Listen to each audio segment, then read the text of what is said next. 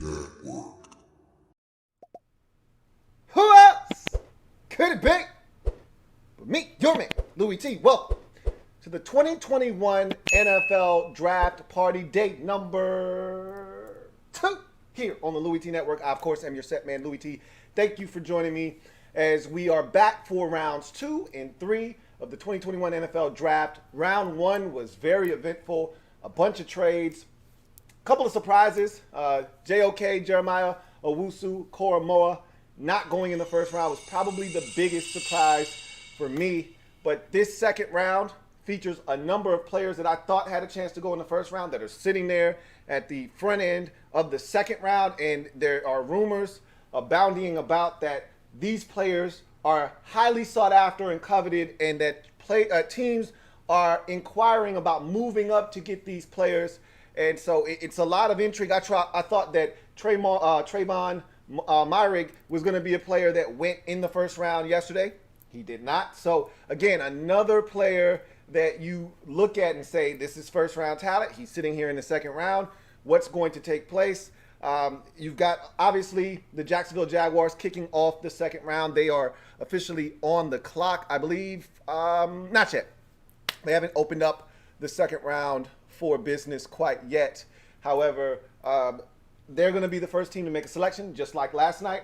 Then they're going to be followed by the New York Jets, and then we get underway. We're going to see if the Jets move out. They were the team that were rumored to be fielding offers for their second round, one of their second round selections. I think they have multiple second round selections.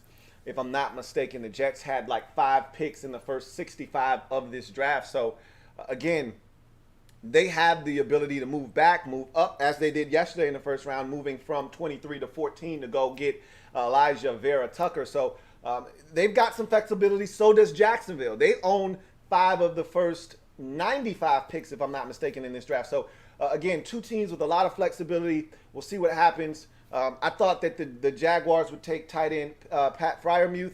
They may not do that. They surprised me yesterday by taking running back Travis Etienne in the first round. So I don't really know what the hell Herb's cooking up, but he's cooking up some big stuff over there. I think he might be cooking up a little bit of crack over there, because that offense is going to be explosive.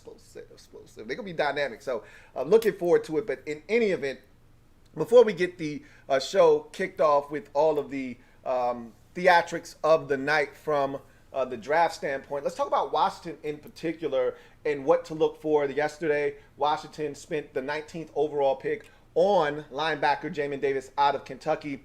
If you ask me, Washington is going to look to acquire players at 3 positions in particular. Now, they got 3 picks, and there is no guarantee that they're going to come away with a player from each of these positions that I'm going to name. But these are the positions that I think they are targeting in no specific order, although the board will speak to them and give them an idea of which one they need to go after first.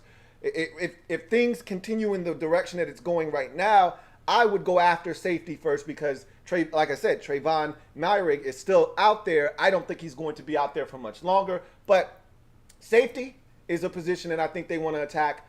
Offensive tackle is a position I think they want to address. And tight end are all positions I expect Washington to address in some way, shape, or form over the next 3 rounds. Not necessarily the 2 today, but over the next 3 rounds, I think all 3 of those positions will be addressed in some way, shape, or form. I think at least 2 of those positions will be addressed in today's action in day number 2, rounds 2 and 3. Washington 3 picks. I expect 2 out of those 3 positions, tackle, safety, and tight end, to be addressed today, if not all 3. Here comes the commissioner, more likely than not, to open up the second day of the draft. And you know it's going to be a lot of bullshit today, a lot of different people stepping up, ex-players, a lot of dramatics are going to take place today. So expect this to be a lot longer a show than it really needs to be. But they're starting it off with some kind of ceremony here. A lot of people on the stage standing in the background. Here comes Orlando Pace. Man, he looks good. John Randall is behind him. And that is the Cowboys receiver. God dang it, what's his name? The one that kept crying about not being in the Hall of Fame, and he finally got in this year. Shucks. I can't think of his damn name. So those are the guys, I guess, that are getting in the Hall of Fame this upcoming year. Anyhow, I digress. Let's see what Raj has to say. Okay, thank you for helping us make day one of the draft last night a night to remember. We had an amazing crowd here at the site, and we had over 30 million people watching last night. Congratulations, Cleveland. The draft-a-thon also got off to a strong start and continues tonight as we support our communities emerging from the pandemic. You can see all the details. Drew Pearson, thank you, Captain Spartan. It's Drew Pearson. Couldn't think of his name to save my life. As you can see tonight, The original 88 in Dallas. If you're keeping score at home. NFL legends who all continue to do amazing work in their communities.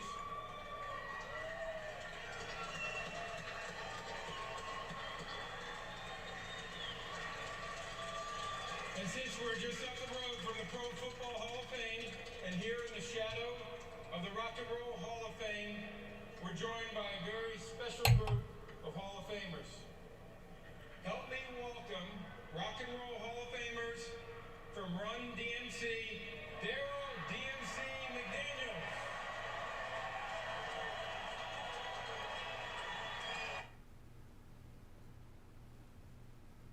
Okay, yeah, they doing extra stuff right now. So what we gonna do is we gonna do football stuff because they doing extra stuff.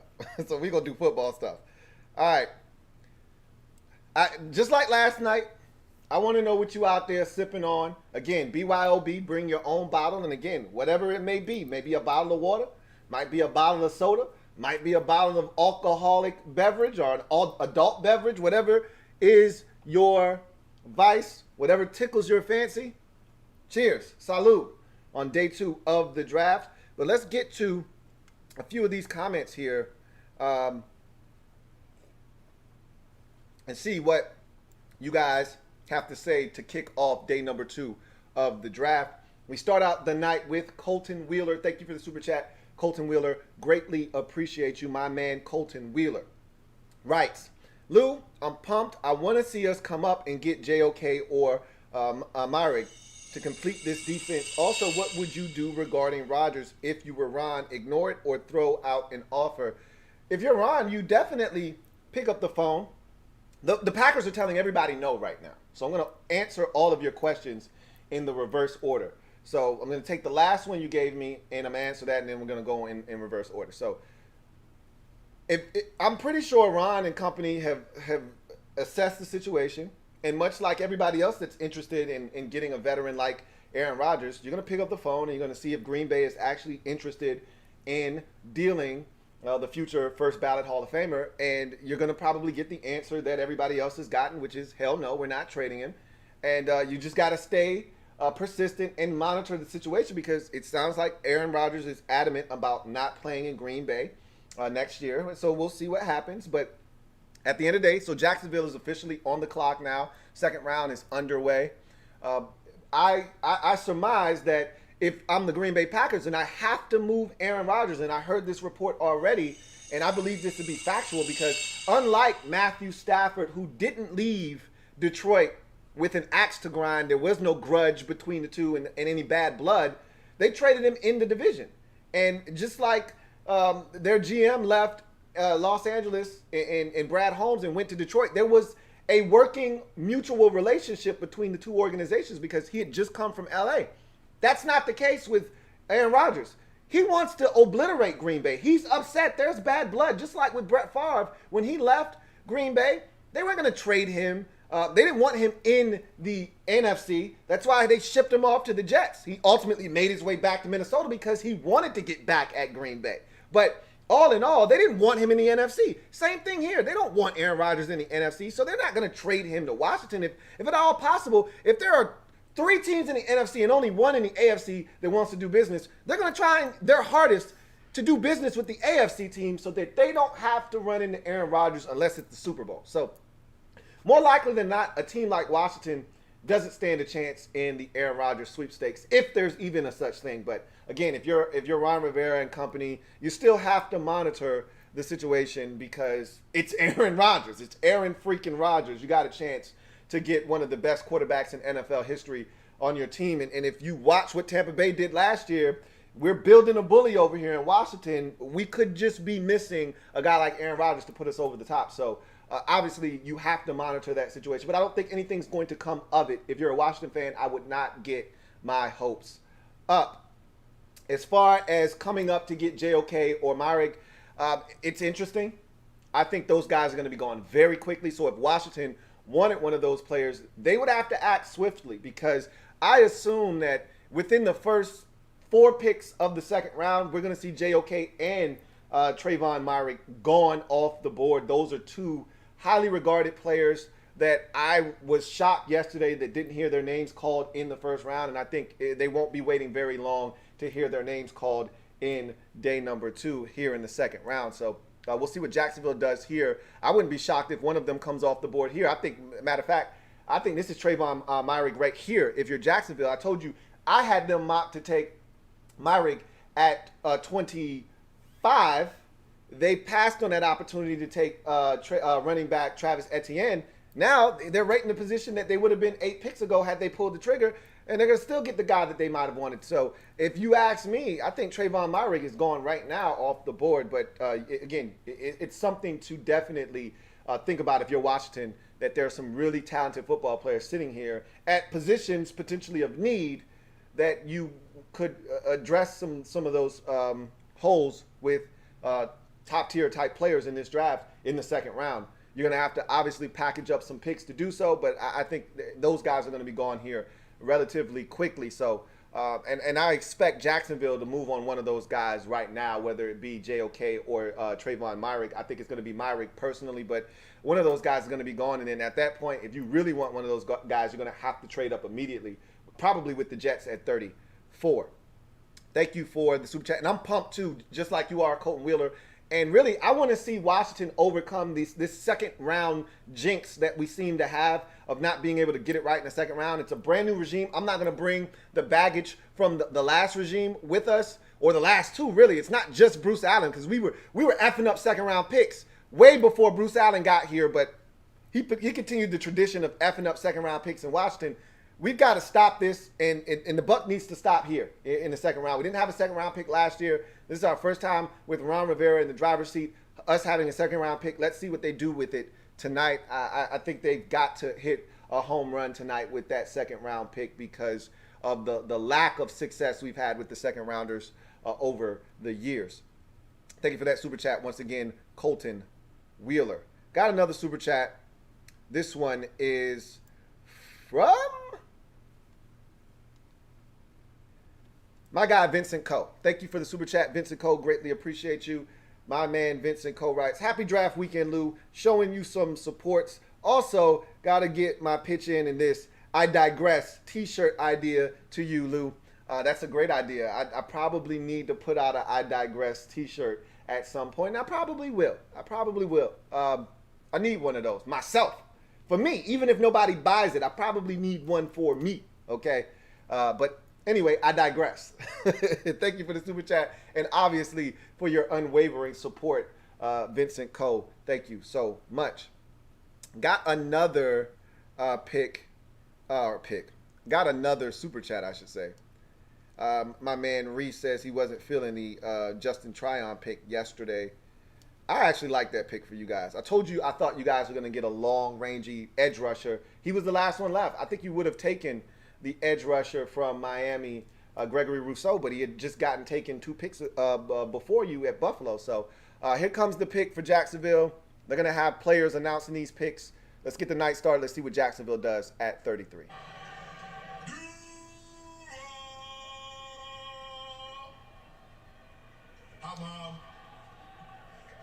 Kevin Hardy announcing his pick for the Jaguars. In the 2021 NFL Draft, the Jacksonville Jaguars select Tyson Campbell. Oh, DB, okay. Georgia. Tyson Campbell, DB out of Georgia. This is that of the 2 Georgia corners, and remember the Packers took the other Georgia corner, Eric Shucks. Forgot his damn name. They took the other Georgia corner yesterday. I actually like Tyson Campbell better than the corner that went yesterday to the Packers in the first round. Campbell is a guy that is always in phase. He's always right there. His problem is he doesn't make a play on the football. He's got track speed. He can run with anybody at any time. And he's a guy that is always there, okay? Just doesn't make plays on the football. Just doesn't make plays on the football. I don't know if that's something you correct. I don't know if that's something that gets rectified as time progresses and he gets better. I just know that the guy is always there. And one thing I know about these college coaches is that they love speed. Because when you're a college coach, you can go out and recruit speed. And when you get to the NFL, it's not as easy to acquire speed. So they come in right away. Matt Rule did the same thing in Carolina, which is why he drafted J.C. Horn in the first round. You want guys that can run. And so Urban Meyer, you're seeing the trend with Urban Meyer. His first 2 out of 3 picks, guys that can run. Travis Etienne and now Tyson Campbell out of Georgia. I love this pick for them. I actually thought they were going to go safety. They go corner. Remember, they took a corner last year, the corner out of Florida, C.J. Henderson. And so now you got 2 guys on the outside with some length that can run. And so let's see what the Jacksonville Jaguars do moving forward with this, the rest of the picks that they have in this draft. I think they still have an additional 2 picks today with the remaining rounds. I think they have another pick in the second and then another pick in the third. So we'll see what happens there. Anyhow, I digress. Jets are now on the clock. We'll see what they decide to do. All right. Got another super chat. This one is from my guy, Chris Lou. Thank you for the super chat, Chris Lou. Greatly appreciate you, Chris Lou, who writes, Happy draft day, Lou. Here introducing wifey to your show and thinking about naming my son Ron. LOL. Fired up. Let's go. That's awesome. Hold on 1 second. Rap Sheet's talking. I'm told for the number 34 overall pick, the Dallas Cowboys called about coming up potentially for a corner. Panthers, Falcons. However, I'm told the Jets are expected to pick. They are sticking. We will see who they end up selecting. Someone obviously good enough for them, highly rated enough to turn down all of that interest. So the Jets had offers. We talked about this earlier in the show. Jets got offers. The Rap Sheet just said the Cowboys made them an offer. They wanted to come up and get a corner. Remember, they didn't get the corner that they desired at number 10, so they moved out of the pick, ended up taking Micah Parsons, linebacker out of Penn State. So now the Cowboys wanted to come up, the Panthers wanted to come up, and the Jets said no. And why did they say no? Because there are elite football players still there. The same 2 players, until they come off the board, I'm going to assume are going to be the ire of a lot of these teams' desire here at the top of the second round. This is, to me, got to be either Trayvon Moehrig or it's got to be JOK. I think with the Jets situation and knowing what their defensive coordinator, or excuse me, head coach Robert Saleh wants to do defensively, I think this is a linebacker. I think this is JOK because of his versatility and what he brings to the table. I think this is going to be JOK. They didn't expect him to be here. He is here, and that's why they're not moving out of 34. Maybe if the first pick by the Jaguars was JOK, maybe they move out of 34. But because he's still there, maybe they take him at 34. We'll see. The pick is in for the Jets. We'll see what they decide to do. But meanwhile, Chris Lou, thank you for the super chat. Hi, wife. Hi, wifey. Chris Lou, wifey. How you doing? So I hope you guys enjoy the show and get some rest, too, at some point. Because you've been up burning the candle at both ends these last couple of nights over there in Senegal. Thank you again for the super chat and the support, Chris Lou and his wife. Got another super chat here from David Graham. Thank you for the super chat, David Graham. Greatly appreciate you. My man David Graham writes, what up, Lou? Spillage. Let's get it. HTTWFT. Hashtag HTTWFT. It'd be nice to get some spillage in the second round. There's some real spillage in the second round. I don't think we're going to get our hands on any of it, though. Looks like the Jets selection is walking up to the podium as we speak. let's see if it is in fact doing exactly that, and it is. See, Lavernius Coles is announcing the pick. The New York Jets select future Pro Bowler Elijah Moore, wide receiver. Ooh. Elijah Moore, one of my favorite players in this draft. They're giving their young quarterback, Zach Wilson, another target to get the football to. They got Corey Davis in free agency, if you recall. They already drafted a receiver last year in Denzel Mims, who will be a second-year pro this year. And now you add Elijah Moore to the mix. I'm going to tell you right now, Elijah Moore has a chance to be one of the best receivers in this league in 3 years' time. That's how good I feel about Elijah Moore. I don't think people really gave him his just due in this year's draft, maybe because of his size, but the guy is a 4.3 40 athlete. He's got tremendous hands. He runs routes at a ridiculous clip. He is a tough guy despite his diminutive size. He can get in and out of breaks. He's a guy that is physical with the ball in his hands. Not necessarily that big of a make-you-miss guy, but because of his speed, he's going to scare you to death. I absolutely love Elijah Moore.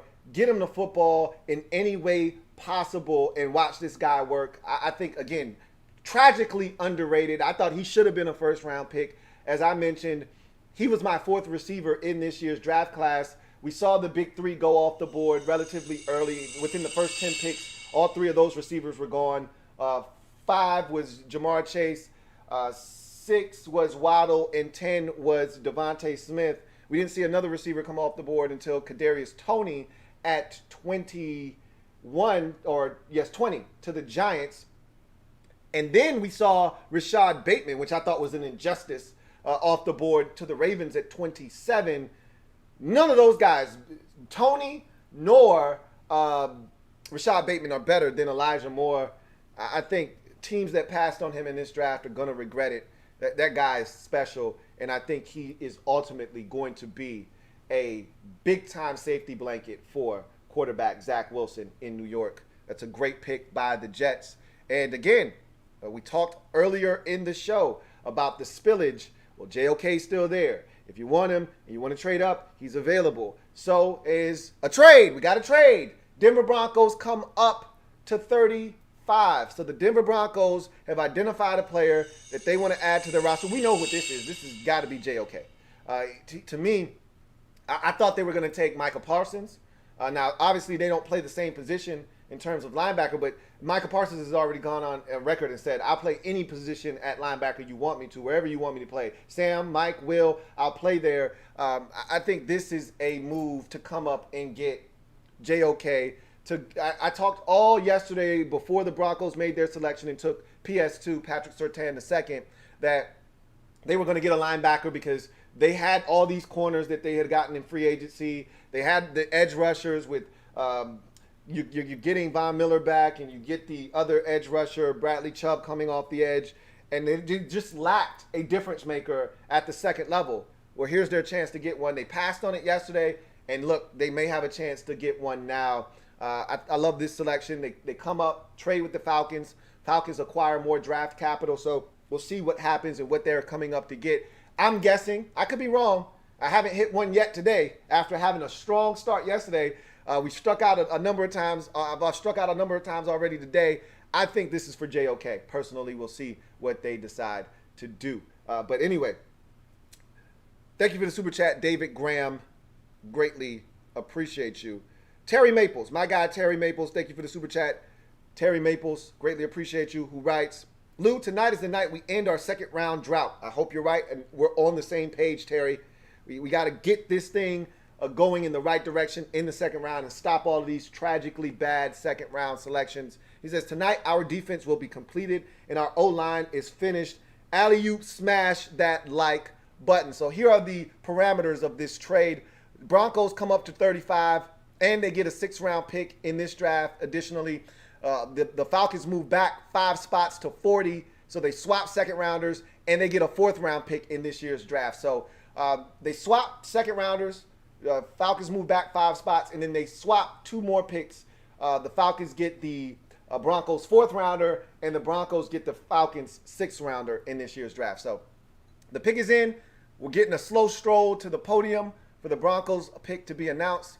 I think this is going to be Jeremiah Owusu-Koramoah out of Notre Dame. Let's see what the selection is. Let's take a listen. Billy Thompson.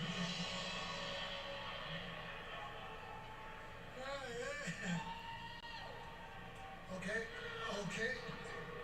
The Atlanta Falcons have traded the 35th pick to the Denver Broncos. With the 35th pick in the 2021 NFL Draft, the Denver Broncos select Javonte Williams. Oh, shit. Running back, North Carolina. They came up to get a running back. Now, obviously, they moved on from the running back, Philip Lindsay. They let him go after tendering him. Philip Lindsay decided, I don't want this tender. And Denver said, well, if you don't want to be here, we don't want you to stay here. We don't want to hold you hostage. So they mutually agreed to part ways. That left them essentially with just Melvin Gordon III at running back. So I guess that left them in a tight spot running back wise. And you don't want to count on Melvin Gordon to be your workhorse because he's a guy that can easily pull a hammy, turn an ankle, and be out for 2 to 4 weeks.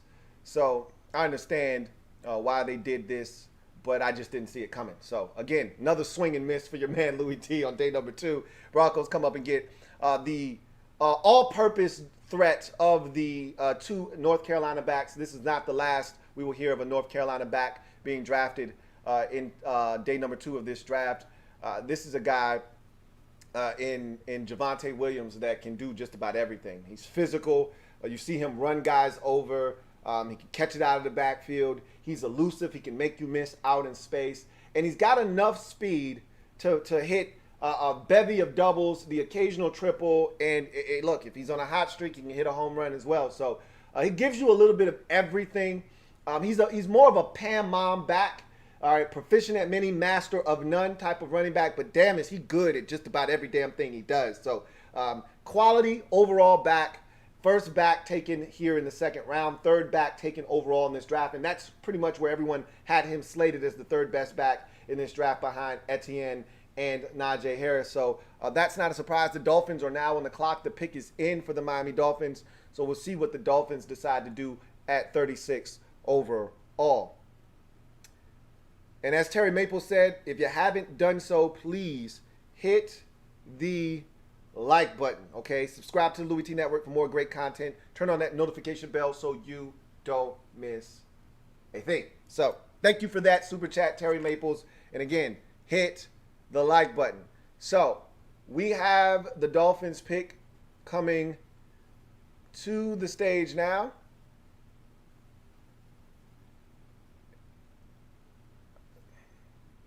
What we got going on? Philadelphia Eagles now. Okay. They got the Isley brothers coming out to announce the pick.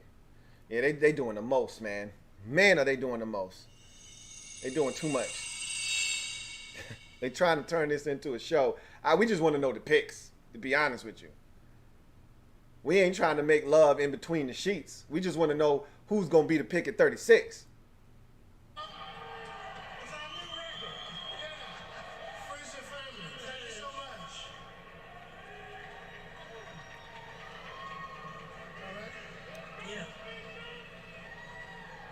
Go ahead, read it. The new pick for the Miami Dolphins, Javon Holland. Damn, boy, they butchered that 6 ways to Sunday. Javon Holland is the pick, safety out of Oregon, opted out of the 2020 season. Last time you had a chance to lay eyes on him was 2019. Swiss Army knife safety, one of those guys, more so a free safety that plays over the slot, but you can do a number of different things with Javon Holland. He can move around. Not necessarily my cup of tea.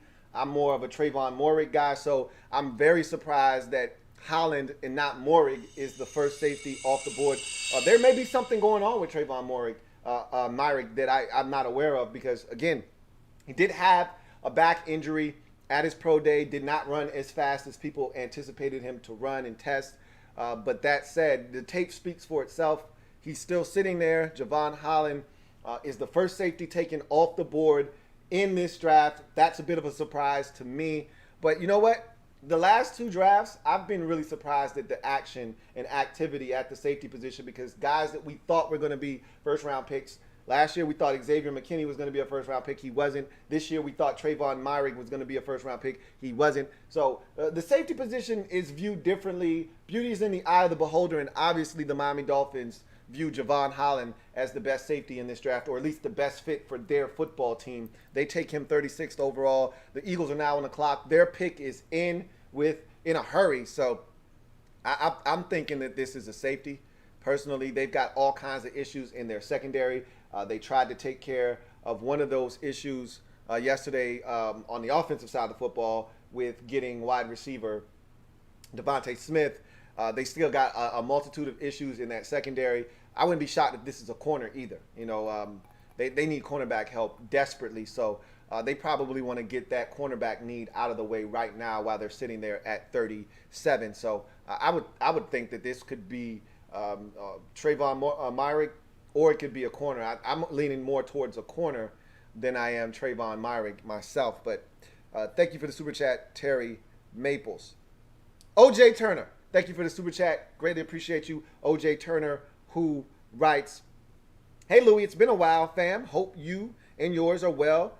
Likewise, would you target Terrence Marshall Jr. in the second or third, and Caden Stearns or Seth Williams on day 3? In your thoughts?" Seth Williams, I'm not interested in Seth Williams. We got a Seth Williams type on the roster already. His name is Antonio Gandy Golden. I don't need another one of those guys. That you're getting clones and duplicates now of stuff that you don't need duplicates of. So, and you could even say Cam Sims is similar to those guys in the way that he plays as well. We don't need another one of those guys. So, no, I'm not interested in Seth Williams. Caden Stearns is interesting.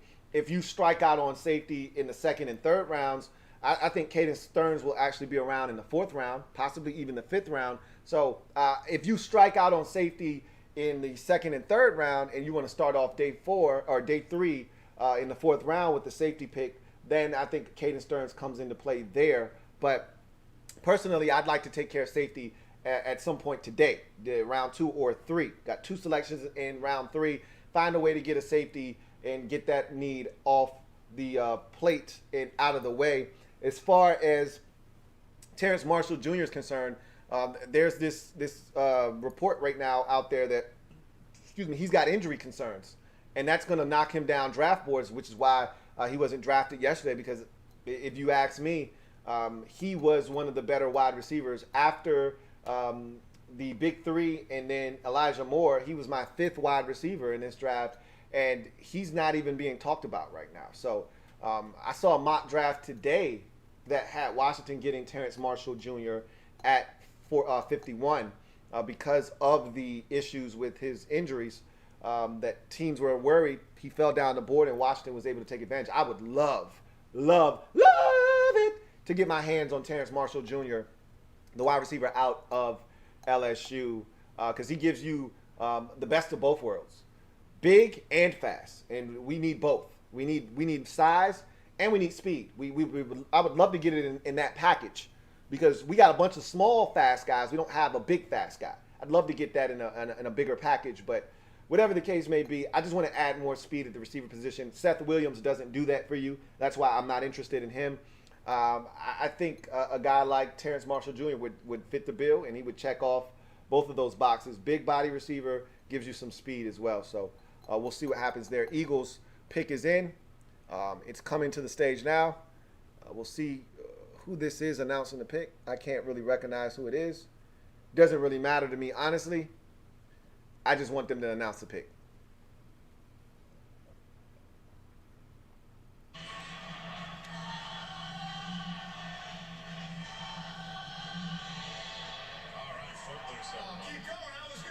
Okay, it's Golick. Mike Golick. He lost a lot of weight.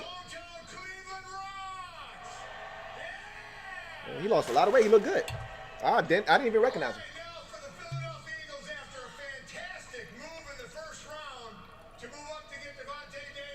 Davis. How about Smith? So with the 37th pick in the 2021 NFL Draft, the Philadelphia Eagles select a guard from Alabama, Landon Dickerson. Okay, Landon Dickerson is a center. He was all over the place, but it's all good. Landon Dickerson can play multiple positions, but he's a center. And for me, much like the safety position, I thought Landon Dickerson would be the second safety or center off the board behind Creed Humphrey of Oklahoma. But this guy is a leader, number one.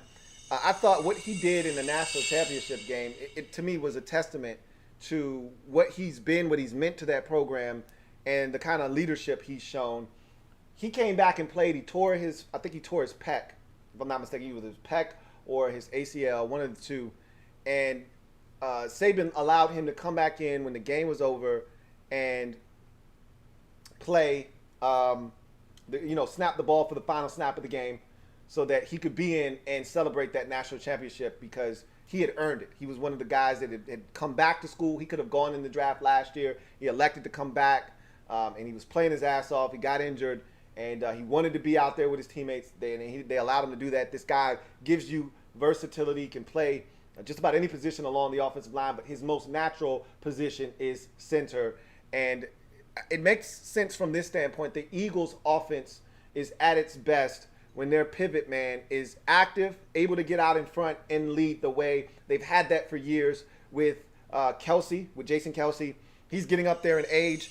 We got another trade. We have a trade. The New England Patriots have come up to 38 overall. So now the Patriots are on the clock. The pick is now in. So the Patriots have identified a player that they want. This got to be JOK. He's the exact type of player we didn't want Bill Belichick to get his goddamn hands on. And I'd like to think that this is exactly the pick here. What happens here, Patriots get the 38th pick overall.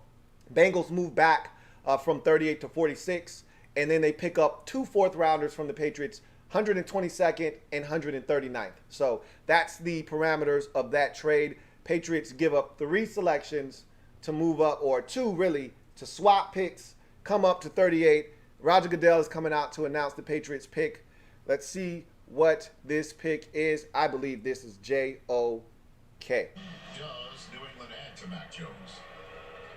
The Cincinnati Bengals have traded the 38th pick to the New England Patriots.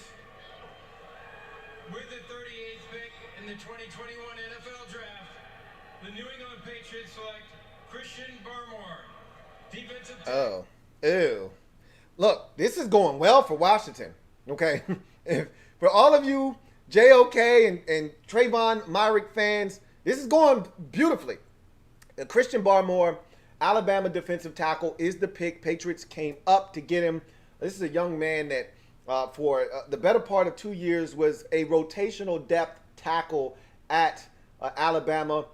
Started about a third of a way in 2020. He got the nod to begin to get real starter reps, and he never really looked back. Had his best season of his career. Really only played 2 seasons at Alabama. Redshirted his first year.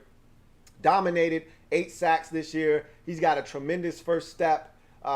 He's a strong guy, very physical, stout at the point of attack, strong hands, very powerful and violent hands. He can collapse the pocket.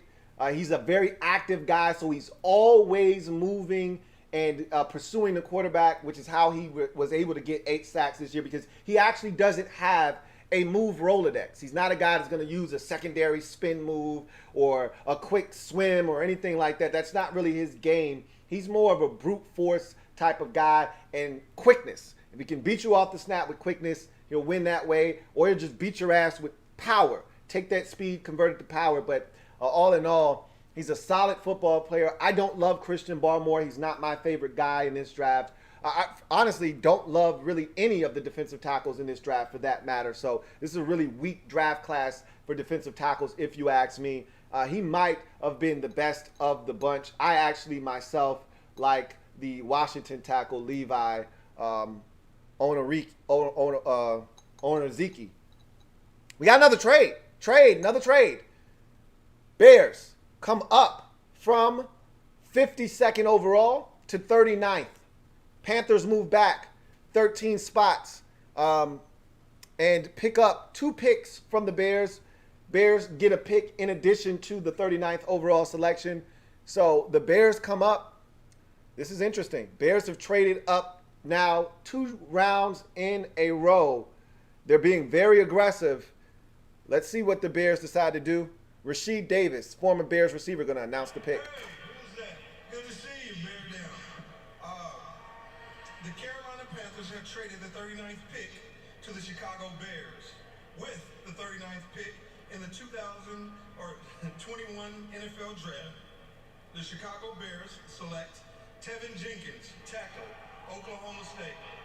So you get you a quarterback, and then you get you a tackle to protect him. Tevin Jenkins, Oklahoma State tackle is the selection. I'm not a massive Tevin Jenkins fan, okay? But what I can tell you is that he's a nasty boy. Nasty boy. Nasty boy. He's a nasty boy. He's a nasty boy. And he's big, he's strong, he's physical. Quicker feet than you would expect from a guy his size, although his movement skills are rather pedestrian and baseline, but his feet are quicker than you'd expect from a guy when you look at him his size. He doesn't lose very often in the run game, doesn't lose very often in the pass game. When he is able to set a firm base, you're not going to bull rush him. I think he's got the strongest grip of any tackle in this draft, meaning when he locks his hands up and grabs that pad, that inside of your pad, and he locks up, you're done. Forget about it. It's over. So they got themselves a tackle now to help protect Justin Fields. Obviously, Fields is going to be watching from the sidelines early on in the season. Depending on how things go, Andy Dalton would be running the show.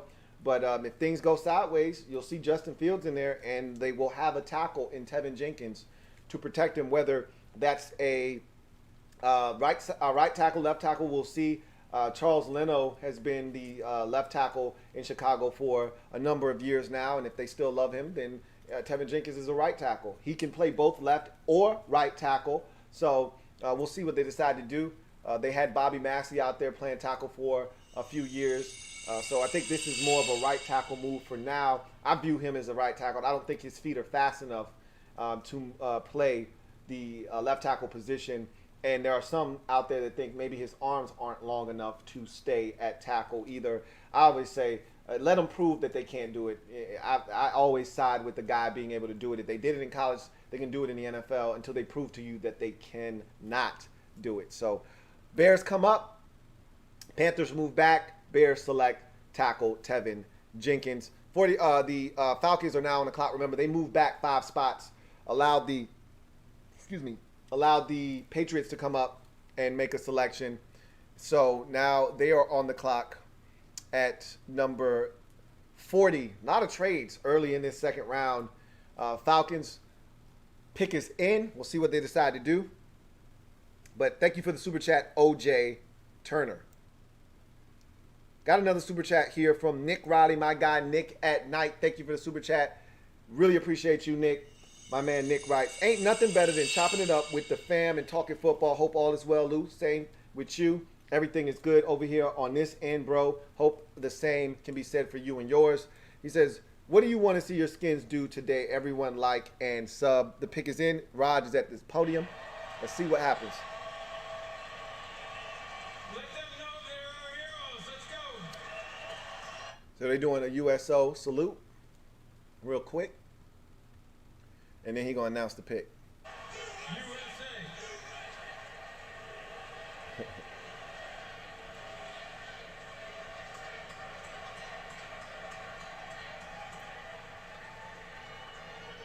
Okay, with the 40th pick in the 2021 NFL Draft, the Atlanta Falcons select Richie Grant, defensive back. So Richie Grant is the second safety taken in this draft. This is a guy that is a ball hawking safety, can do a lot of different things. To me, his best quality is playing the football. but he can play around the line of scrimmage. I think at times he takes some over-aggressive and OC angles and will miss some tackles. But all in all, this is a guy that has played at a high level for the UFC Knights, or UCF Knights, excuse me. And I think he might have played 4 years there, if not 4, definitely 3 as a starter, and played at a exceptionally high level. So guy was a captain. He was a leader. And like I said, in today's NFL, you want your safeties to be able to rock and roll, meaning you want him to be able to play strong and free. Come up and play inside the box and be an eighth defender, but also be able to play 25, 30 yards away from the line of scrimmage and still be an impactful player. Richie Grant can do that. Richie Grant can drop over the slot and give you some work there. He can play as an underneath zone dropping defender. There's a lot of things he brings to the table. He's instinctual. He's physical. He's a good football player. And I think they see him in the same mold as a Keanu Neal. Not as physical safety as Neal, and probably much better ball skills than Keanu Neal, but in that same light, a guy that can do a little bit of everything. Neal was more of a box safety, however. This guy is more multifaceted, can do more things. So that's a good pick for the Atlanta Falcons. But again, I hammer home the point. And the Lions are now on the clock. Remember, they moved back in this draft, second round. They're now on the clock. Their pick is in. Trayvon Moehrig is continuing to slide. I think something's up there. This guy should be gone already. But I digress. I want to see Washington get a good football player at one of the 3 positions that I've named already: tackle, tight end, and safety. Those are the 3 positions I'm really interested in. Wide receiver, add that to the mix. 4. One of those 4 positions, I feel really good about any of those positions, and there's still a ton of value left, still a ton of good football players left. The spillage is real. When guys like Christian Barmore and Javon Holland get picked, I feel really good because it's, pushing down more talent that should have been gone already. So I feel really good about where Washington sits, 10 picks away, and there's still a lot of good football players on the board. So I feel really good about where we sit, and we'll see what happens. Thank you for the super chat, Nick Riley. Greatly appreciate you. Emmanuel Ruiz, thank you for the super chat. Greatly appreciate you, Emmanuel. Thank you for the super chat. Captain Spartan says, I'll be drinking some Zangos, Blue Moons, and AMF to cap it off my last night as a college student. Congratulations, man. You earned it. And I want to know what you bowling these days, man. Let me know what you put up. My highest bowling outing was a 243. Now, that was a while back. I got to get my life together, get back on the lanes. But 243. If you've bowled higher than a 243, I'd love to hear it. I probably don't believe you. You need more people. But I've actually got visual evidence to prove that I bowled a 243. I took a picture of it. But that's nor here nor there. Dwight Phillips, thank you for the super chat. Greatly appreciate you. Dwight Phillips writes, Washington for life. From Philly. Hey, Louie, picked up that merch. I really appreciate you, Dwight, man. Thank you so much. And rep the burgundy and gold in that green town and let them know what it is, man. So hold us down in Philly. Really appreciate you, Dwight. Thank you so much for the support and the super chat. They're coming back off of the break. The pick is in for the Detroit Lions. Let's see what happens. Okay, they talking about the draft-a-thon, so we're going to keep it pushing. AfroCat2136. Thank you for the super chat, AfroCat2136. Greatly appreciate you. AfroCat writes, Lou, it's Moehrig time. We need to jump in front of Dallas and get that boy. Dallas is, I think, 3 picks away. If they want him, he's sitting there. I don't know. See, we're infatuated with this guy, and this is the thing that we do as fans. We latch on to a guy, and we want him bad. We have no idea. And I can't vouch for Trayvon Moehrig, okay? I don't know if Washington spoke to him or not. I did not see his name on the list of guys that they were able to talk to pre-draft. Doesn't mean that they didn't. Just the list that I was able to acquire didn't have his name on it. So I don't know if they're interested or not. And again, just because you don't talk to a guy doesn't mean you're not interested in a player. So I just know I'm interested in Trayvon Moehrig, and he's still on the board. And again, I can't understand for the life of me why that is. I think something's up, there's a medical issue here or something that we're missing, but he's still available. But here's the Lions pick at 41. Let's see what they do. With the 41st pick in the 2021 NFL Draft, the Detroit Lions select Levi Onwuzurike. Yep. Defensive tackle. Levi Onwuzurike is my favorite defensive tackle in this year's draft. He's a little undersized at a rate around 290 pounds, but he's got an explosive first step. He's got violent hands. He does a great job of using his hands to separate from offensive linemen and shed to get to the ball carrier. When you see the combination of quickness and violent hands, you expect more production from a guy. He never really lived up to the talent that he has from a production standpoint. So the talent and the production never really met one another at Washington. However, he's explosive. What I tell you, he's got a dynamic first step. He's got a dynamic first step. And when I tell you his hands are violent, his hands are violent. And when I tell you this guy has a chance to be a difference maker for a football team, I'm excited about this pick for the Detroit Lions. Honestly, I think he's going to get better. I think he's a guy that's going to play at a much higher level in the NFL than he did at the collegiate ranks. And I know you're saying, well, that's what every player is supposed to do. But I don't think he ever met his true potential at UW. He did not play in the 2020 season. He opted out. I really like him. Here's a trade. The Dolphins have come back up in this draft. They got another player that they have identified that they want. The pick is in. The Dolphins. This is what you do when you are able to trade up, trade back, and pick up all the picks that they've acquired. The Laramie Tunsil deal is the gift that keeps on giving. When you are able to do that, this allows you to do whatever the hell you want to do in the draft. Go up, come back. That's what they were able to do by moving back from 3 and allowing the Dolphins to come up, or allowing the 49ers to come up from 12 to 3. They allowed themselves to be able to do what they're doing now, which is come back up in the second round and get another player that they like. I told you, nobody right now in the last 3 years has played the draft better than the Miami Dolphins. Here they go. Again, drafting in the second round. Let's listen to the pick. With the 42nd pick in the 2021 NFL Draft, the Miami Dolphins select Liam Eichenberg. Okay. Tackle. Notre Dame. Liam Eichenberg, tackle, Notre Dame. This is a guy that I thought had a chance to go in the first round. Obviously, evidently, by my mock draft, I had him going to the Indianapolis Colts.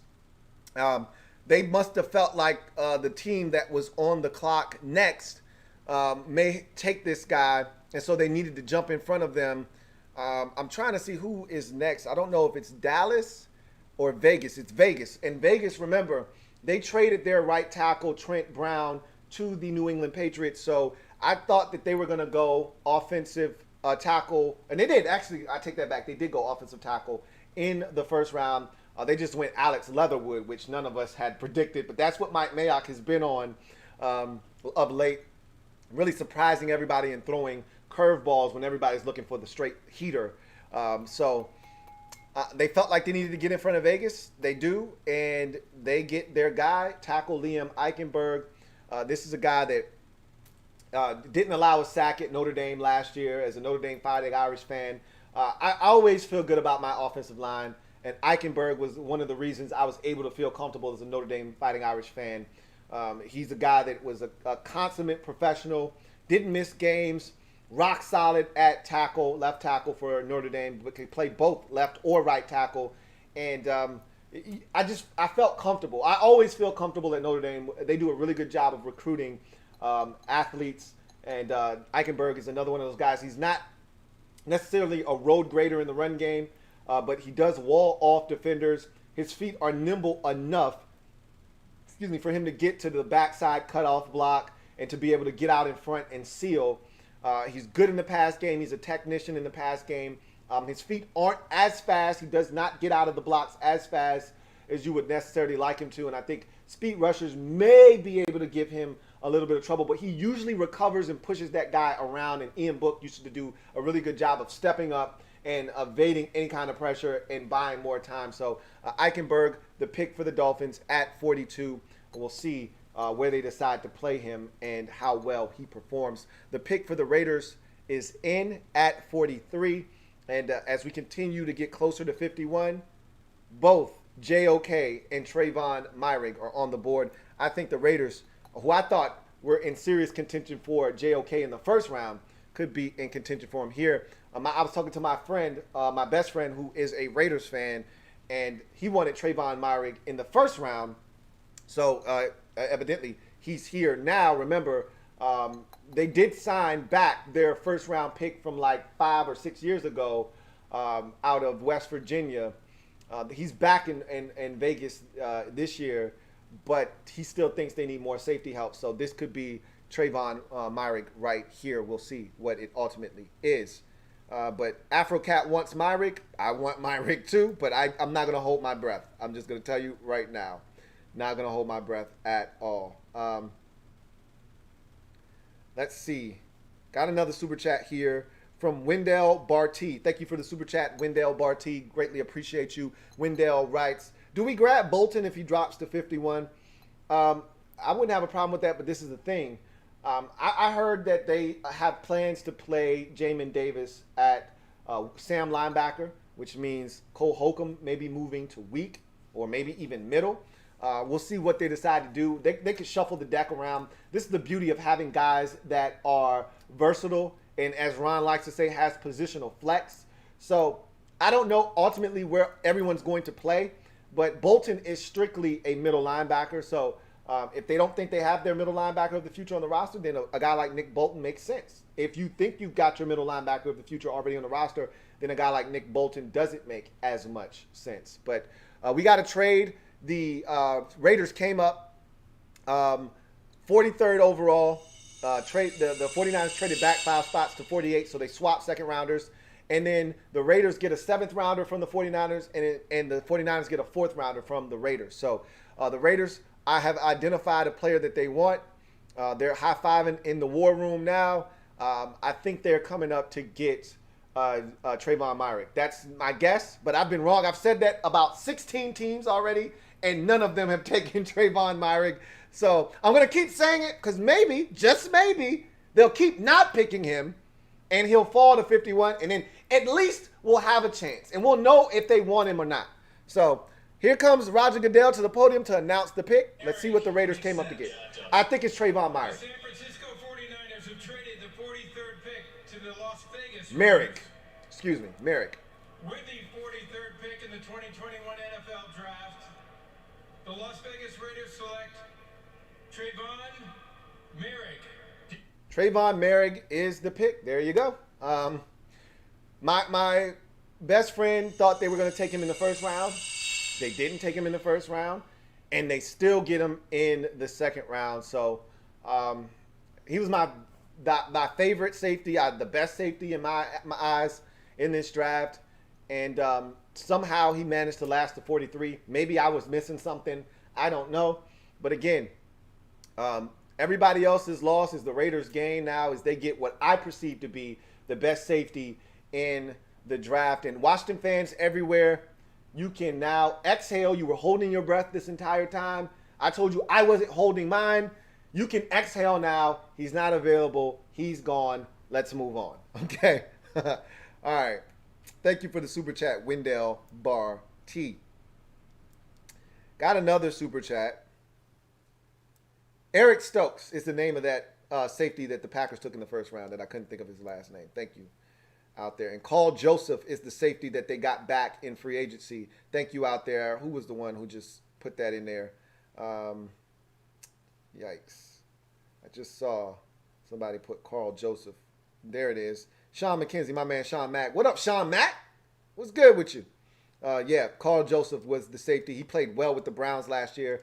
Parlayed that into a deal with the Raiders to go back where he originally was drafted. CJ Shoots Photo. Thank you for the super chat. Greatly appreciate you. CJ Shoots Photo. Let's see what Rap Sheet has to say. Back injury while training at Exos. He actually wore tape on his back during a pro day. That's what it was. I told you he injured his back at his pro day, and Rap Sheet just said he actually wore tape around his back. I think that scared teams, scared the hell out of him. They said, you know what? He's damaged goods. That's why he fell in the draft. I'm telling you, he would have went in the first round, and you're not telling me anything else. Drew Pearson is coming out to announce the Dallas Cowboys pick at 44. We'll see what the Cowboys do. They They already went linebacker, so I don't think they're going to go linebacker again. But we will see. I think this has got to be a cornerback. Now the question is, what cornerback? Thank you. He's probably going to try to talk us to death, too. I'm honored to be here to represent the Dallas Cowboys and have this opportunity to announce the 44th pick in the second round. I'm also honored to be here in Cleveland, Ohio, home of one of the all-time greatest franchises in NFL football history. And I stand here tonight on the shoulders of many great Cleveland Brown football players like Jim Brown, That's right. Leroy Kelly, That's right. Bobby Mitchell, That's right. Dickerson, That's right. John Woolen, That's right. Terry Collins, Dr. Frank Ryan, and the great number 42, Paul Warfield. That's right. That's right. I can get with that. As a kid growing up, I ain't asked you for your life story, though, bruh. franchise I didn't ask you for your life story. I just want you to make the pick now. I was okay. Then you took a sharp turn in the wrong direction. Make the damn pick, Drew. Please. Please. Oh, my God. This is why you can't let old people up here. You gotta keep it to a minimum because they want to get up here and they want to do the most. and of course, the Cowboy Nation with the second Thank pick you. in the 41st Jesus. round, 44th pick in the second round. The Dallas Cowboys select defensive back from Kentucky. Joseph.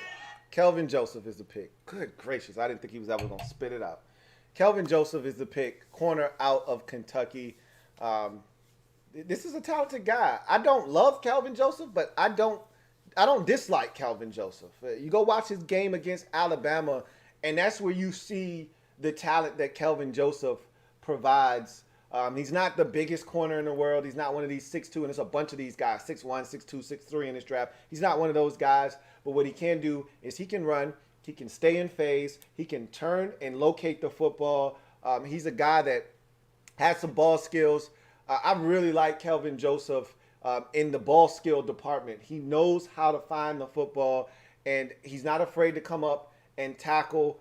There are a lot of things to like about Kelvin Joseph, but again, he's not my favorite corner in this draft, but he's a good football player. That's for damn sure. Cowboys add him to the mix, and we'll see what he ultimately does and how he fits in to that Cowboys secondary. Not afraid of him, though, by any stretch of the imagination.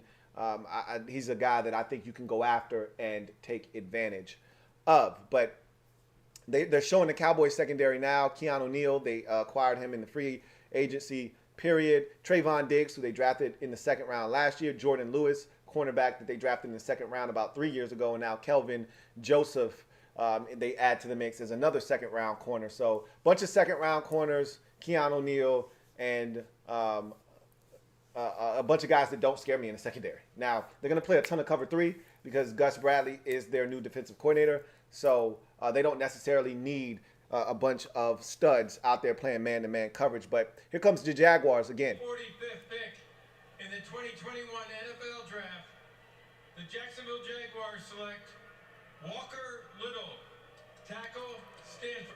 So Walker Little, tackle out of Stanford, gone in the second round at 45th overall to the Jacksonville Jaguars. I'm a little disappointed. That was a guy that I had circled. Obviously, I had Washington mocked to get him in the third round. And if you watched a bunch of different mocks, if you looked at a bunch of different mocks, this guy was all over the place. I saw him in the second round. I saw him in the third round. And mock drafts are exactly that. They're mock drafts. You don't know. No one knows, okay? He was such a hard eval because his first year in 2017, he was a stud. His second year in 2018, he was a stud. And he could have come out after that second year, and he would have been a first-round pick more likely than not. Goes back to school in 2019. He tears his ACL. Then there's in the second game of the season. Then there's COVID. He doesn't come back in 2020. And so you haven't seen this guy really play football for 2 full seasons. And he's healthy now, obviously, because he's had 2 years to recover. But you haven't seen him play football. And so I was hoping that the layoff and having not been able to lay eyes on this guy play football for 2 years was going to allow him to drop down the draft board and right into the lap of Washington because this guy's a starting tackle right out of the gate. If he's healthy, he's a starting tackle. And unfortunately, Urban Meyer, and this is the problem you get when you get college coaches into the NFL. They know college talent and guys that are capable of getting it done when they see them. So they don't need all of the evaluation that some of the pro coaches who are so fixated on helping their teams win on a weekly basis. Urban Meyer's been watching college football for the last, 15, 20 years. And even closer, the last 2 years being out of the game and just doing commentary for Fox. He's been able to watch a bunch of these prospects, so he knows which ones to cherry pick. And so I think their draft is going to end up being phenomenal. But the Jaguars, I've said this for years, even going back to when they had David Caldwell as their general manager, they don't miss in the draft. They used to have really good draft classes, talented football players year after year. The Bengals are now on the clock. They're going to make their selection. Let's see what they're going to do. They got somebody else on the stage. Let's see what Roger's about to tell us. The NFL's Inspire Change initiative showcases how the NFL family works together to reduce barriers to opportunity and create positive change in communities across America. Cincinnati native Means Cameron is a graduate of Program Mortar, supported by the Bengals' local Inspire Change efforts that helps minority entrepreneurs build a comprehensive skill set. From there, Means built his own successful business, Black-owned, and is using his growing business to create a brand that transcends race, generation, and location. Love it. Give me more of these and less of these damn players coming up here trying to talk us to damn death. Please do us the honor of announcing your Cincinnati Bengals pick. I got you. Come on, bud. You come with me. Wow. Cincinnati, it's our year. Oh, yeah. Black boys in the building. Who they? And with the 46th pick in the 2021 NFL Draft, the Cincinnati Bengals select Jackson Carman, Tackle, Clemson. So Jackson Carman, tackle out of Clemson, is a guy that I think is really, really physical in the run game. I don't think he is as adept in the pass game. Where he is at his best is moving forward. He, to me, fits in a power run scheme. If you're going head, if you're running power, if you're going and you're mauling teams in the run game and you're looking to create a new line of scrimmage, to me, Jackson Carman is the man for the job. I do think his feet are a little slow in the pass game. I do think you can beat him off the edge. I saw it quite a few times on tape where guys were able to take advantage of his feet and them being slow.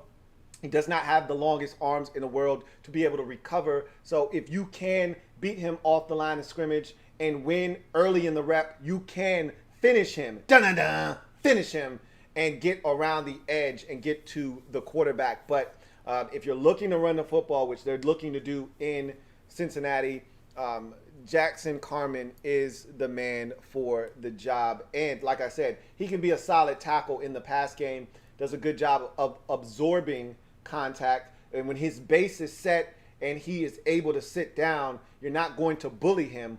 But I do think you can beat him around the edge with elite speed. And if they have that, and there's not a lot of big-time edge rushers in the AFC North, just the one in Pittsburgh and TJ Watt. But the Ravens don't really have a guy. We'll see what Jason Owe turns into. They drafted him in the first round. And there isn't one, to me, in Cleveland. Oh, shit. They got Myles Garrett. Never mind.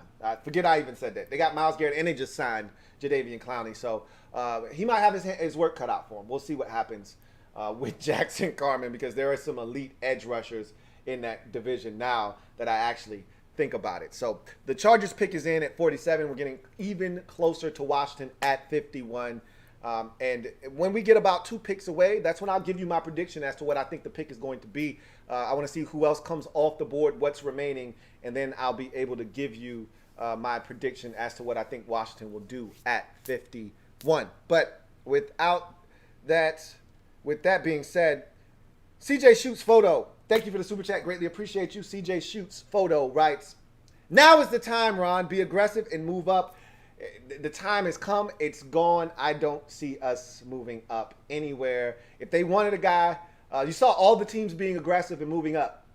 They weren't really hard pressed to move up. I think they are comfortable sitting right where they are and letting the draft come to them.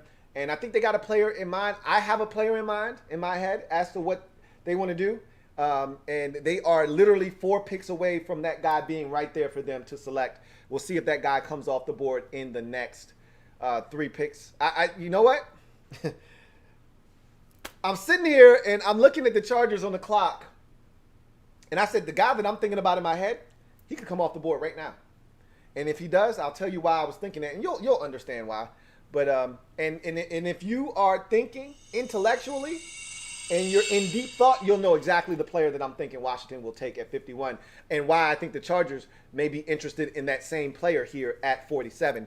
But anyway, I don't think we're moving up. So, CJ, sit tight and enjoy the ride. We're going to be at 51, and we'll see what we do with that pick. Got another super chat. This one is from Billy Trust. Thank you for the super chat, Billy Trust. Greatly appreciate you, Billy Trust, who writes, I see a quarterback for Washington football team in the 3rd round. Interesting. I don't see a quarterback for Washington at all in this draft. And I told you guys this numerous times. If they don't get one in the 1st round, don't expect them to draft one at all. And I firmly believe that.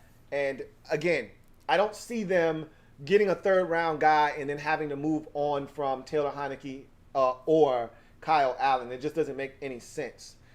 If you're going to get a guy and have to get rid of one of them, I think it would be because you drafted the quarterback of the future. A 3rd round pick is not guaranteed to be the quarterback of the future. He's just a guy. Okay, so I don't see Washington spending a 3rd round pick on a quarterback in this draft or any round for that matter in this draft. I think they are going to focus on building this roster, which is why they went out and got Ryan Fitzpatrick to help them build this roster, be competitive all the while doing so. And now the Chargers pick is in. Let's listen to the selection. I think I know what they're going to do. See what they do here. But it's time to bolt up. Tell them again, Hank. 47th pick in the 2021 NFL Draft, the Chargers select Asante Samuel Jr. Good. DB. Asante Samuel Jr., DB out of Florida State is the pick for the Chargers. Not what I was thinking, and I'm glad they didn't take the guy that I want us to take. And I'm going to look at these next 3 picks, San Francisco, Arizona, and the Giants. I think we might be in the clear for the guy that I think we're going to take. So I'm going to go ahead and tell you right now who I think the pick is going to be for Washington at 51, because I didn't expect him to be here. The pick for Washington, a lot of you, JOK, still on the board, they could do that, and I would not be mad. As a matter of fact, I'd be glad. However, I don't think they're going to do that. I don't think they're doubling down on linebacker. They could, and we've talked about it. And I didn't think this scenario would present itself, and we're still 4 picks away from that scenario presenting itself, of JOK being available. However, I think the pick for Washington, if things hold up, is going to be Pat Freiermuth, tight end out of Penn State. That's the guy that I see Washington selecting at 51. But Asante Samuel Jr. is a guy that is a little bit smaller than you would like your corners to be in today's NFL. However, this is a guy that is hell-bent on playing on the outside, and he did so at a very high clip at Florida State. So until he shows that he can't, I'm going to give him every opportunity to prove that he can. His 40 time, it varies. It's anywhere from a 4.45 to a 4.52. So he can run a bit. He's physical. He'll come up and tackle. I don't think his ball skills are where his dad's were in his career. And so that's something I think he needs to improve upon, because he doesn't always look back for the football. But when he does look back for the football, he is a guy that can make plays on the ball. So Asante Samuel Jr. is a guy that I think isn't afraid to come up and play press. I think he struggles a bit from off coverage. He's not as adept there. I think he likes to get in the face of a receiver, put hands on them, and be aggressive at the line of scrimmage. And he has the confidence to be able to run. My question for him is, can he do that at this level and still run with some of the elite athletes at the receiver position. And you look at the AFC West, there are nothing but athletes out there. The Broncos got a bunch of guys that can run. The Chiefs got a bunch of guys that can run. The Raiders got a bunch of guys that can run. So he can't be over aggressive, come up and try to get in the guy's face and delete the airspace. He might get his ass blown by. So it'll be interesting to see how he fits in Los Angeles with the Chargers, but that is a solid pick. 49ers are now on the clock. The pick is in at 48 as we inch closer to 51 overall. Let's see what the 49ers decide to do. Billy Trust, thank you for the super chat. I do not see us taking a quarterback in this draft at all.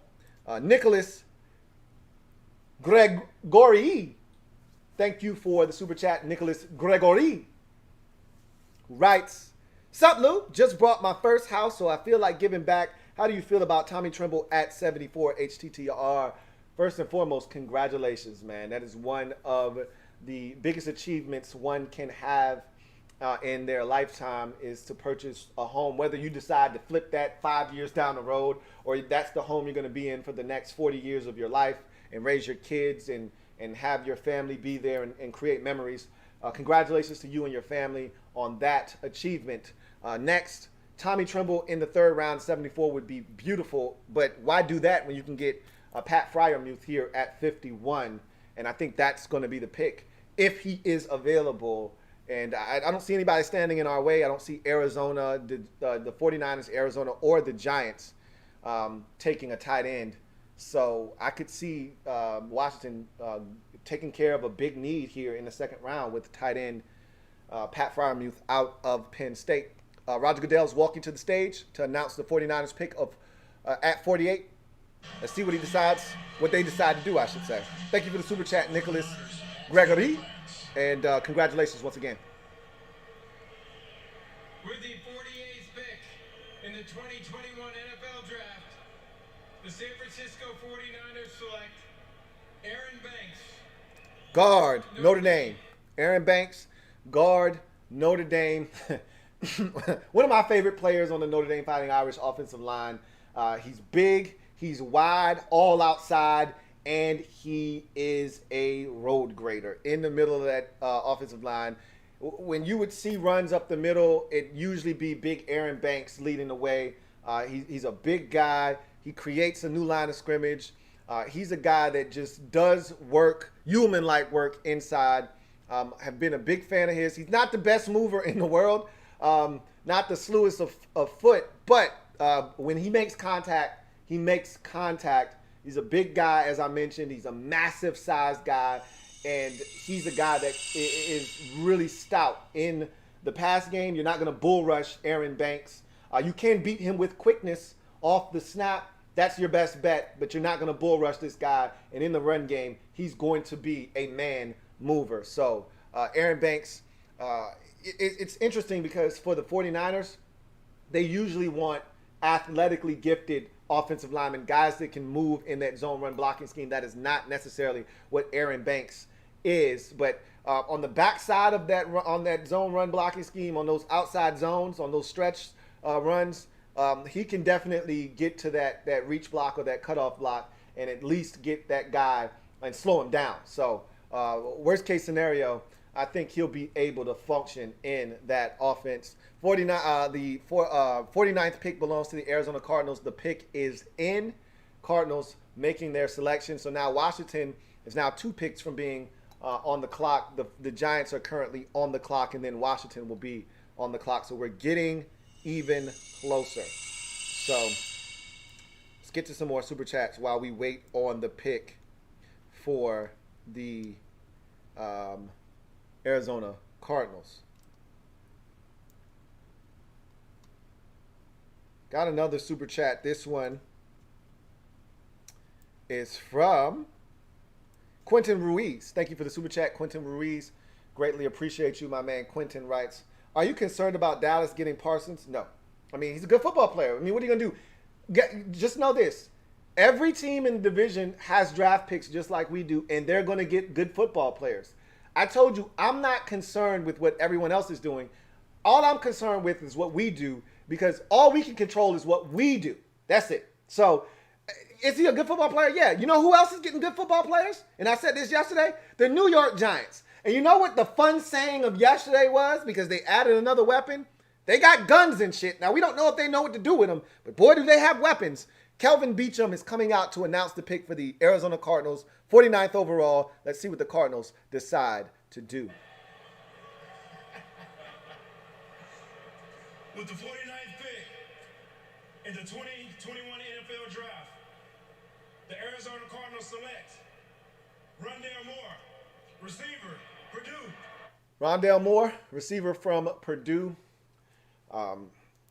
He's been one of the more intriguing prospects, probably one of the more polarizing prospects in the 2021 NFL Draft, because his best tape is from his freshman year of 2018. He embarrassed Ohio State that year. My man Sean Mack is out there. He probably remembers that game very vividly. They blew the doors off of Ohio State that year. They came to Purdue and got mollywopped. And Rondale Moore was really the catalyst for that. Had, I think, over 250 all-purpose yards in that football game. They had no answer for him. And he lit it up in 2018. Couldn't duplicate it in 2019. Or, excuse me, I think that might have even been 2017. He didn't duplicate it in 2018, nor 2019. Had some injuries as well along the way. Opted out of 2020. And so you're kind of left with... I think it was 2018. It was 2018 because Dwayne Haskins was the quarterback of that team that went to Purdue and got their doors blown off. So it was 2018. And he never got back to that form. 2019 was disappointing, and he opted out of 2020. And so you are essentially saying, hey, man, what happened to that 2018 dude? Bring that. I don't know where the 2018 dude went at. I just want to bring the good times back. I want to bring the 2018 Rondale Moore back. So... we'll see if that's what the Cardinals are getting, but he's a dynamic playmaker. You either love Rondale Moore and you're like, he's okay, but he's not real. So we're going to find out what Rondale Moore the Cardinals are getting. I just know this. They just got themselves an athlete. If nothing else, they got themselves a primetime, game-changing athlete. And in that offense with Kyler Murray and Nuke Hopkins and all the guys that they are able to put on the football field, you add him to the mix. He just makes their offense that much harder to stop. So, Cardinals add a receiver in Rondale Moore. The Giants are now on the clock. Washington will follow, and we're getting closer to that pick. Quinn Ruiz, no, not concerned about Dallas getting Parsons, although he is a hell of a football player. All right, got a super chat here from the Great Watubi. Great Watubi, thank you for the super chat. Greatly appreciate you. The Great Watubi writes, Lou, what positions do you think we should target with our 2 third-round picks? You the man. So obviously it's going to be dictated by what we do here at 51. I think I've already told you 3 positions, maybe 4 if you add receiver, that they're going to look to address today in day number 2. I think they're going to take care of tight end here first. I don't see anybody taking Pat Freiermuth off the board. He fits exactly what they're looking for at the tight end position. I think he completes that room. If you're really excited about Sammis Reyes, as I am, if you really like what we got out of Logan Thomas last year, I think Pat Freiermuth is a nice blend of those two. Not the athlete that Sammis Reyes is, but probably a little bit smoother of an athlete than that of Logan Thomas. Kind of fits in between those two guys. So I think he's the perfect blend and the guy to bring that entire tight end room together and end all of our tight end woes and make us feel really good about the tight end position from a position of weakness to strength in the 2021 upcoming season. I think they take care of that now. That leaves you with tackle. If you feel like tackle is a need, I told you I like what we have on the offensive line at tackle. I think you can get by with the tackle position the way it is. But if you want to upgrade, this is a deep tackle class, go ahead and knock yourself out. Don't wait. Be great right now. So I think tackle is a position in the 3rd round that they may use a pick on. Safety could be, and I told you Andre Cisco is a guy that I like in the 3rd round for this team. And I think he'll be available in the 3rd round, come 74 overall, maybe even 82nd overall. And that's a guy that I'm targeting for this football team. If he's healthy, if he's right, I think Andre Cisco is the ball-hawking free safety that we need at the back end of this defense.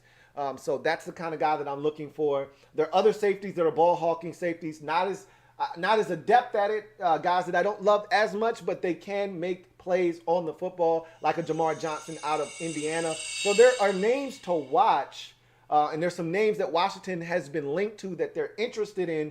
We'll talk about those guys, and we'll cross that bridge when we get there if those players are still available, because there's a lot of time between when we pick at 51 and then again at 74. So we'll see what happens and what kind of time elapses and what names come off the board and what are left. By the time we get right around 74, we can start talking about what Washington will do. But the Giants pick is in.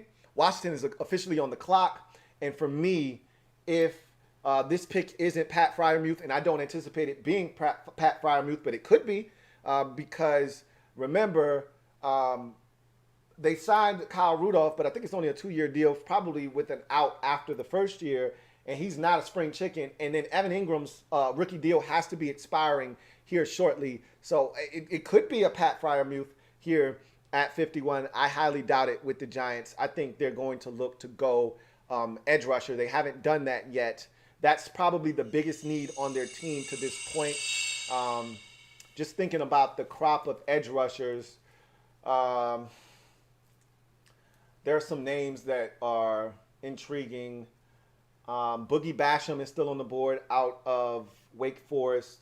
You've got the Oklahoma edge rusher as well. Trying to think. There were a lot more edge rushers coming off the board in the first round than I thought. I think 5 altogether came off the board. So that position really did get ravaged in the first round.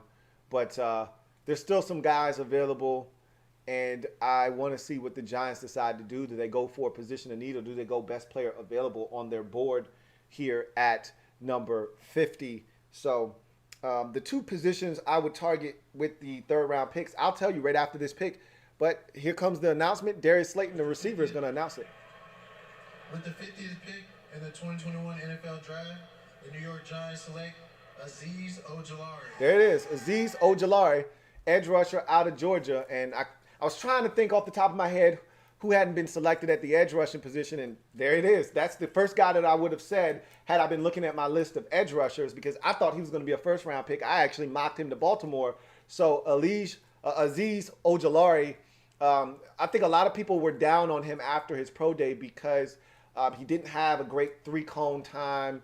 And, you know, that's usually a great indicator of whether a guy can turn the corner or not. You watch him on tape, and he's got burst off the snap. He's a guy that was highly productive at Georgia, very disruptive. And I actually like him as a pass rusher. I actually think he's got a future in this league as a quality. I don't think he'll be a dominant pass rusher. I don't think he'll be necessarily a double-digit sack getter per se, but I think he's a guy that can get you 8-9 sacks, on average throughout his career, and have a year or two where he gets you, 10, 11 sacks. But he's a guy that goes after the football. I love that about him. He's a guy that does seek the ball out, look to get it out on the ground. Even if he doesn't touch the quarterback and he's just passing by, he'll knock the ball out of your hand. The pick is in for Washington at 51. They did not waste a ton of time, so they knew who they wanted already. And so I think the pick is Pat Freiermuth, tight end out of Penn State. It could be a number of different guys, though. Monty Coleman is supposed to be announcing this pick for Washington, so I'm looking forward to seeing Monty. Haven't seen him in years. So, JOK is still available. We do need a weak side linebacker. So, again, they could go in a multitude of directions here. They could go wide receiver. They did like Rondale Moore. He is off the board, so I don't anticipate them going wide receiver at this pick. I don't know if they love any of the tackles that are available right now. And I know that they are infatuated with a couple of safety prospects that could come off the board here. But I don't like the value for those guys here. Here's Monty Coleman with the pick for Washington at 51. Here we go.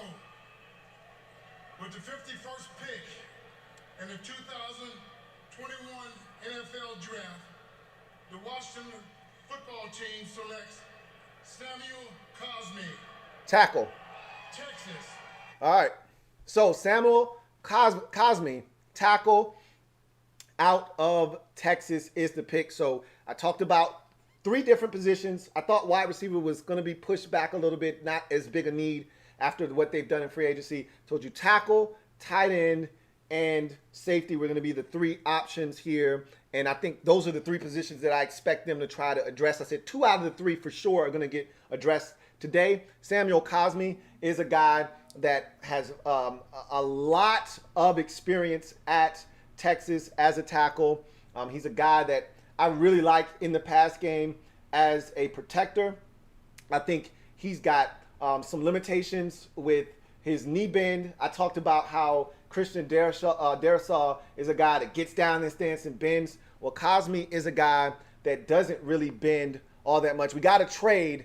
The Browns trade up to 52nd overall. The Panthers move back again. So the Panthers continuing to collect draft picks. They move back to 59th overall, and they get a 3rd round selection in that deal. So Panthers continuing to stockpile a bunch of picks. But back to Samuel Cosmi. Here's a guy that I think has immense potential in this league as a starting tackle on the left side of the offensive line. Really good football player.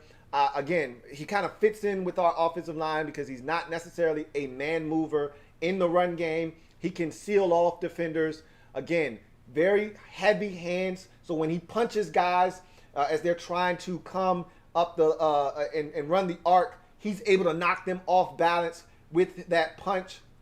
A really good tackle in terms of his feet, but again, doesn't bend well. So if you get a speed rusher coming around the edge and he can dip that shoulder and bend, he's one of those guys that bends at the waist, not at the knees. So that's something that can be problematic for him. But at the end of the day, they needed a tackle. They felt good about the tackle prospects in this draft. They knocked that position out. I don't blame them for taking care of it now because, you know, you talk about these positions with all this depth, but if you continue to pass on the tackle position and you wait to the 3rd round, you look up and all of the prospects that you really like are going to be gone. So with tight end, as you can see, no one really is going after the tight ends. We had a tight end go off the board at 4, and another one has not been selected. So Washington can be patient at the tight end position. The safety position, we didn't have a 1st-round safety. We had 3 safeties come off the board in the 2nd round. There'll be plenty of safeties available for Washington to select in the 3rd round. And at receiver, I think they could probably wait till the 4th round and grab one of those, honestly speaking. So I think if you ask me, tackle was the way to go in the 2nd round. I thought they were going to go tight end Pat Freiermuth because I don't think he's going to make it to 74. But obviously, they valued the tackle position, which I don't blame them for that, over the tight end position. And again, a lot of you were telling me, hey, I don't love taking the tight end in the 2nd round. We need to get the tackle in the 2nd round. And for those of you who said that, you're absolutely spot on. That's exactly what Washington decided to do. Browns traded up to 52 with the Carolina Panthers. And so now the pick is in. We'll see what the Browns decide to do and what they came up to get. This Macho Man guy is hilarious. He's hysterical, and he actually looks like the damn Macho Man, too. Anyway, I digress. Key himself says, David Mills at 51. We're not taking a quarterback, bro. I'm trying to get that into some of y'all heads. I don't think you guys are listening. We're not taking a quarterback in this draft. It was either 1st round or no quarterback. It just doesn't make any sense to take a quarterback at this point in the draft. None of these guys are difference makers. None of these guys are going to move the needle. There's no reason to draft a quarterback at this point. It was either 1st round or no quarterback. So I don't see Washington taking a quarterback at any point in this draft. And I think they're going to reevaluate the position next year. And I think they're going to make a move to draft a quarterback or acquire one via free agency next offseason. But here's the pick for the Browns. Joining me tonight for the Browns pick is Coach Marty Gibbons from Lake Catholic High School.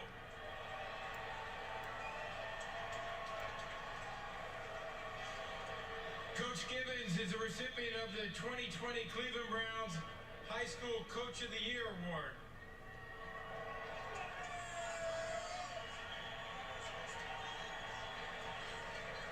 His commitment and dedication to the football community goes above and beyond, and he is truly a player's coach. Coach, we congratulate you for your awards and what you're doing for the next generation of our youth. Coach, it's your honor for the Cleveland Browns choice. Oh, man.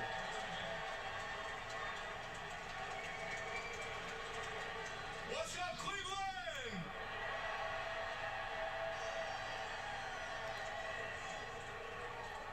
With the 52nd pick in the 2021 NFL Draft, the Cleveland Browns select Jeremiah Owusu-Koramoah, linebacker, University of Notre Dame. So, JOK, off the board to the Browns. Look, I had him going to the Browns at 26. Okay? They get him a full 26 picks later at 52. They trade up and grab him.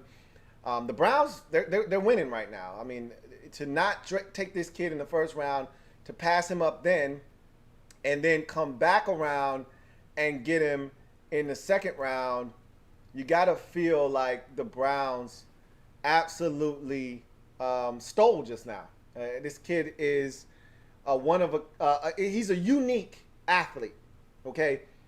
He's not Jamin Davis in terms of his athleticism, but his ability to maneuver the football field is unlike any other linebacker in this draft. That includes Jamin Davis in terms of how twitchy he is. Jamin Davis is straight line fast. This guy is short area quickness fast, okay? His short area quickness is better than Jamin Davis. I'll just let you know that right now. His ability to stop, start, and change directions, that's better than Jamin Davis. But if a guy's running wide, Jamin Davis is going to get there before Jeremiah Owusu-Koramoah. But when I tell you that this guy is like a corner, essentially playing linebacker, when he drops over the slot, he's not your average dude dropping over the slot. He's not your regular run-of-the-mill standard linebacker. He's a different dude over the slot, okay? The reason why teams were skeptical is because, is he a three-down player? Who gives a shit if he's a three-down player? The guy is special. And in this league where it's morphing into this passing league, and we got all these these tight ends that can run, and we got all these small receivers who are fast, and all these difference makers in the slot, this is a guy that can combat that at 6'1", 220 pounds or so. So, you know, you can tell, miss me with all the things he can't do. I'm going to tell you all the things that he can do. And the things that he can do are the things that teams are dying to get on their football team. And I'm shocked that he lasted this long in the 2021 NFL Draft. So if you're the Browns, I feel like you stole by getting Greg Newsome the second in the first round, one of my favorite corners. He's got to stay healthy. One of my favorite corners in this draft. I thought Jeremiah Owusu-Koramoah was going to be the pick at 26. You say, nah, we're going to take the corner. Greedy Williams has had some injury situations, and Denzel Ward is always always injured, and he's been injury prone. And so you go corner, and then you double back, and you still get the guy that was probably high on your list at 26. It's a brilliant move by the Browns, and they got themselves a hell of a football player, if I may say so myself. So anyway, the Titans pick is in. They're 53rd overall. Their pick is in. I'm looking at all the comments that you guys are saying about Samuel Cosmi, and a lot of you do not like the pick. And look, I knew this was going to happen when we finally did take a tackle, because this is the thing. Okay, first of all, Titans pick is coming up. So let's hear what the Titans do first, and we'll come back and revisit.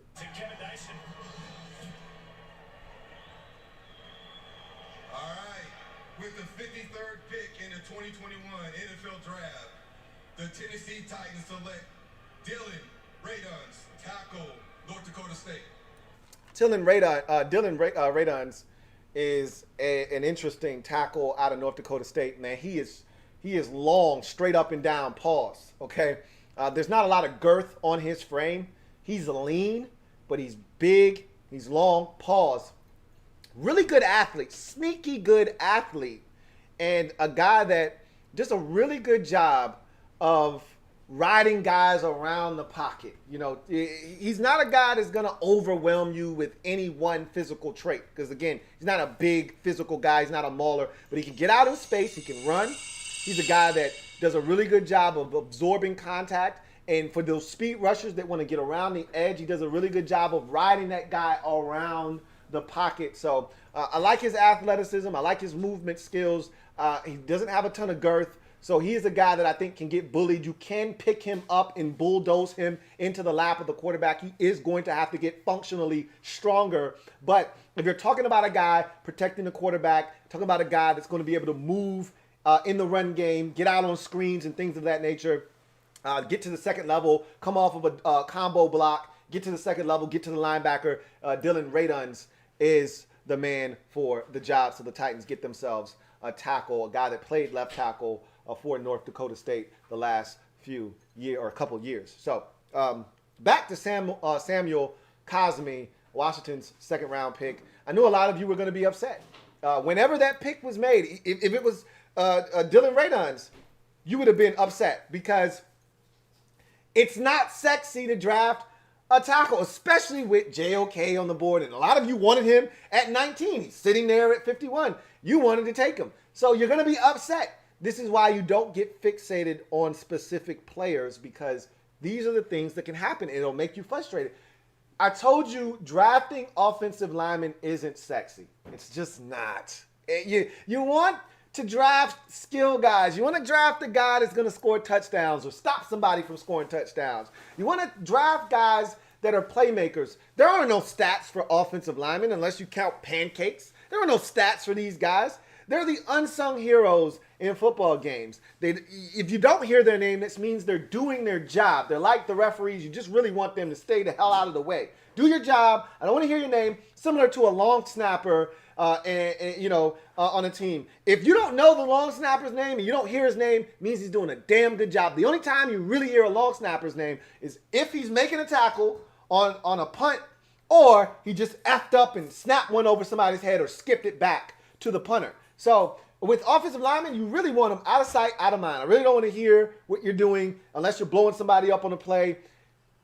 It's not sexy. However, you need them. It's a necessary evil, okay? You need offensive linemen, because the first thing you'll complain about, like you did last year, after the first 2 weeks when Dwayne had fumbled in those first 2 weeks, fumbled against Philadelphia, he fumbled again against Arizona, and that fumble in the Arizona game was a costly one. It really changed the tenor of that game after Landon Collins got an interception early in that ball game. You start bitching and complaining about the offensive line. Oh, this offensive line is terrible. We need more offensive line help. Well, now you draft some and you're still bitching about it. You can't have it both ways. You can't have your cake and eat it too. I never understood that saying. Because if I got cake, why wouldn't I eat it? That's besides the point. What I'm telling you is we needed a tackle, okay? No tackle on the roster on the left side is under contract after this upcoming 2021 campaign. Get that through your skulls. Don't wait until none of them are under contract and then you're forced to do something. Be proactive. That's what they just did. Whether this guy starts or not, he's going to get a chance to compete. I think this is more of an indictment on Sadiq Charles. Like they said, you know what? We gave you an opportunity last year. You effed around. And you know what?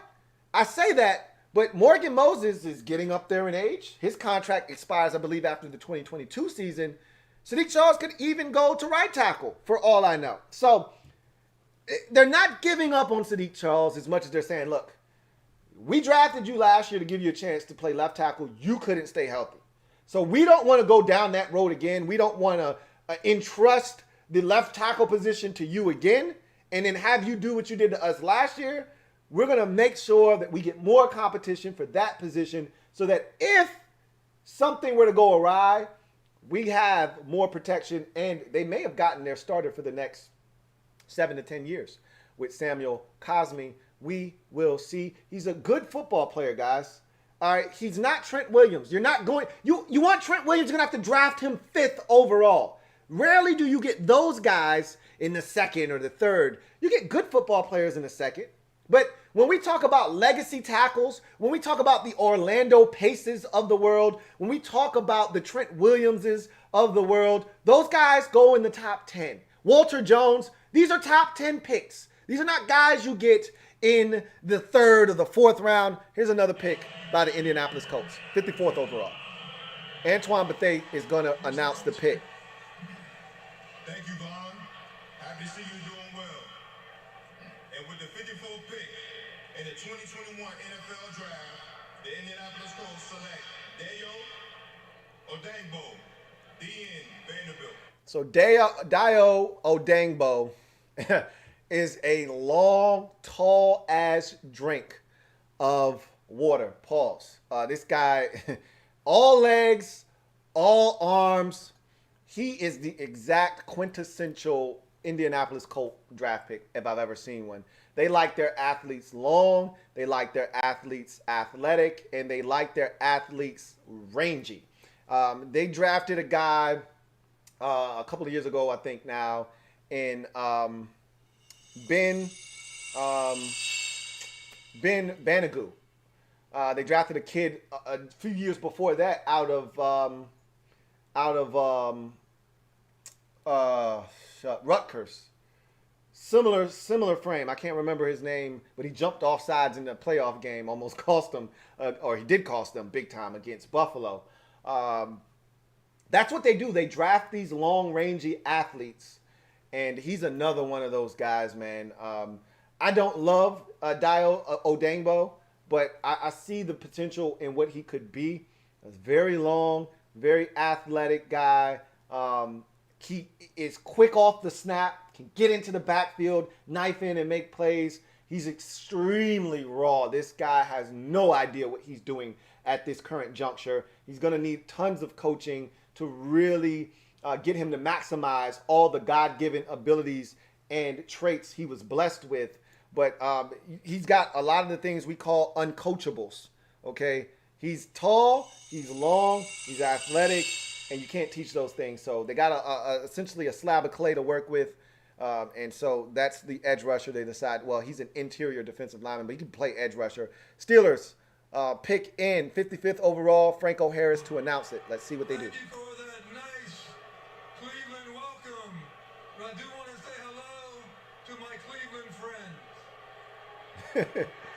Oh, he knew he wasn't going to get no love in Cleveland. And here we go, Steelers! Yeah, Steelers, here we go. With the 55th pick in the 2021 NFL Draft, the Pittsburgh Steelers select Pat Freiermuth. Okay. From Penn State University. Pat Freiermuth, he looks just like Heath Miller. So this makes a ton of sense, okay? It's exactly the tight end they had a decade ago that they loved in Pittsburgh. That every time he caught the football, they would scream, Heath! That's Pat Freiermuth. Big, physical, big catch radius, can go up and get the football, runs angry after the catch, breaks a ton of tackles. They called him Baby Gronk. I wouldn't go that far. He's not that good. He's really good. He's not that good. But I like him. I liked him a lot. I thought Washington would take him. They decided to go tackle. I don't blame them because they like Brevin Jordan. So they didn't have to do anything that they didn't want to do. They really like Brevin Jordan, tight end out of Miami. He'll be there in the 3rd round at 74th overall. And so I didn't think Freiermuth would be here to be selected by Washington. The fact that he was, I was shocked, and I thought they would take advantage of that. They decided to go tackle because that position to them more important than tight end, being that they already kind of pseudo addressed it. We don't know what we're going to get out of Sammis Reyes, but they feel really good about Sammis Reyes, obviously. That's why they signed him.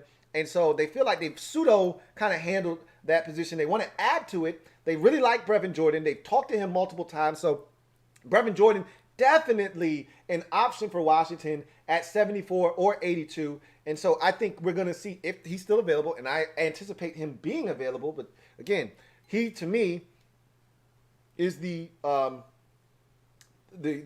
best tight end. Tommy Tremble was my 2nd. Pat Freiermuth was my 3rd. Tremble, I think he'll be gone by 74 personally. I would love for him to be there. And if he is there, I feel pretty damn confident he's the pick at 74.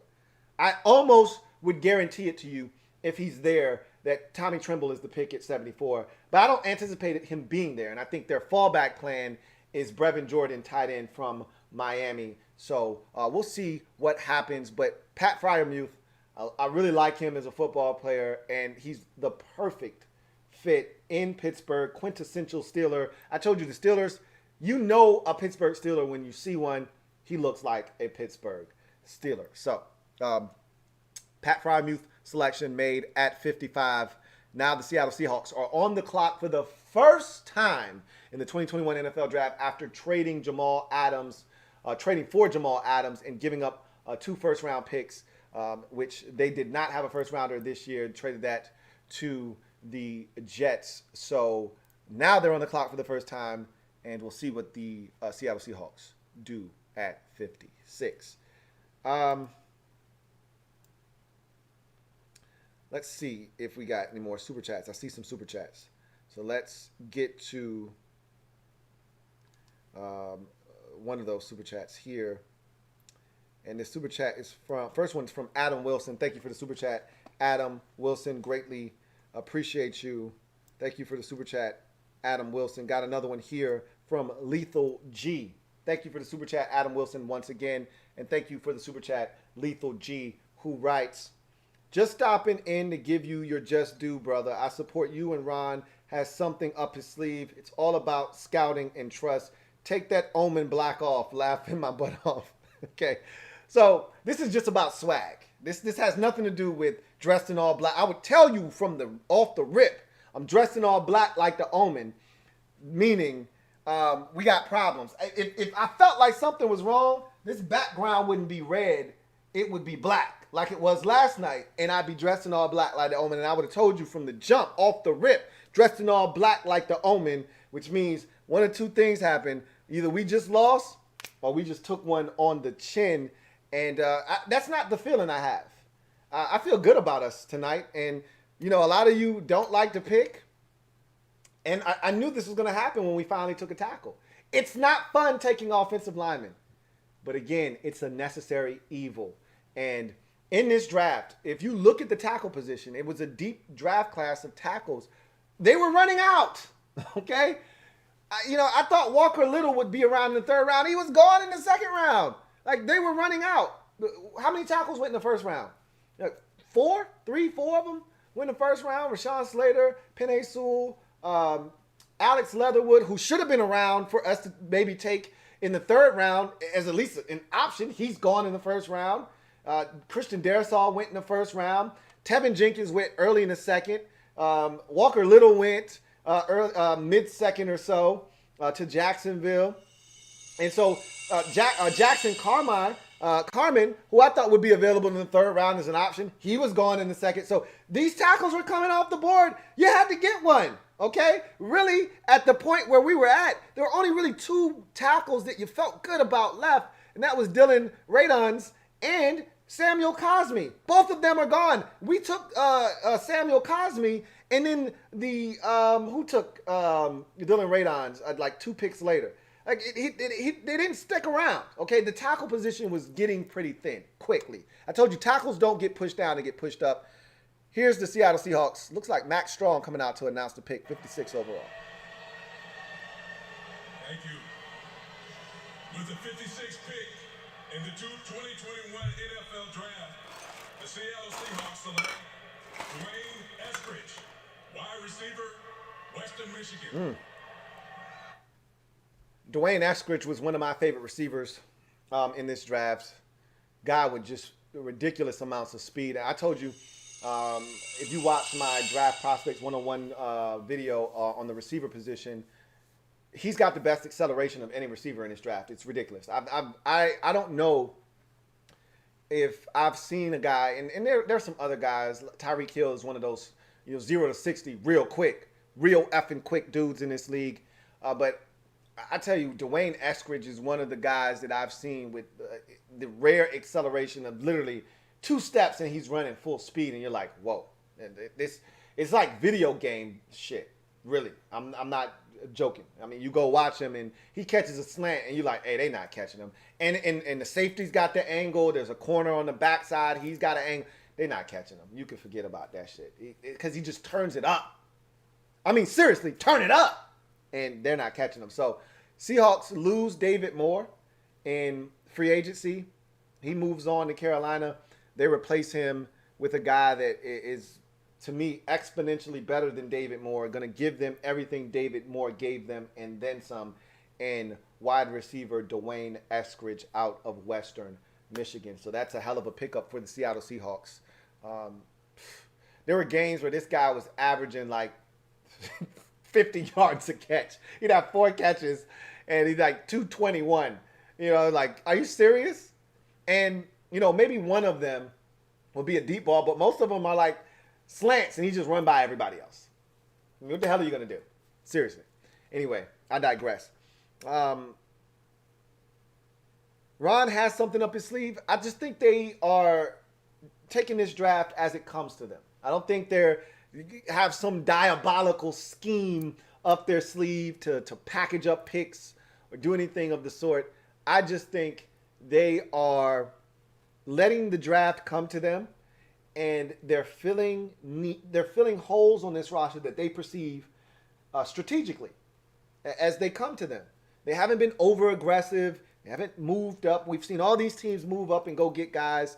They kind of just sat back and allowed things to come to them. I'm really looking forward to these 2 third-round picks because I expect one of them to be a tight end, and I think the other might be a safety. I told you I thought that they were going to take care of 3 positions in day 2. I told you tackle, they got that, check. I said tight end, and I told you guys I thought that they were going to take a safety. So I told you 2 out of those 3 positions, I feel 110% confident that they're going to be checked off the list by the end of the day. They could go wide receiver. You know, Terrence Marshall Jr. could still be there at 74, and they could say, look, never thought he would be here. We can't pass on this guy, and they could take him at 74. But unless there's a guy that knocks their socks off at the receiver position that they feel compelled to take, I think they're going to ultimately go safety, tight end with their next pick, one of the 2. And then things get interesting at 82 because you could see a situation where, let's say that Tommy Tremble's gone by 74. Maybe they go safety. And then at 82, they feel comfortable taking Brevin Jordan. Let's say that Tommy Tremble is available at 74. They go Tommy Tremble at 74. And then at 82, now you go safety. So there are a multitude of ways that they could approach this. They want to add a defensive end, so don't rule out defensive end. And I also talked about corner. Don't rule out a nickel corner. They want to also add a nickel corner. I do think that they're going to start looking to address that in day number 3, but they could do it a day early if the board suggests that that's the right thing to do. So there are a number of things to keep an eye on with this team, but I'm going to stick to my philosophy that today was all about tackle, tight end, safety. And they've gotten the tackle out of the way. Now it's about safety and tight end with their final 2 picks, I believe. So we'll see what happens. But the pick is in for the Los Angeles Rams, their first pick of the 2021 NFL Draft. You know, they don't do first-round picks in Los Angeles. I don't think they've had a first-round pick in about 7 years. So they're used to not having a first-round pick, but we'll see what they decide to do. I can tell you this, they do do a good job of making selections when they finally do make a selection. Let's see what the Rams ultimately do. But I have some more super chats. Thank you for the super chat, Lethal G. Greatly appreciate you. Got another super chat. This one is from Jose Martin. My man Jose Martin, thank you for the super chat. Greatly appreciate you. Who writes, I want Temple in the 3rd round. You want Temple. Who is Temple? You got to help me out. I have no idea who Temple is. Orlando Pace, the Hall of Fame tackle, coming to announce. Boy, Orlando looks good, man. I love to see it. He's coming to announce this pick for the Rams. Let's take a listen. With the 57th pick in the 2021 NFL Draft, the Los Angeles Rams select Tutu Atwell. Wide receiver, Louie. Chartarius Tutu Atwell. I call him a great value version of Florida wide receiver Kadarius Toney. He's a little bit smaller. Not a little bit. He's a lot smaller than Kadarius Toney. But he brings every ounce of that speed, that difference-making ability down the field to stretch it vertically. You get it in his hands, and he can make things happen.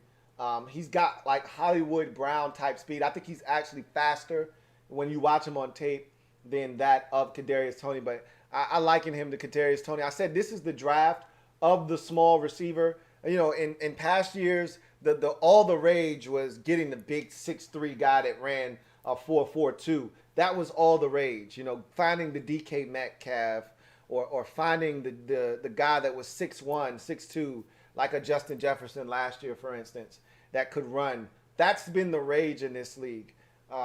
We haven't had a draft like this in quite some time where all of the dominant receivers, for the most part, are smaller guys. You know, Kadarius Toney and Rondale Moore and Dwayne Eskridge, all these speed guys, they're all smaller guys. There are not a lot of big receivers in this draft. Jalen Waddle is not a big guy. He's not 6'3". Devontae Smith, that's been the discussion the entire offseason and draft season is this guy's not big enough. He's 6 feet, 160 pounds. Like, what are we going to do with that? And so this is the draft of the small receiver, and Tutu Atwell fits right into that mix at about 5'8". Let's call him a $160. I'm probably being generous. He's more like a $155, but let's call him a $160. But the guy is explosive. He's dynamic. You just get it to him in space and watch him work.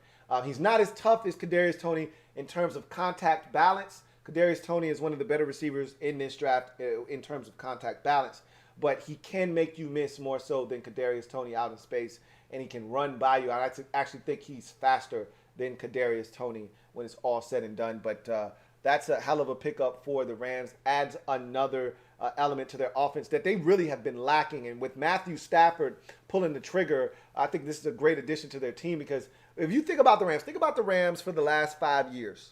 What have they really been missing? What's the one element that they haven't had? It's they haven't had a true deep threat, a guy to take the top off the defense, a guy that if he touches it could take it the distance at any time. That's not Cooper Kupp. That's not Robert Woods. That wasn't Josh Reynolds. They haven't had that guy in Los Angeles. They've had an offense that is going to matriculate the ball down the field. If you fall asleep behind the wheel, Cooper Kupp can get you for a 62-yard touchdown if you fall asleep. Robert Woods can get you for a 58-yard touchdown if you fall asleep. But you got to fall asleep for that to happen. Tutu Atwell can get you with eyes wide open. Hell, your third eye could be open, and Tutu Atwell will still run by your ass. So they just added something that they've lacked with this offense for quite some time. So that's a big move by the Rams. The Chiefs are now on the clock at 58th overall. The pick is in. We'll see what the Chiefs do with this selection. Their pick is now being walked up to the stage as we speak. I wouldn't be shocked if this wasn't another offensive lineman. Even though they traded for one with the Ravens, they've had mass exodus. Let's see. They did some work already, so I'll take that back. We'll see. It could be an edge rusher. In the 2021 NFL Draft, the Kansas City Chiefs select Nick Bolton, linebacker, University of Missouri. Nick Bolton, linebacker, University of Missouri. So they stay pretty much at home, right in their backyard.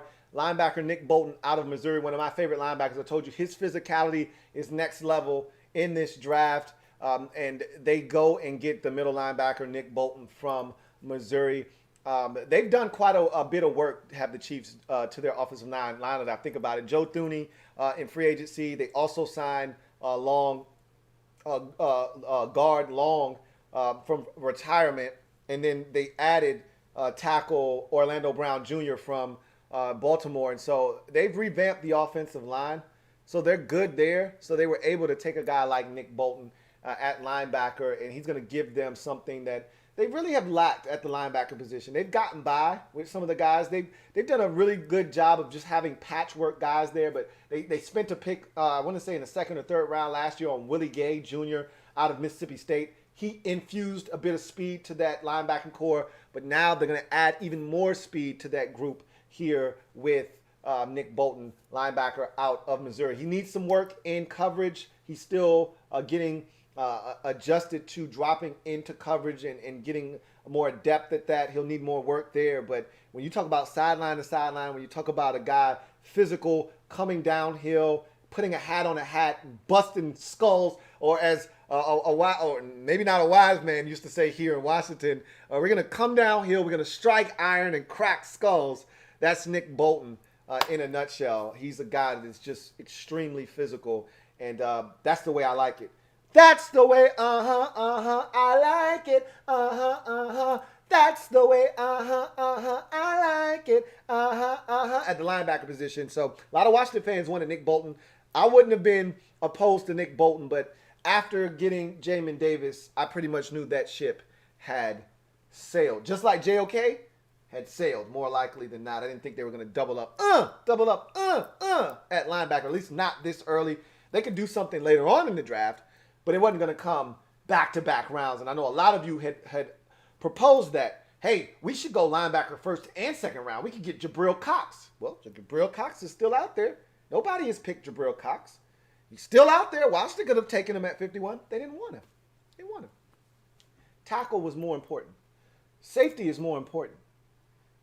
Tight end is more important. They're not going to double down on linebacker. They'll do that after they take care of all of these other positions. Then they'll come back and maybe get another linebacker. But I still think, and I contend, even after they get safety and tight end, they want another defensive end. They want another wide receiver. Okay? They want other positions before they come back and double up on something they've already taken in the draft. So, thank you for the super chat, Jose Martin. I have no idea who Temple is.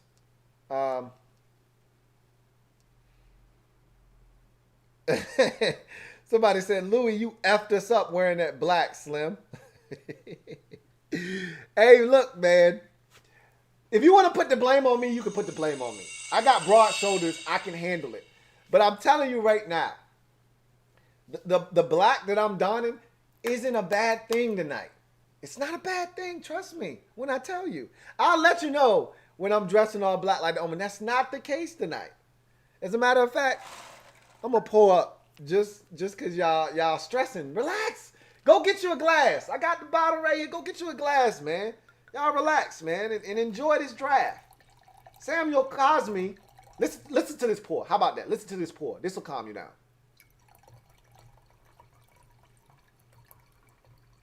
Maybe it won't. That kind of sounded like somebody taking a piss, but nonetheless, I digress. Let's get to some more comments. Thank you for the super chat, Lethal G. Greatly appreciate you, Lethal G. Thank you so much. Double up. Thank you for doubling up, Lethal G. You might have been the first tonight to double up. As a matter of fact, now that we're talking about it, I really appreciate you, Lethal G. Rap Sheet is talking. Let's see what he got to say. No quarterbacks taken yet tonight, Rich. My understanding is this is the first potential landing spot for quarterback Davis Mills from Stanford, was described to me as a little bit of a secret crush for New Orleans. They did all of the work on the quarterbacks now, from Carman to Kyle Trask. But from what I'm told, this is the one at least they were keeping their eye on. We will see. Are they comfortable with the medical? Are they cool with the knee? Will the Saints take? Okay, so they're talking about quarterbacks, and the Saints. So the Panthers pick is in. They're not going quarterback. They showed us in the first round that they have no intention of going quarterback, because if they were going to go quarterback, they had a chance to do it at 8 with Justin Fields and Mac Jones on the board, and they didn't. All right, so they're not going quarterback. So the pick is in for the Panthers. We'll see what they decide to do. If I had to guess, I still think the Panthers need help up front along the offensive line. So I think this could be a tackle. I can't think of any that are left, but I'm pretty sure there are tackles left, and I'm just not thinking of them. Bottom line is, the Saints are 60th. They're on the clock as we speak, and the assumption is the Saints could potentially go with a quarterback And, you know, their situation isn't as stable in New Orleans with Drew Brees retiring. They got Jameis Winston back. I think they signed him to another one-year deal. And they got Taysom Hill, but nobody feels confident about either one of those guys. Here's the Carolina Panthers pick here at 59. With the 59th pick in the 2021 NFL Draft, the Carolina Panthers select Terrace Marshall Jr., wide receiver, LSU. Keep pounding. So, Terrace Marshall Jr.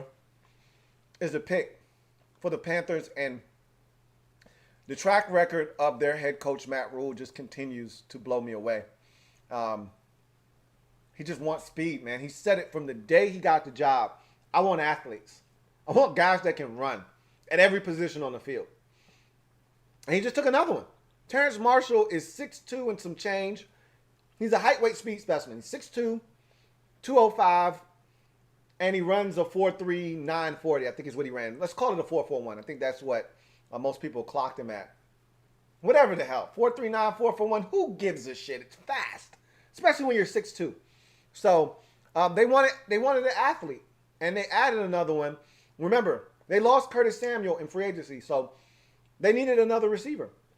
They still got 2,000-yard receivers on their team. But you know what's better than 2 really good receivers?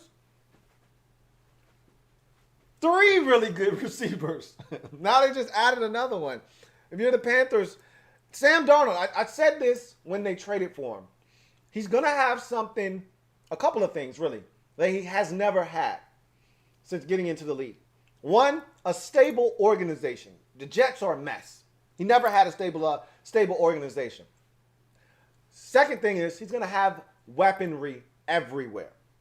Okay, he was walking into DJ Moore, who went over 1,000 yards last year, and Robbie Anderson, who went over 1,000 yards last year, and Christian McCaffrey, who's coming back from injury, who is the best running back in the league when he's healthy. So he's walking into talent, and now they just added more talent in Terrace Marshall Jr. There are concentration drops with Terrace Marshall Jr., and there is an injury concern with him. There have been injuries in the past. But when you get past all of that, what you find yourself having is one of the better receivers. And for me, in this draft, the 5th best receiver that you get all the way at 59. So if you're a Panthers fan, you feel like you just stole. It's essentially what you feel like you just did. So, Saints are now on the clock. Their pick is in at 60th overall. We'll see what the Saints do. There's a real feeling that this could be a quarterback right here at 60. The first quarterback that we would have seen on day 2 of this draft. And it's not uncommon to not see a lot of quarterbacks go in day number 2. Last year, remember, we only had one quarterback, and that was Eagles taking Jalen Hurts, like 48th overall. We didn't have another quarterback go in the 2nd round. We didn't have another quarterback go in the 3rd round. We didn't have another quarterback come off the board until day number 3 last year after Jalen Hurts. So Roger Goodell stepping up to the podium to announce the pick for the Saints, 60th overall. Let's see what they do. With the 60th pick in the 2021 NFL Draft, the New Orleans Saints select Pete Werner, linebacker, Ohio State. Pete Werner, linebacker, Ohio State. Tall linebacker, great movement skills, physical, kind of checks off all the boxes. He looks like a modern-day NFL linebacker. That lean build, right around 240 pounds, but he can run. He can cover in space. He can move. He's comfortable. Remember, I mocked the Saints, a linebacker in Jabril Cox in the 1st round. Obviously, they decided to go in a different direction. In the 1st round, they opted to go edge rusher. In the 2nd round, they opted to go linebacker, but they went in a different direction in Pete Werner. This is a deep linebacker draft class. As you can see, Jabril Cox still hasn't been selected. He had an injury that really slowed him down during the draft process. I think he just had a workout right before the draft, like literally 2-3 days prior to the draft. And if teams weren't, happy about the results of that workout, that's why you could probably see a guy like Jabril Cox falling down draft boards right now. But Pete Werner is the pick for the Saints at 60. And so no quarterback at 60. And you're not going to see a quarterback in the second round. And you may not see a quarterback in the third round. It's very possible. I think Davis Mills comes off the board in the third round. Maybe even Kyle Trask in the third round. But I don't think you're going to see a quarterback here in the second round. Either way. Thank you for the super chat and doubling up, Lethal G. Glenn Mitchell. Thank you for the super chat. Greatly appreciate you. Glenn Mitchell writes, did we really want Walker Little for a tackle, Lou? I did. Because I saw enough. I had to go back to 2018. 2017 was too far back for me. I had to go back to 2018, but I love what I saw. You know, I love what I saw. I saw a guy that was comfortable out in space in the screen game, which is, we kind of missed that with Trent. You know, Trent was the ultimate athlete. He's one of the best athletes I've ever seen at the tackle position. Trent could get out in front of any screen, any play where you're pulling, and Trent would get out there and he would maul somebody. And Walker Little was comfortable out in space. He could run. With that same athleticism, you got it in the pass game, him getting out of the blocks and being able to pass protect. Again, not a man mover necessarily in the run game, but again, does his job. We don't have, that's not who we are as an offense. So I was fine with that. So yeah, I wanted Walker Little. I was a little disappointed he was taken, and I think that might have been the pick for Washington. Honestly, at 51, I think that's who they were hoping would be there. Jacksonville took him at 45. It is what it is. You move on. They took Samuel Cosmi, and we keep it pushing. So yeah, I did want Walker Little at tackle. That was a guy that I was interested in for sure, which is why I mocked Washington to take Samuel Walker Little. So got another super chat. This one is from Adam Wilson. Thank you for the super chat, Adam Wilson. Greatly appreciate you, Adam Wilson.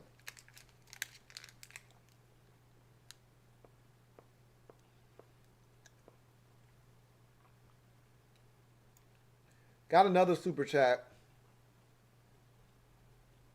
This one is from Daniel Rivas. Thank you for the super chat, Daniel Rivas. Greatly appreciate you, Daniel Rivas. Thank you. Really appreciate you. Got another super chat. This one is from One Skinner. Thank you for the super chat, One Skinner. Greatly appreciate you. Glad to see you back. You were here yesterday. Glad you doubled up. Double up. Thank you for coming back and checking your man Louie T on day number 2 of the draft. Who writes, the Athletics' Dane Brugler ranked Sam Cosmi as his 38th best prospect and the 5th best tackle, so relax. Tell him, man. Look, Dane Brugler isn't the end-all, be-all. But Samuel Cosmi is a good football player, which is what I'm trying to explain to you guys. A lot of you are upset because you don't know. You don't know Samuel Cosmi. You're not watching tackle film. And I don't blame you. It's not fun. It's a chore. But it's a necessary evil, guys. Samuel Cosmi played at Texas for multiple years and did a hell of a job protecting Sam Ehlinger. He did a great job. Bang-up job. I'm I'm good with this pick. Okay? Fine with this pick. It's hard to get overly excited about a tackle. So you're not going to get me jumping off of... Even when we drafted Trent Williams, I was excited about Trent Williams, but you're not going to have me jumping and bouncing off of walls. It's a tackle. It's a tackle. All right? So here comes the pick for the Buffalo Bills at 61. Just because it's a tackle doesn't diminish the value or the importance. Maybe it tempers your excitement, but it doesn't change the fact that you have to do it. Buffalo pick is in. With the 61st pick in the 2021 draft, the Buffalo Bills select Carlos Basham Jr. Wake Forest University, defensive end. So, Bills go Boogie Basham, edge rusher out of Wake Forest. So, the Bills have shown that edge rusher was a point of emphasis in this draft. They go edge rusher in the first round with Gregory Rousseau. They double up on edge rusher with Boogie Basham. So that was a point of emphasis for the Buffalo Bills. This is a guy that he's a relentless guy, first and foremost. Motor never stops. He's got a frame that's kind of weirdly shaped, like a kind of round guy. But with that round frame comes power. He's a guy that I don't think people really realize how athletically gifted he is because he looks weird. He looks like an Oompa Loompa a little bit to me. Kind of weird shaped. But when you put on the tape, this is a guy that, like I said, from whistle to whistle, he doesn't stop. He's got closing speed. Damn, I think some of that just came out of my mouth. I hate that too because that was a nut. I really wanted to grab. I wanted to pause. That was a peanut. I really wanted to bite that. Anyway, this is why mom tells you don't chew with your, don't talk with your mouth full. He's got athleticism. I think people look at him and they underestimate his closing speed. But you get out into space and this guy closes the distance on you like that. He's on you quickly. Packers pick is in, 62nd overall. Let's listen to it.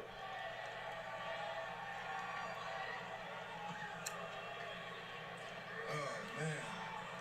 But yeah, before I get into this pick, I want to thank the organization, Green Bay Packers, for giving me the opportunity to represent our organization to the best I can. I want to thank the NFL for giving me the opportunity. And with that being said, the Packers fans up front, we not done yet, so I'm letting y'all know we get one.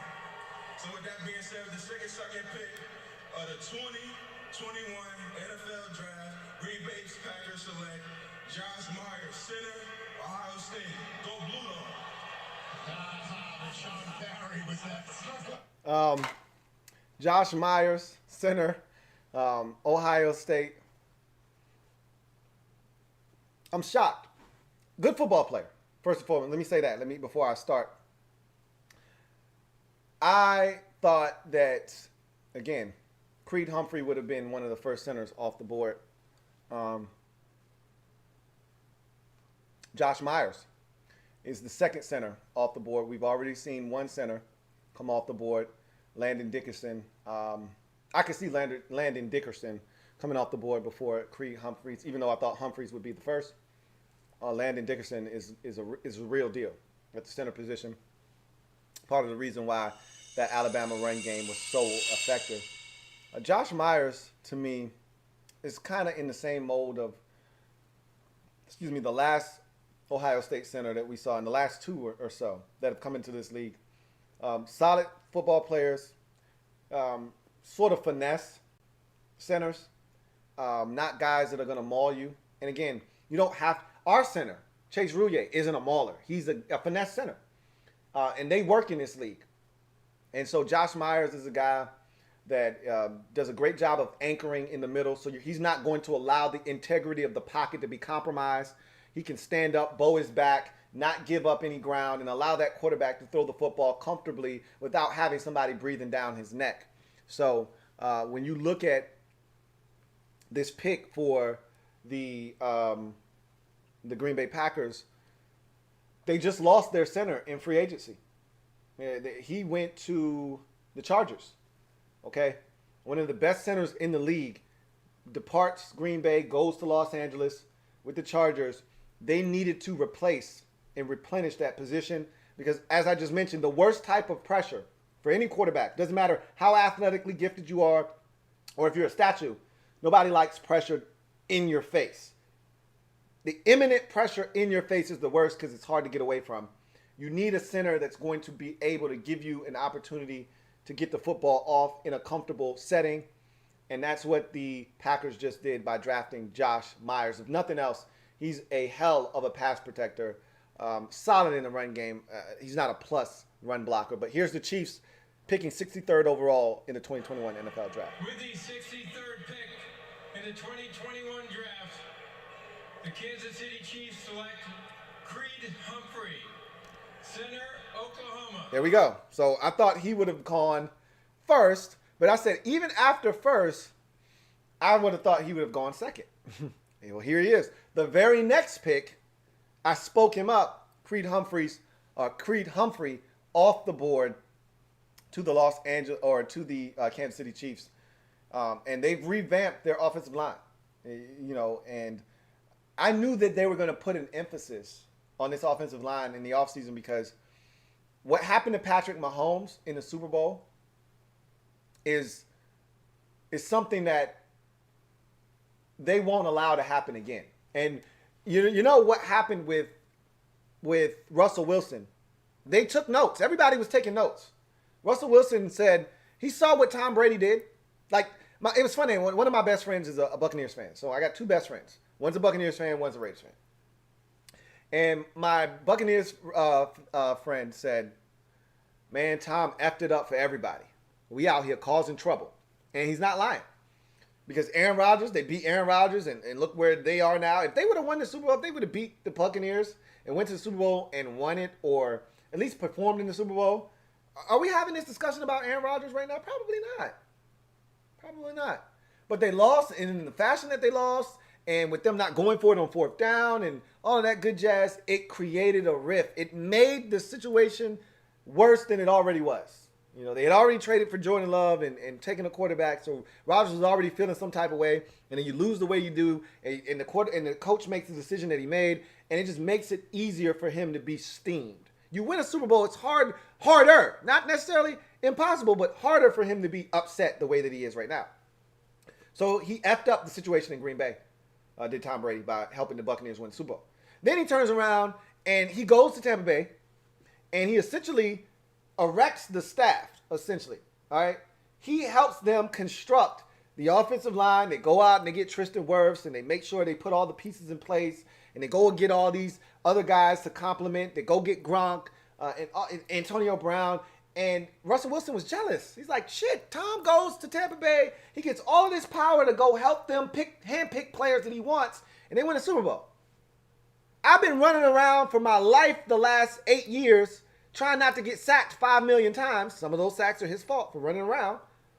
But nonetheless, they haven't done a good job of, they've tried. It's not for a lack of trying. They just haven't done a good job of picking offensive linemen. And he hasn't had the best talent around him. He's got some good players. Doug Baldwin was a really good player. Obviously, Marshawn Lynch was a hell of a football player. He's had some good players around him. But he's also had some really, really marginal players as well that they said, hey, Russ, you're the man. Figure it out. And so he's had to.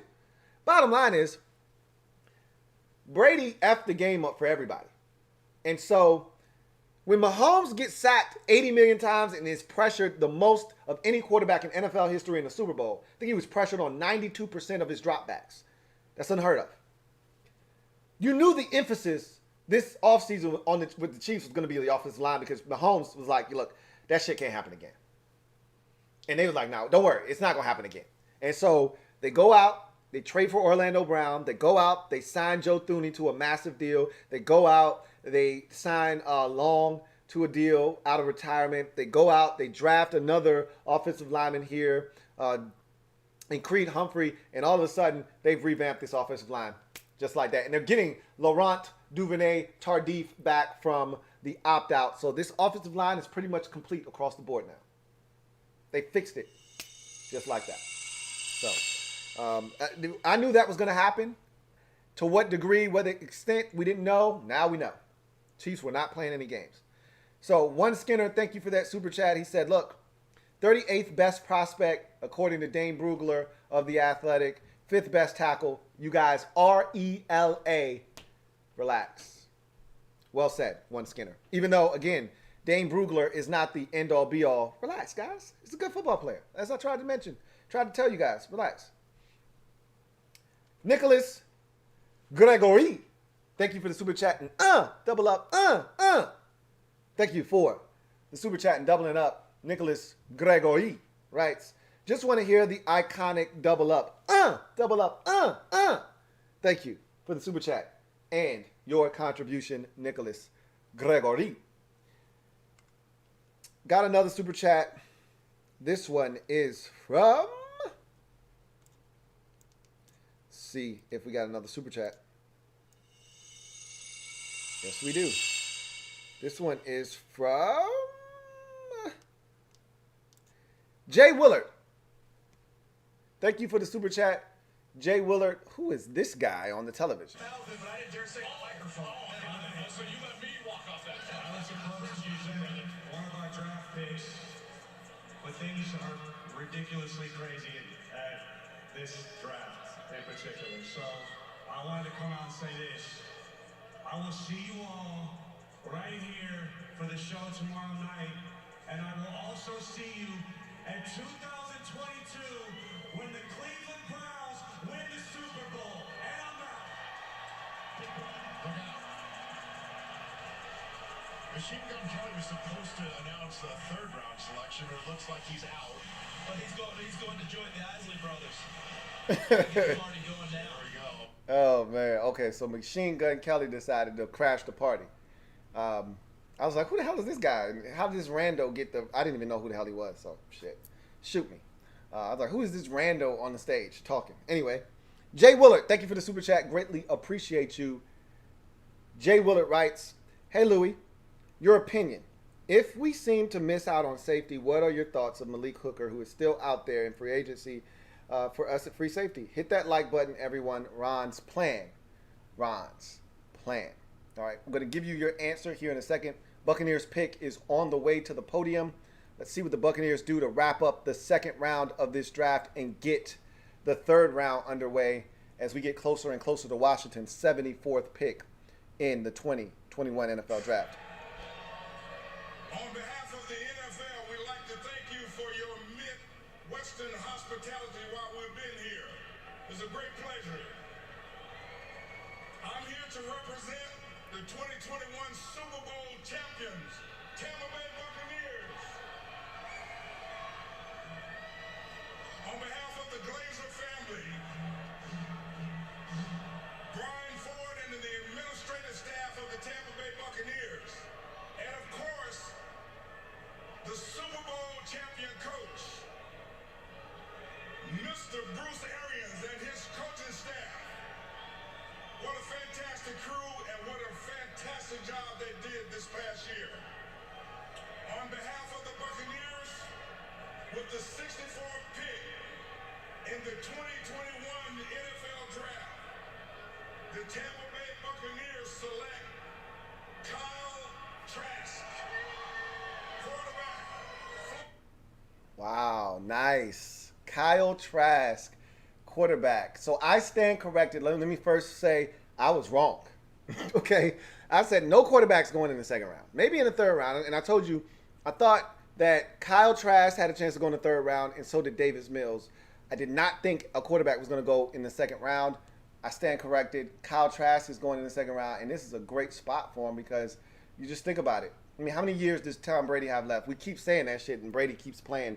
And at this rate, Brady will play till he's 50. But you got to think that in the next year or two, Brady's going to be done in Tampa. And now they've got the heir apparent. What better way to transition away from the GOAT than to have a young man in Kyle Trask that has shown the ability to play at a high level in the best conference in college football. And he's a pocket passer.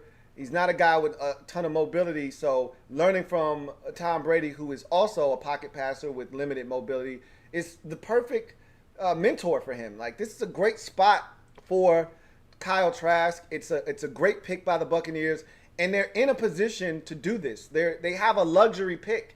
They don't need anything. They got wants. They don't have needs. I told you yesterday, they're the first Super Bowl team to bring back all 22 starters. Because normally when you win the Super Bowl, everyone around the league starts to pick away at your stuff. You lose 4 or 5 of your starters to other teams who say, man, that guy was excellent in that Super Bowl season. We're going to take him off their hands. They don't need him anymore. They brought every single one of those guys back. And so they don't have to do anything. They got wants. They don't have needs. And so they're able to pick a quarterback in the second round and have him sit and maybe not play for the next 2 years. Why? Much like the Green Bay Packers last year with Jordan Love, they've got that luxury. When you're that good, you can do that. Jacksonville Jaguars are on the clock. The pick is in, and they're kicking off the third round with the 65th pick. Here we go. With the 65th pick in the 2021 NFL Draft, the Jacksonville Jaguars select Andre Cisco, Fuck! Damn! You know that?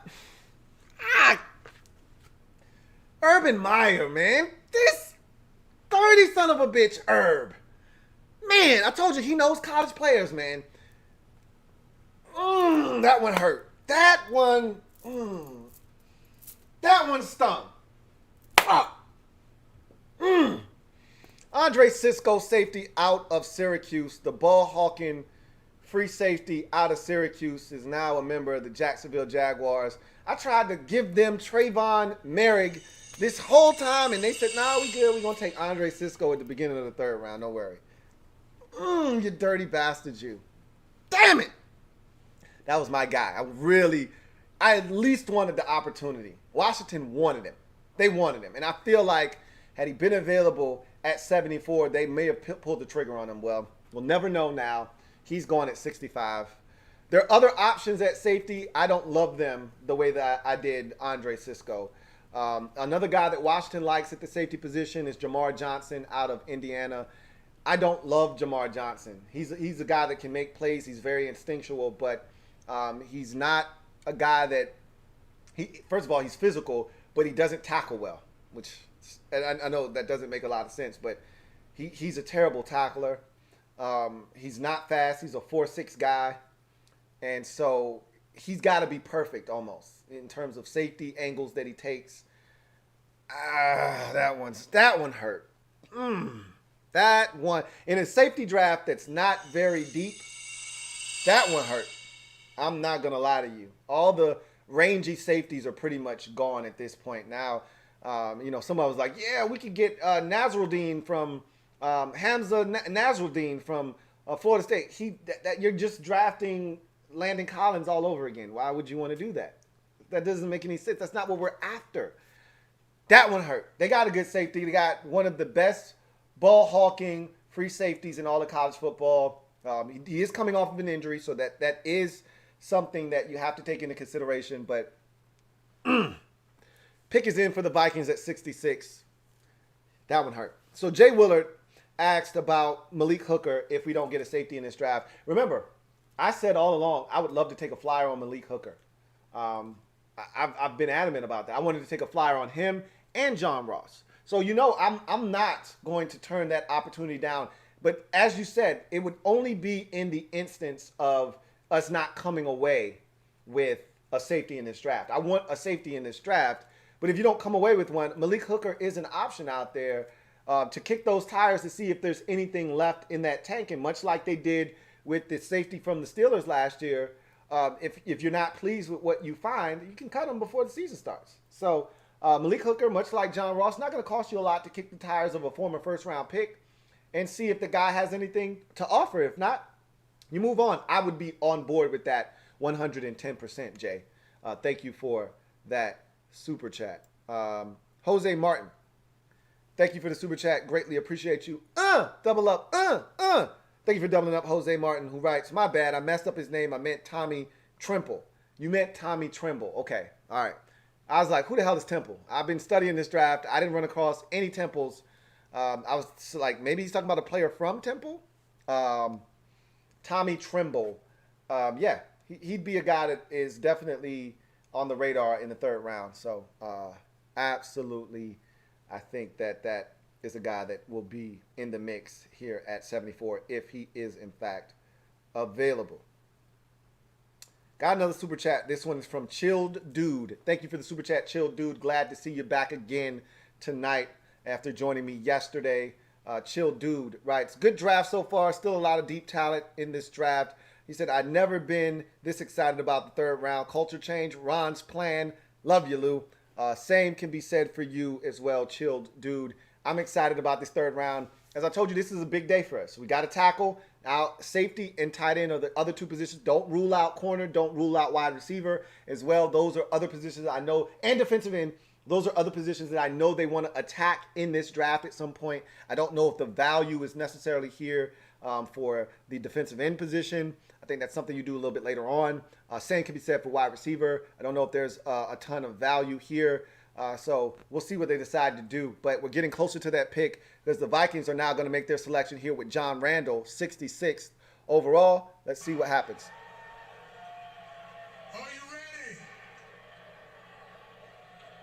With the 66th pick in the 2021 NFL Draft, the Minnesota Vikings select Kellen Mond, quarterback, Texas A&M.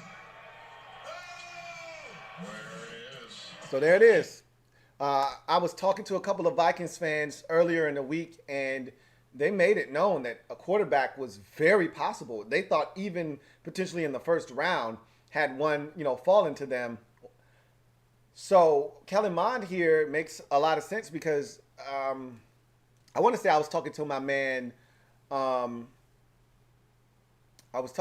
Nick at Night, and he was telling me that Kirk's only really under contract for one more year, and then they can get out.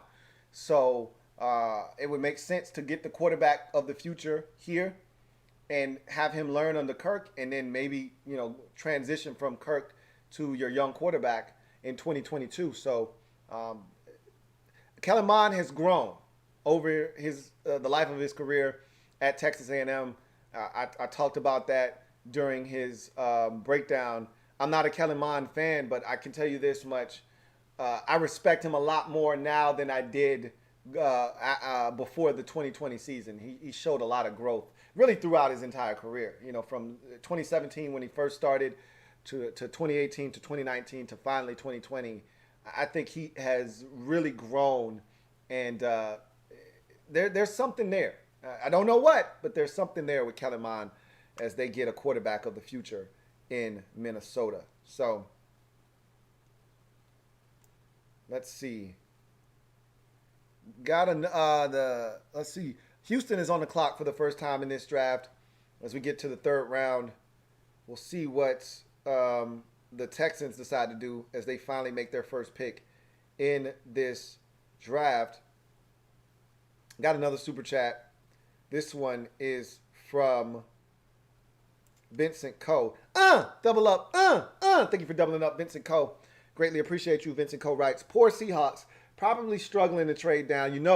They don't have a ton of picks in this draft. They want to trade back 6 times and end up with 12 selections. It's not going to happen, or at least it's not happening right now. We'll see what the Seahawks do with their next pick. It wouldn't shock me if tomorrow they don't make a pick for the first, 3 times they're on the clock because they've traded back. And we look up and they started the draft at like 4 selections and they end up with 9 of them. That's the Seattle Seahawks way. That's their model. We'll see what happens. But Vincent Cole says poor Seahawks probably struggling to try to trade down, trying to get back and pick up more picks. Let's see.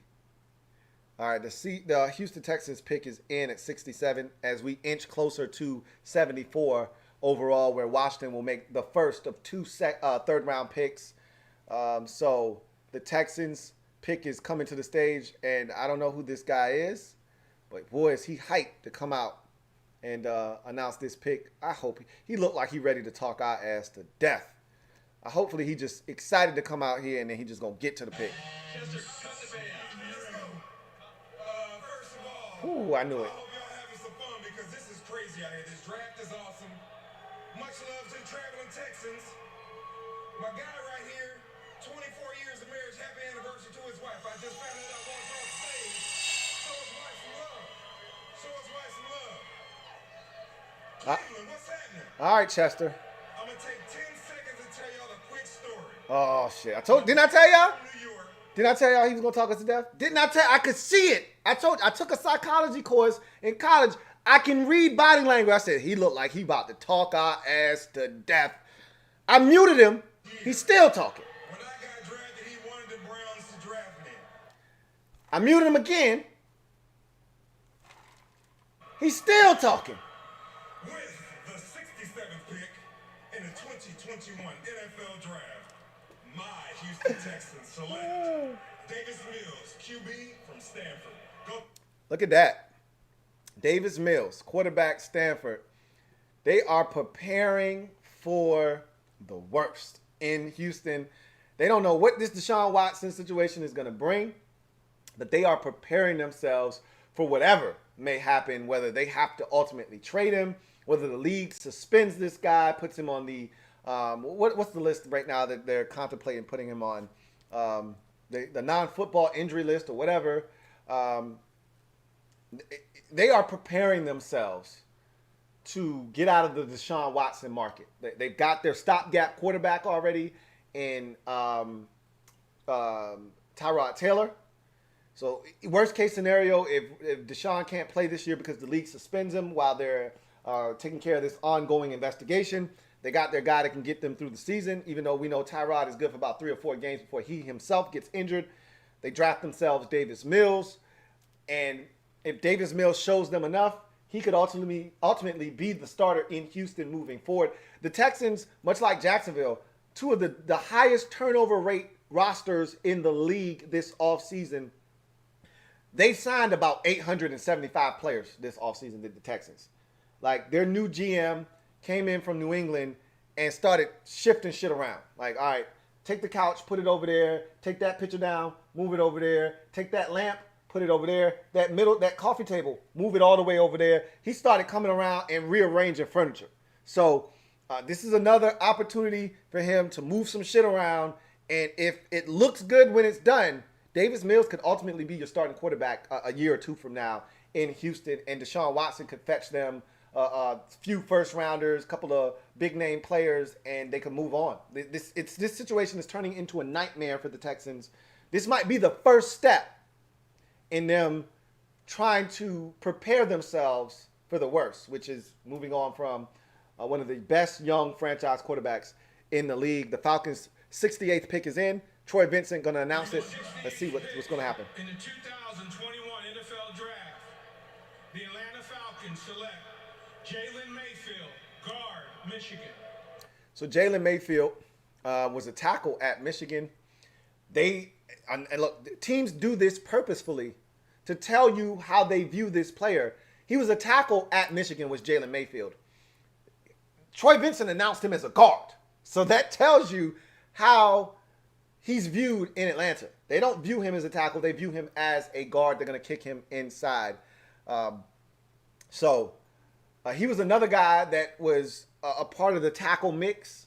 But as you see, not viewed as a tackle, going to kick inside the guard. So, again, as we double back to the Samuel Cosmi discussion, there wasn't a lot left. You had to get yours while it was there to be got. We talked about all that depth. That depth went away quick. It's a deep tackle class. Yeah, it's deep, and it's going to get ate up quick. That's what happens to tackles in this draft. They don't last for very long. So Washington had to get theirs while it was there to be gotten. They did. Let's see. I got another super chat here. This one is from my guy, John Livingston. JL Smooth. Thank you for the super chat. Greatly appreciate it, man. This third round is moving along swiftly. The 69th pick is in. The Cincinnati Bengals about to make this selection. And before you know it, 74 is going to be here. And then again, 82. So, JL Smooth writes, what up, Lou? What's your opinion on the Bills doubling down on the end with Russo and Basham? And by the way, Melanfonwu was available. LOL. I had to say it. LOL. I love Melanfonwu. He's one of my favorite corners in this draft. And he can play safety. That's a guy that I think is on Washington's radar. Anthony Munoz is coming out to announce the 69th pick in the draft for the Cincinnati Bengals. Let's see what the Bengals will do here at 69. They've taken Jackson Carman and wide receiver Jamar Chase. Let's see what they do. With the 69th pick in the 2021 NFL Draft, the Cincinnati Bengals select Joseph Osai, linebacker, Texas. Joseph Osai, edge rusher out of Texas. This is a guy that started off the ball for Texas as a linebacker. They didn't really know what to do with him. They just knew this guy was a playmaker. So you go watch him in 2019, he's off the ball. And they've got him occasionally lining up at edge rusher, but he's off the ball. 2020, they say, okay, you're a stiff athlete. You're not as fluid in space. You're probably better suited playing on the defensive line as an edge rusher. So in 2020, they move him up to the defensive line and allow him to go after the quarterback. and he explodes in 2020. Has like 14 or 15 tackles for loss. Consistently in the backfield. He's a nuisance. This guy has a non-stop motor. I mean, from whistle to whistle, this guy goes 110%. And we got another trade. Panthers, who have been trading back like their mind is going bad, now trades up to the 70th pick. And then we got another trade after that. The Giants come up to 71st. So shit, we got trade galore. Again, we saw this in the second round. We're seeing it again in the third round. So here comes the commissioner, here comes Troy Vincent to announce the pick. 2021 NFL Draft. The Carolina Panthers select Brady Christensen, tackle, BYU. So Brady Christensen, tackle, BYU. As I said, this is a guy at the tackle position. So I talked about the tackle position getting thin. Brady Christensen was a guy that protected the blind side for Zach Wilson at BYU. He's a really solid athlete. When you watch him, he moves a lot better than a lot of people assumed. Watching him on tape, he had an excellent pro day by all accounts. And I think that helped his draft stock. He was going to be drafted anyway, and they've got some really good players at BYU, and he was one of them. And this is a guy with some really good agility, good feet. I like him as a pass protector more so than a run blocker. But again, there wasn't a ton of run blocking tape at BYU. That wasn't their strength. Their strength was throwing the football around the yard. And so he's adept at pass protection, not necessarily a man mover in the run game. But what did I tell you about the Panthers? What did I tell you? Their head coach, Matt Rule, made this abundantly clear the minute he got to Carolina. I want athletes. What is Brady Christensen at the tackle position? An athlete. That's what he said. That's what he meant. And he's drafted nothing but athletes. If you look at what they've done to this point, they take the corner from South Carolina, J.C. Horn, athlete. And they go to the second round. They trade back multiple times. And then they settle down and settle in on another athlete. What position did they take with their second round selection? It was a guy that I think we were, as fans, looking at. I think it was a wide receiver. It was Terrence Marshall Jr. they took at, I want to say it was right around 54 or so in the second round, moving back multiple times and getting a receiver that's a height, weight, speed specimen. And now they take tackle Brady Christensen, another athlete at the tackle position. So the Giants traded up. Broncos traded back. The Giants traded up. The pick is in for the Giants. So obviously they identified a player that they wanted to get their hands on. And they come up and get that guy. Maybe they thought that Detroit was going to take that player. Or they just said, hey, this guy is there. We want him. Let's go get him. And they did. So let's see what the Giants have come up for. But my man John Livingston asked, what was my opinion of the Bills doubling down on edge rusher? They made it abundantly clear that this was something that they wanted to address this offseason. I said all along that was the biggest deficiency on this Bills football team. We like the secondary, although I think you could use an upgrade opposite of your corner, your number one star corner from LSU. I think you could use a wingman for him, like Josh Norman, isn't it? You've been getting by with Band-Aid solutions across from him, but your safeties are phenomenal, and they've been phenomenal for you in Poyer and Micah Hyde. But linebacker's been tremendous for you. You got your linebacker back. I wanted to steal him from you so bad, and Matt Milano. And so you've been good in the second phase and even in the third level. Where you struggle is to get to the quarterback. Jerry Hughes is getting long in the tooth, and that's probably an understatement. He's not the same guy that he was 3 years ago. You needed to upgrade that position. You brought all these Panthers in, Mario Addison and all these other guys. They were cool. You brought in F.A. Obata, another ex-Carolina Panther. He's not going to change the game for you. You needed to upgrade the defensive end position. You did that in this draft. I think it was two really good picks. Here's the pick for the Giants. With the 71st pick in the 2021 NFL Draft, the New York Giants select Aaron Robinson, defensive back, UCF.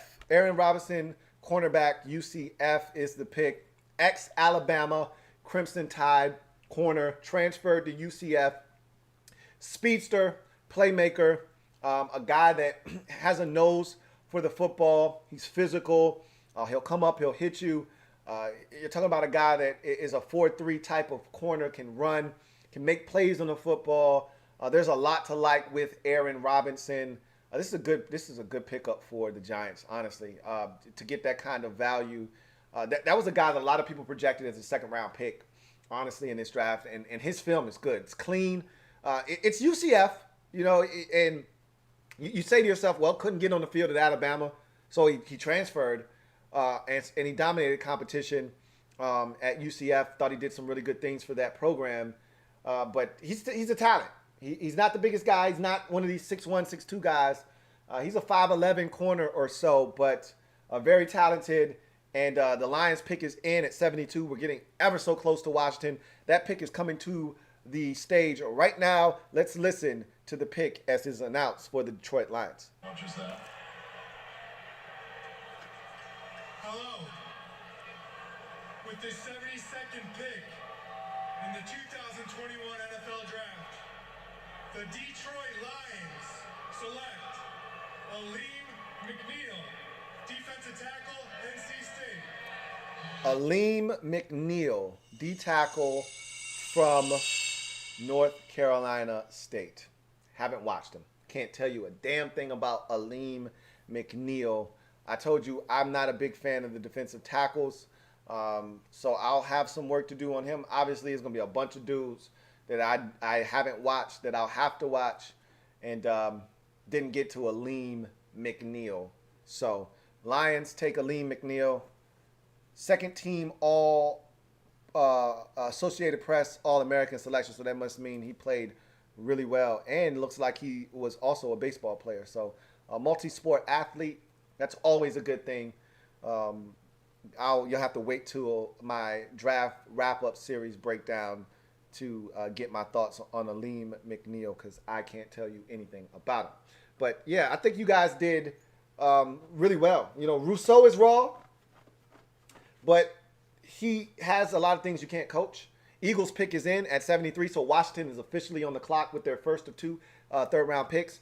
And with Basham, I'm not a massive Basham fan, but he fits in Buffalo. Blue-collar worker, a guy that's going to come in, do the dirty work, hustle, do all the little things. Rousseau is the flash. This guy is the substance. I think you did really well. Here comes Vincent with the pick for the Eagles. 73rd pick in the 2021 NFL Draft. The Philadelphia Eagles select Milton Williams, defensive end, Louisiana. Milton Williams, defensive end. They announced him as a defensive end. He played defensive tackle for Louisiana Tech. This is a guy that I had rated as my third best defensive tackle in this draft. They're citing him as a defensive end. Explosive get off. He's got violent hands. When he uses the two in unison, he is a guy that can make plays on the opposite side of the line of scrimmage. The best thing he has smoking for him right now is his ability to use his hands. Period. End of discussion. He's got a quick get off, and then when he slaps the hands down, he's immediately in the backfield making plays. So Washington, their pick is in. They're showing Washington's draft room right now, their war room, and they look like they are putting the finishing touches on making a decision, whether that's a trade or a pick. Nobody is high-fiving or anything like that. The pick is in for Washington, so here we go. Washington's pick in the third round. I'm going to give you a prediction right now. I think Washington is going to go with a tight end, and I think it's going to be Tommy Tremble here at 74. He's available. Here comes, I don't know, are they running back? Nope, Troy Vincent is coming out to announce the pick. So Troy Vincent going to announce the pick here. Is that Troy Vincent? Yes, it is. Let's hear the pick. With the 74th pick in the 2021 NFL Draft, the Washington Football Club selects Benjamin St-Juste, defensive. I don't want to temper your expectations. They selected Benjamin St-Juste, cornerback out of Minnesota. I don't like Benjamin St-Juste. I told you that corner was a position that they were looking at. He is a boundary corner strictly. He cannot play inside in the slot. He's a guy that extremely long, 6'3", corner, right around 200 pounds. Ran a 4.5 140 at his pro day. Does not have great ball skills. Only, I think, 1 or 2 career interceptions. No, as a matter of fact, 0 career interceptions. None. 0. Not a single interception to his name for Benjamin St-Juste. But this is a guy that they really liked. He reminds them, I think, of Richard Sherman. And so I think they see him as a guy that can, and he has a lot of Richard Sherman-like traits, except he doesn't have the ball skills of a Richard Sherman, a Dick Sherman, or, a Josh Norman. One of those types of guys that you could play in coverage. I think he is much better in press coverage than he is, off the ball, in off coverage, playing zone, keeping everything in front of him than he is in press coverage. He can be a little disruptive at the line of scrimmage, but he doesn't have the long distance speed to run, and he doesn't have the short area quickness to be able to disrupt routes. If he gets in your chest and he's able to disrupt you at the line of scrimmage, then he can stay in phase. But if you beat him off the line of scrimmage, he doesn't have the makeup speed to get back into play. He does have the length because he's a 6'3" corner with long arms. However, again, he lacks ball skills. He lacks short area quickness. I don't love this pick. I'm not excited about this pick. I wanted somebody else to take Benjamin St-Juste. I didn't want it to be us. So I don't want you to be disappointed in this pick because I'm disappointed in this pick. You may like Benjamin St-Juste. Go watch him for yourself and you decide. But again, it's hard for me to get excited about a corner that doesn't have a career interception. And again, a guy that isn't great in man-to-man coverage. Again, when he's underneath and he's able to disrupt at the line of scrimmage, that's when he's able to make a play on the football. But he's probably at his best off coverage and keeping everything in front of him. But even then, he doesn't have the ability to stick his foot in the ground, click and close, and come up and make a play on the football. So even him being off, you're still at a disadvantage because there may be free food available if they're running a 5-yard stop or a 5-yard outcut. So I don't love this pick. But you know what I'm going to do? I'm going to trust Ron. Why? Because it's Ron's plan. Ron's plan. But I don't love this pick. I don't. And I want to see what they do at 82. But I'm not excited about this 74th pick. I'm not. I love the pick on Friday or Thursday. I really like the pick of Samuel Cosmi at 51. I do not like this pick of Benjamin St-Juste at 80 or 74. But we do have another 3rd round pick. And again, he may be exactly what we need, Benjamin St-Juste. Another long corner to add to the mix. It may allow us to kick Kendall Fuller inside to nickel. There's endless possibilities if this guy turns out to be good. But I'm just not feeling Benjamin St-Juste. But we're going to see. We're going to see. Let's get to some more comments. Mark Mullinex, thank you for the super chat. Greatly appreciate you, Mark Mullinex, who writes, "Hey bro, what's up with all the black? We didn't take one on the cheek. I know. This was just about swag. Okay, swag exclusively. This had nothing to do with us. Although, somebody said, hey, you effed up, man. You done got us effed up tonight. And you might be right, because I did not like this last pick. We got to trade. Saints trade up to 76th overall, and the Broncos receive 98 and 105 overall. So Saints are now on the clock. Cowboys pick at 75 is in. Let's see what the Cowboys do.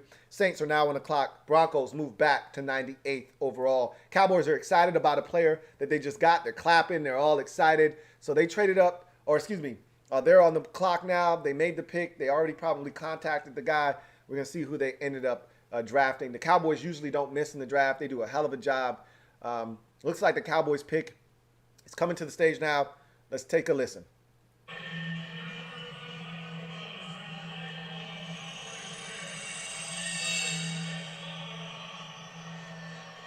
What's up, Cleveland? I'm here, and with the 75th pick in the 2021 NFL Draft, the Dallas Cowboys select Osa-Odigizua, defensive tackle from UCLA. All right. So Osa-Odigizua is the brother of Owa Odigizua, who I really loved some 5-6 years ago in the draft that the Giants selected. Again, I didn't watch him on tape. So only thing I can tell you is his brother played in the league. They both played at UCLA. His brother played in the league for the New York Giants. And I thought he was going to be a beast. He was so explosive and twitchy, but injuries and just simply put, just not really able to translate all of the things I saw in college to the NFL game. So Cowboys take Osa-Odigizua, defensive tackle from UCLA. Let's go back to the comment section. Adam Wilson.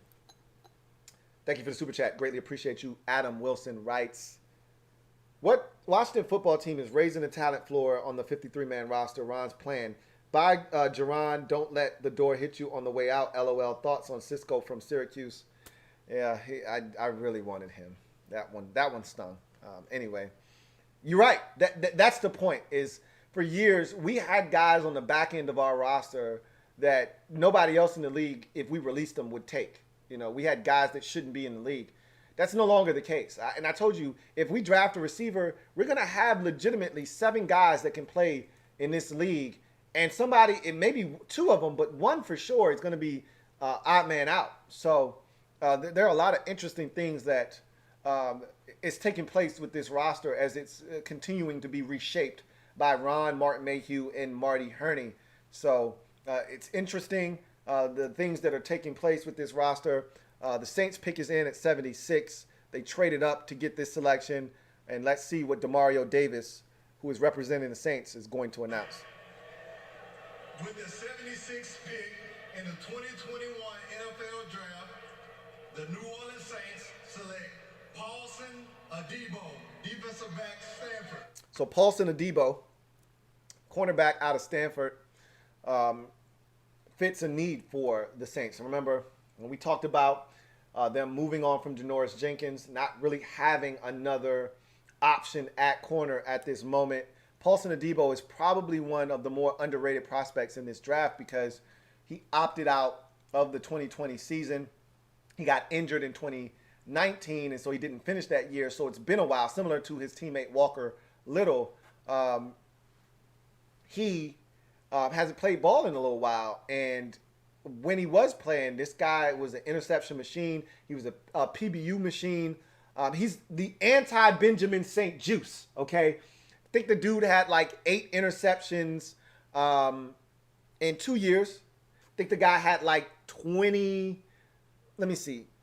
I think the guy had 8 interceptions in 2 years, and I think he had like 30 or 40 something pass breakups. Like he was a stud. It was Paulson Adebo. I think he's a little stiff with his back pedal. He's a little high in his back pedal, but he's got speed. He can turn and run. I think where he struggles a bit is in his transitions. So when he has to stop and plant, sometimes it's not the cleanest. His foot can get stuck in the ground trying to click and close and come back to the football. But he's long, he's tall, he can run. He's got tremendous ball skills, as I just mentioned to you. I would have preferred Paulson Adebo over goddamn Benjamin St-Juste. So that's a good pickup for the New Orleans Saints. Chargers are now on the clock. Their pick is in. It's coming to the stage now. So we're rapidly getting to 82 overall, which is where Washington sits with their second, third-round pick and final pick of day number 3. Let's take a listen. With the 77th pick in the 2021 NFL Draft, the Los Angeles Chargers select Josh Palmer, wide receiver, Tennessee. So wide receiver Josh Palmer out of Tennessee. This is an interesting pick for the Chargers. He's a bigger-bodied receiver that can run a little bit. He's physical with the football in his hands.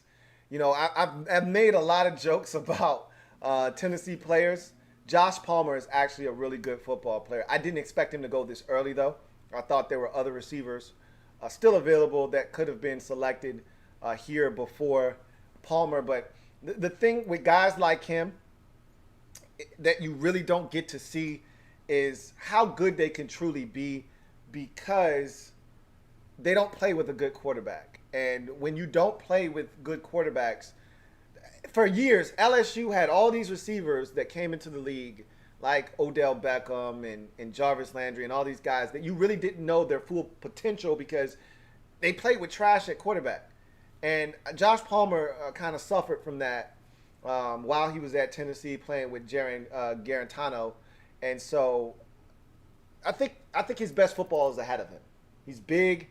He's physical. He can run. He's got good hands, good ball skills, can go up and high point the football. There's a lot to like about Josh Palmer. And I think it gives them another physical target to get the football to. They've got physical targets on that football team. Gives them another one to get the football to in Josh Palmer. So let's get to Adam Wilson. I agree with you. The floor on the 53-man roster is definitely being elevated for sure.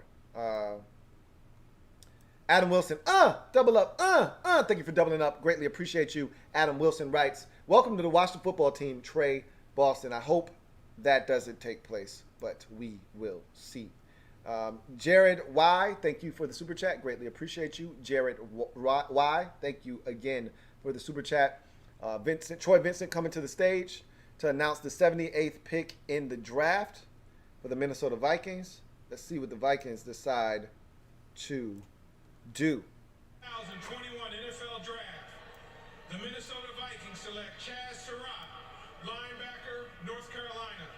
All right. The Vikings get good football players at the linebacker position. Chaz Surratt is a good football player. You guys know how good I feel about Chaz Surratt. He made the transition very smoothly from quarterback to linebacker. And he's still learning at the position, but man, is he physical, man, is he athletic, and there's so much to like about Chaz Surratt. And I think the Vikings got it right here. Another really good pick by the Vikings at the linebacker position. They got good linebackers already on the roster. They're adding another one here in Chaz Surratt. I think the Vikings draft well. They pride themselves on getting football players that they think can be on their team past their rookie contract. I think they got another one here in Chaz Surratt. The guy's a uber talent, great athleticism, and he's still learning the position. He can do so many things. He can cover. He's physical at the line of scrimmage. Again, he's still learning the position. I think there's a lot to like with Chaz Surratt. CJ Shoots Photos. Thank you for the super chat. Double up. Greatly appreciate you. And thank you for doubling up. CJ Shoots Photo writes, Louie, I don't like this cornerback pick, Benjamin St-Juste. I don't either. I've stressed that already. I really am disappointed with that pick. But again, I'm trusting Ron. I'm trusting Martin. I'm trusting Marty. This is a guy that they decided fits what they want to do. I'm going to roll with it. I'm in the car. The seatbelt is buckled. I told you it's not coming off.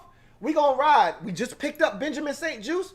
I said, hey, get your big, tall ass in the back. Sit down, shut up, don't say nothing. So he's in the car, and we're going to keep the party going.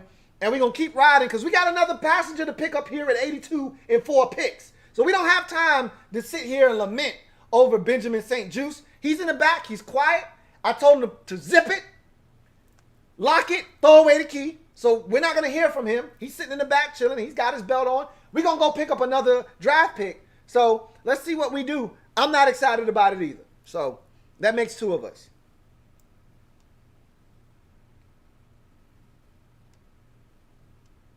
Derek B, thank you for the super chat. Greatly appreciate you. My man Derek B writes, you hated our last 2 third-round picks too.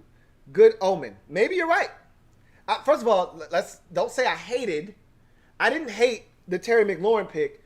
I didn't think it was a good pick. Now, last year, Antonio Gibson, I didn't know Antonio Gibson. I didn't know who the hell he was. I said, I got to see about this guy. Now, Terry, I was down on Terry.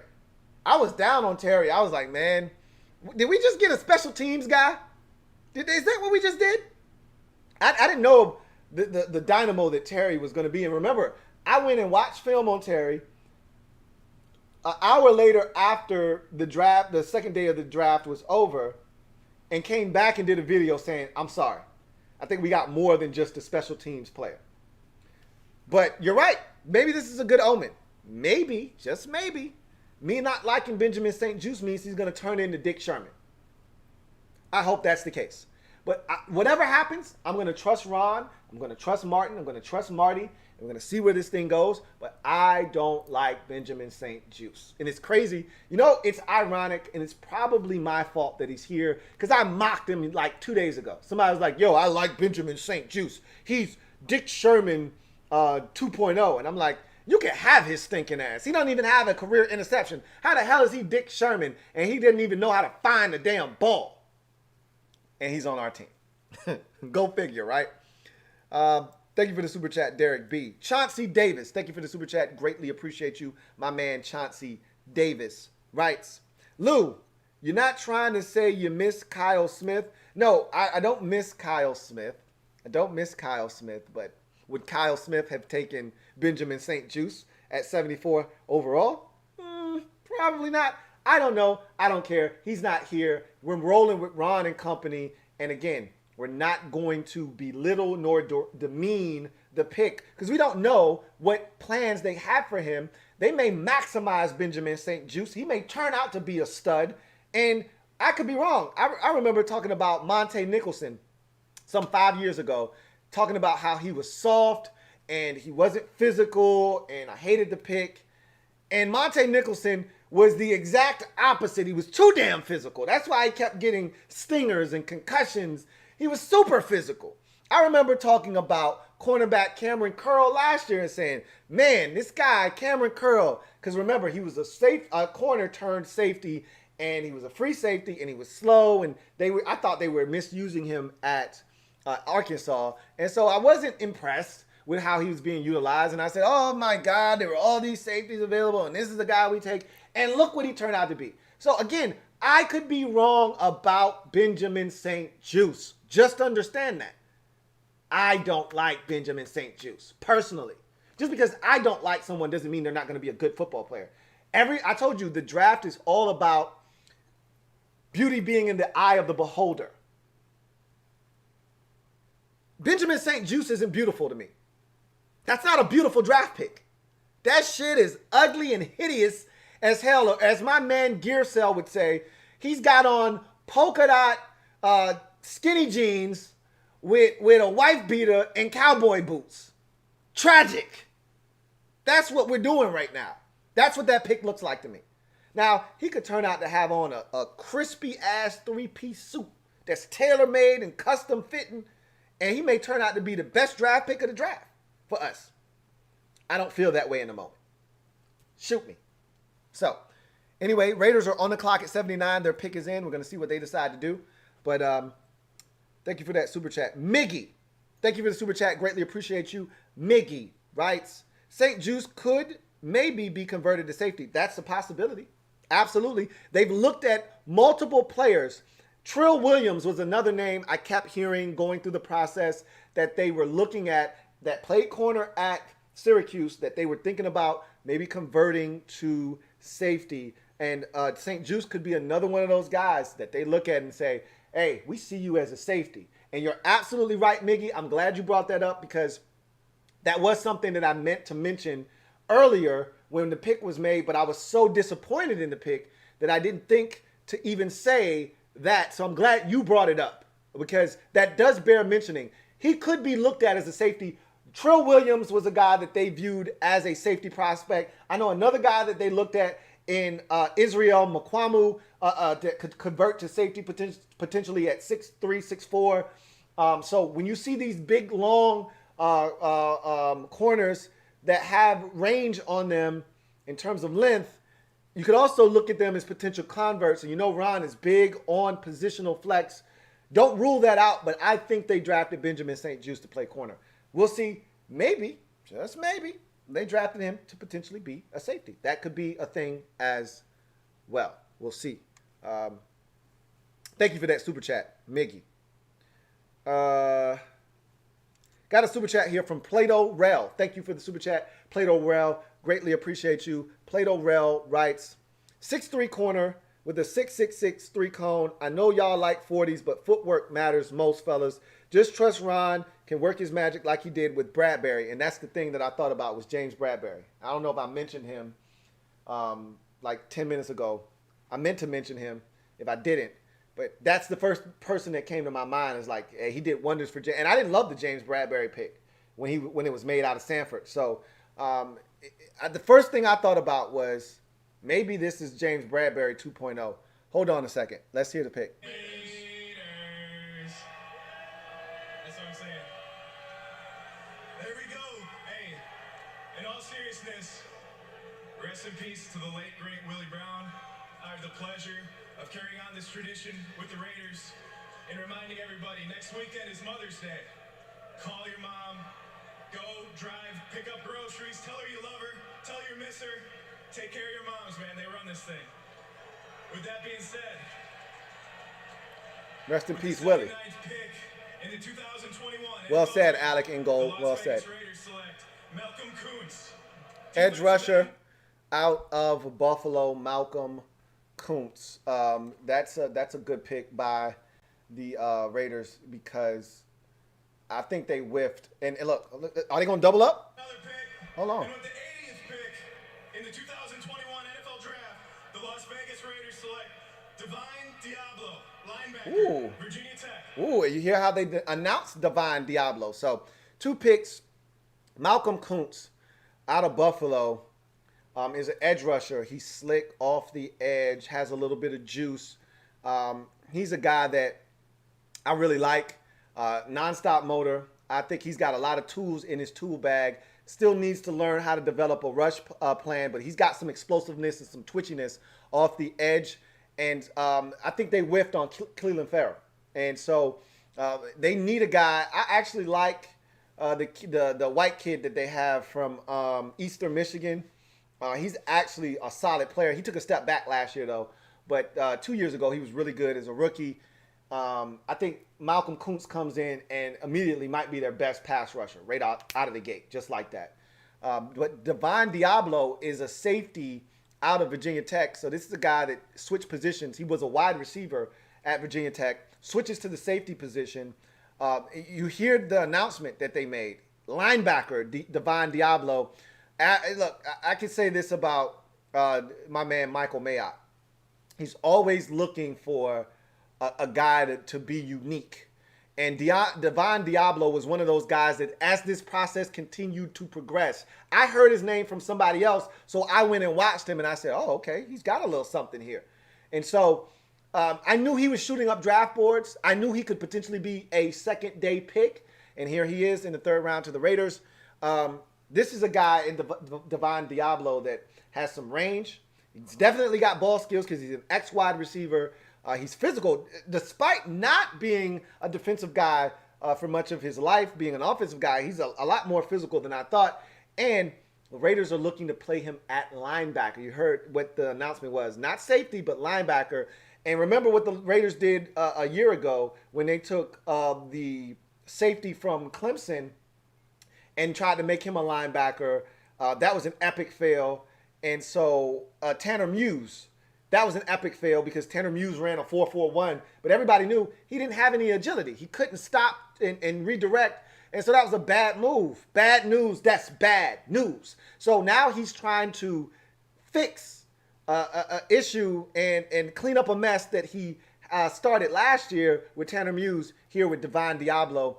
This could be a different one. This could end differently for the Raiders, but that's an interesting pick. 2 good picks, though. I actually like Malcolm Kuntz.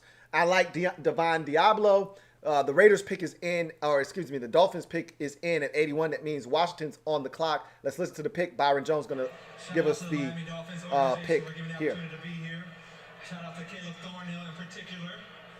That being said, with the 81st pick in the 2021 NFL Draft, the Miami Dolphins select Hunter Long, tight end, Boston College. Hunter Long, tight end, Boston College. This is a guy that I got mixed emotions about. Big target, Solid hands, but you get concentration drops from Hunter Long, probably many more than I would like to see from a guy with his talent and skill set. Hunter Long is a guy that I think has the ability to get better as a blocker in the run game, but you see the ability to want to work in the run game. He's a solid athlete, not a great athlete, not going to blow you away with his movement skills, but he's big. He catch the football. He had a ton of targets last year. He led college football in targets last year and receptions. So he's a guy that showed he can get it done in a high volume situation. He was the best they had as a skill player, and he delivered for them. So Hunter Long goes to the Miami Dolphins. They already had a plethora of tight ends. They're going to add him next to Mike Gesicki, and I think he's going to end up being a really good complement to Gesicki as tight end number 2. So Washington's pick is in at 82. And we're going to see if this pick is one that I enjoy more than the last. We'll see what happens, but let's get to some more Super Chats.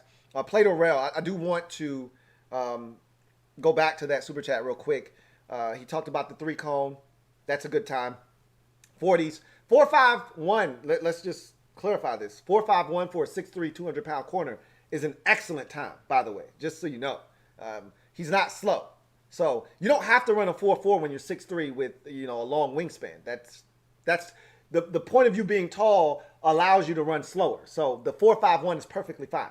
The 6.66, that's, first of all, 6.66.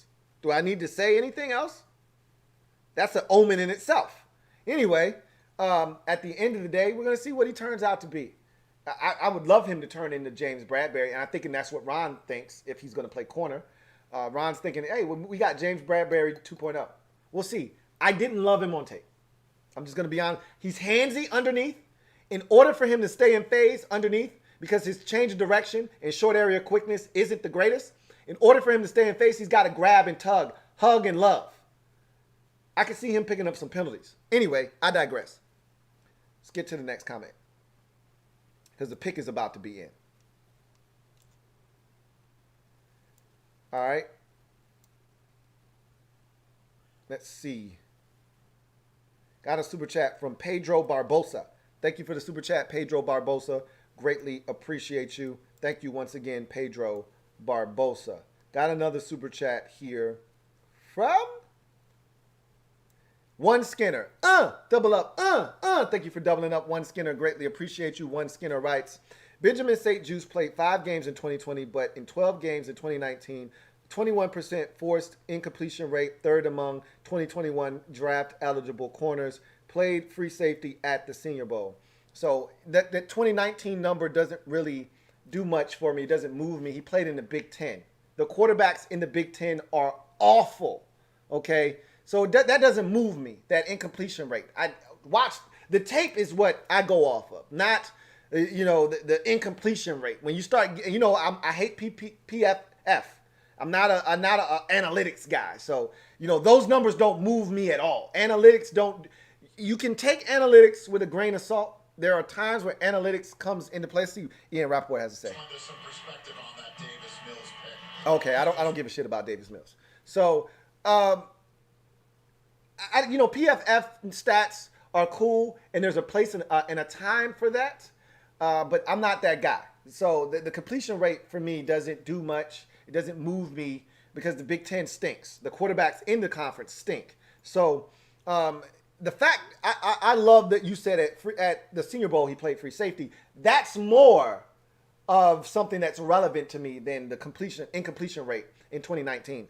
But in any event, I think that there is that dynamic that he could play safety. I think they may have gotten their free safety at 74. Remember, I talked about safety. I said this. Safety, tackle, tight end. I think this is Tommy Tremble. But forget about that for a second.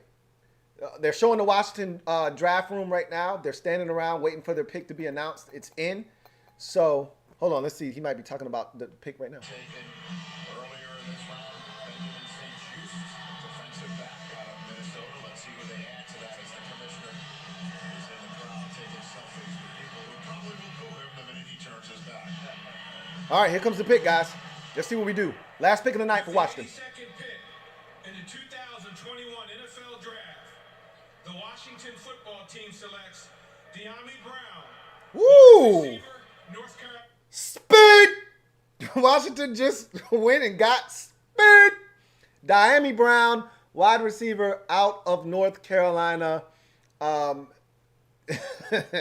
said they wanted to add more speed. I thought they would do it tomorrow. They did it a round early. Dami Brown can flat out fly guys, and when you watch his tape, he consistently gets on top of defensive backs. My biggest issue with Dami Brown, there were concentration drops on film. There are some times where the route running isn't the greatest because he didn't run a ton of routes. They just said, hey, go get it, Dami. Go get the football. But when you watch this guy, and he cleaned up a lot of that at his pro day. He showed the ability to run routes at his pro day, which was a good sign for him. When I tell you that we just got one of the more dynamic deep threats in this draft, we just got that in Dami Brown. I knew they wanted to add speed. They just did that. He was one of the guys that led college football, one of the leaders in college football in yards per reception, meaning every catch was a big play, it felt like, 55 yards here, 72 for a touchdown there. That's the kind of player Dami Brown was at North Carolina. Washington adds speed at 82, another weapon for this offense. Shit's going to be fun this year with Ryan Fitzpatrick. I cannot tell a lie. There are going to be some interceptions. There are going to be some bullshit. But you just added another guy. My biggest fear is always with this offense, what happens if Terry goes down for 4 weeks? What are we going to do? How are we going to get vertical? Teams are going to squat on us like they did last year. The Panthers game, i.e. Speaking of Panthers, 83rd pick is in. Panther selection is about to be announced. Let's hear it from Troy Vincent. With the 83rd pick in the 2021 NFL Draft, the Carolina Panthers select Tommy Tremble, tight end, Notre Dame. It would be fitting that the pick after we select Tommy Tremble comes off the board. Obviously, they valued wide receiver and the speed of Dami Brown over Tommy Tremble. And I told you, once we got tight end, and again, I know a lot of you are like, look, this dude ain't played a single snap. Will you please stop talking about Samus Reyes? He ain't done a damn thing. He ain't bust a grape in this league. You're right. You got me. Hands up. I can't say anything to that. However, what I can tell you is that they feel good about him. They love Logan Thomas. They're not pressed, is what I'm trying to tell you at tight end. They know they need to add another damn tight end, though. And I think, I told you, they said value is the biggest thing for us. We want to get value out. Dami Brown is a better player than Tommy Tremble, and he's a better player than Brevin Jordan. The value at 82 that they just got in Dami Brown, this guy was viewed as a second-round pick. We just got him at 82 in the third round. So understand that the value that they just got here at 82 is significant. You get a guy that has vertical ability, and to finish my thought that I was saying before the Tommy Tremble pick, and for you Panthers fans out there, Tommy Tremble, you're going to love him because he does everything under the sun. He's a Swiss Army knife.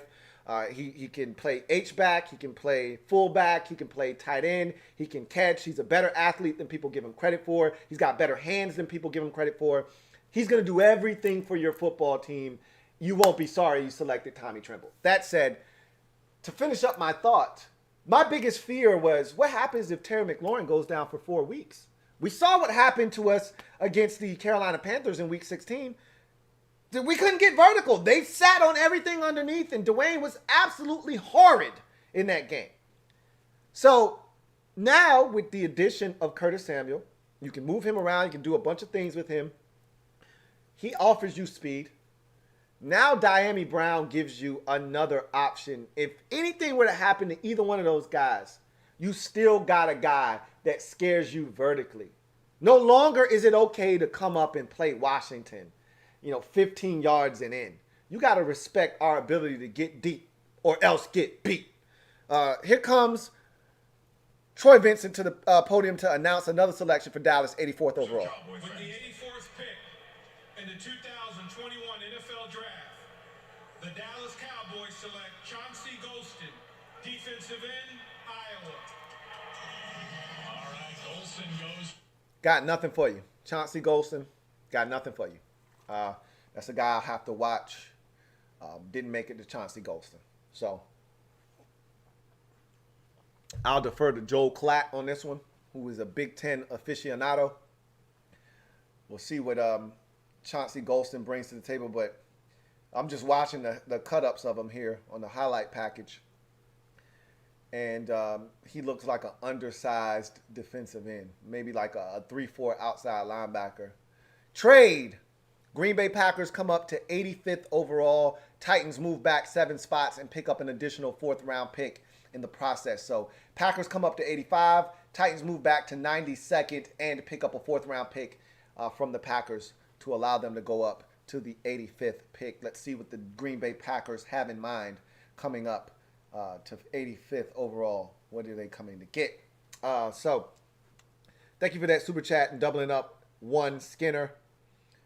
Chris Lou, thank you for the super chat. Greatly appreciate you. Double up. Thank you for doubling up, Chris Lou. Greatly appreciate you. Chris Lou writes, Brevin Jordan or Tommy Tremble for you. Why? Please. P.S. YouTube just missed my last super chat. Sorry about that.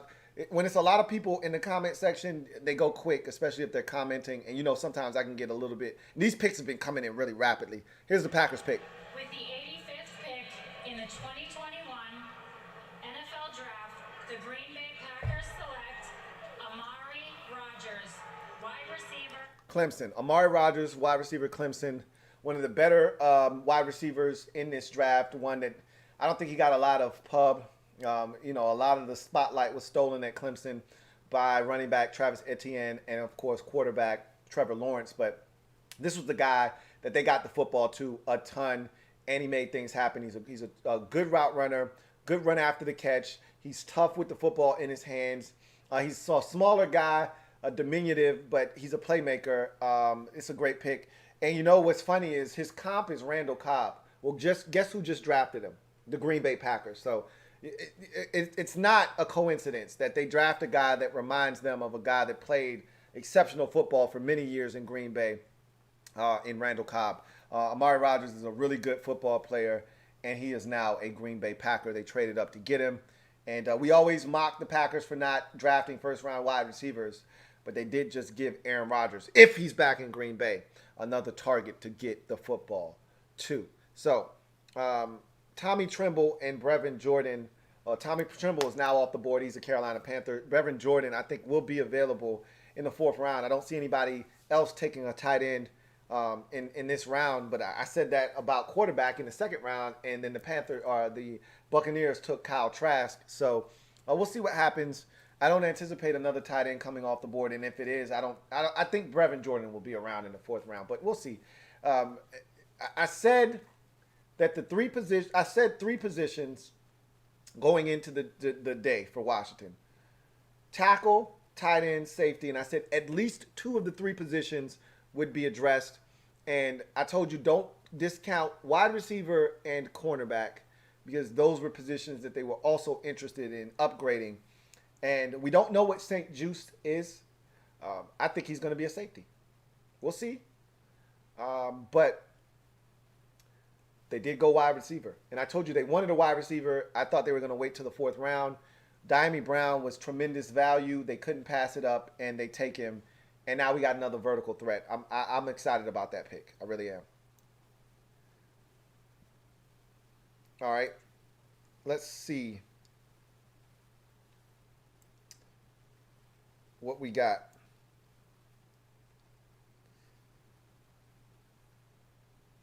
Thought we had another super chat.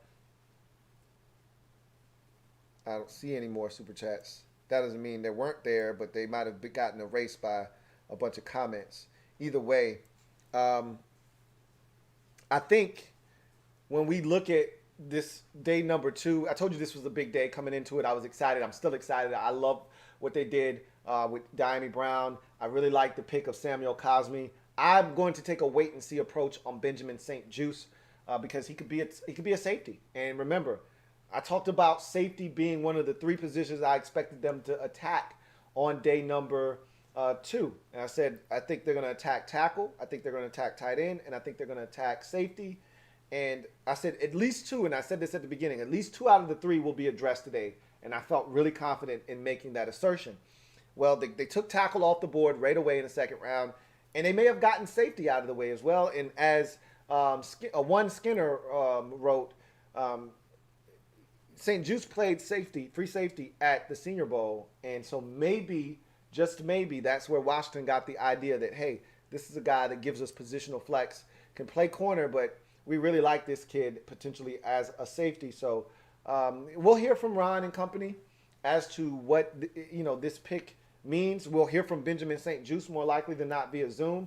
And he'll probably be able to tell us, what the plan is. They may have told him, hey, man, we view you as a safety. When the pick was announced, it was announced as a defensive back. So usually when you hear defensive back, that means you could be a corner or a safety.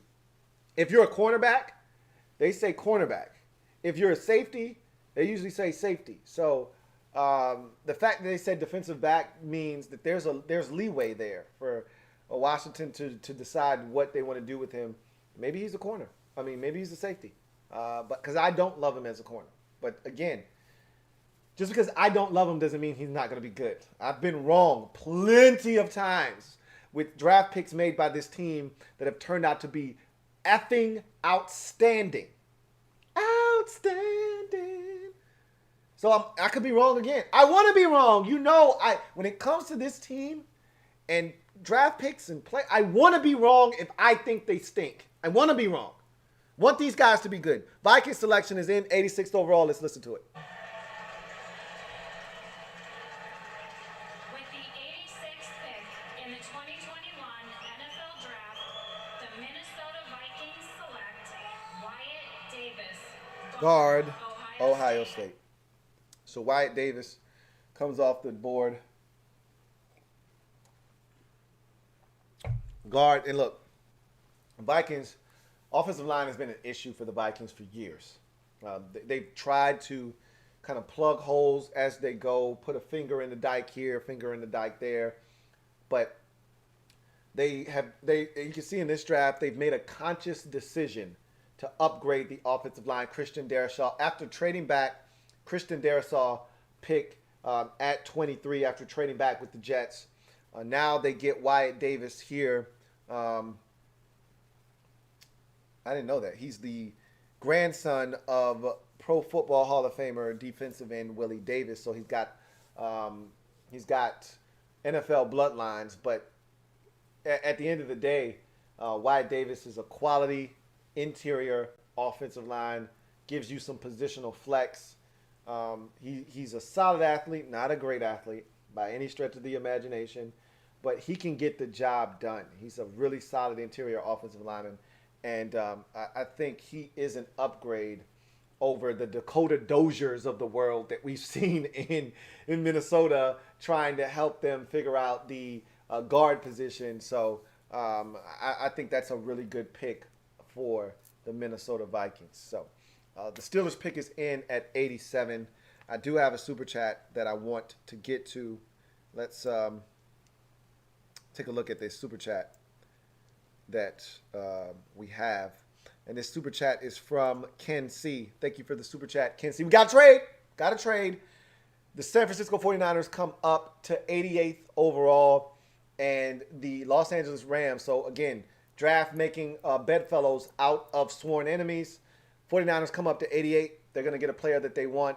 In return, the Rams, who didn't have a first-round pick, pick up 2 fourth-round selections from the 49ers. So they're stockpiling draft picks to try and help fill out their roster. So Steelers pick is in at 87. The 49ers are now on the clock, and their pick is in probably as well, as they've just come up and traded with the Rams. Ken C., thank you for the super chat. Greatly appreciate you. My man Ken C. writes, Lou, do you really like our pick so far? You don't sound too excited. I have faith in Ron's plan, though. Yes, I do like the first pick, and I like the last pick. I don't like the pick in between. But again, I'm going to take a wait-and-see approach on that. Let's hear this pick from Ron DMC member Daryl McDaniels at the Steelers make their pick at 87. Now look at the stage. Y'all know what this is? This has been my team since I was a kid. My name's DMC. I'm the king of the rock. And on the football field, we won't be stopped. The king of the rock, and there is none realer. And there is nothing better than being a Pittsburgh Steeler.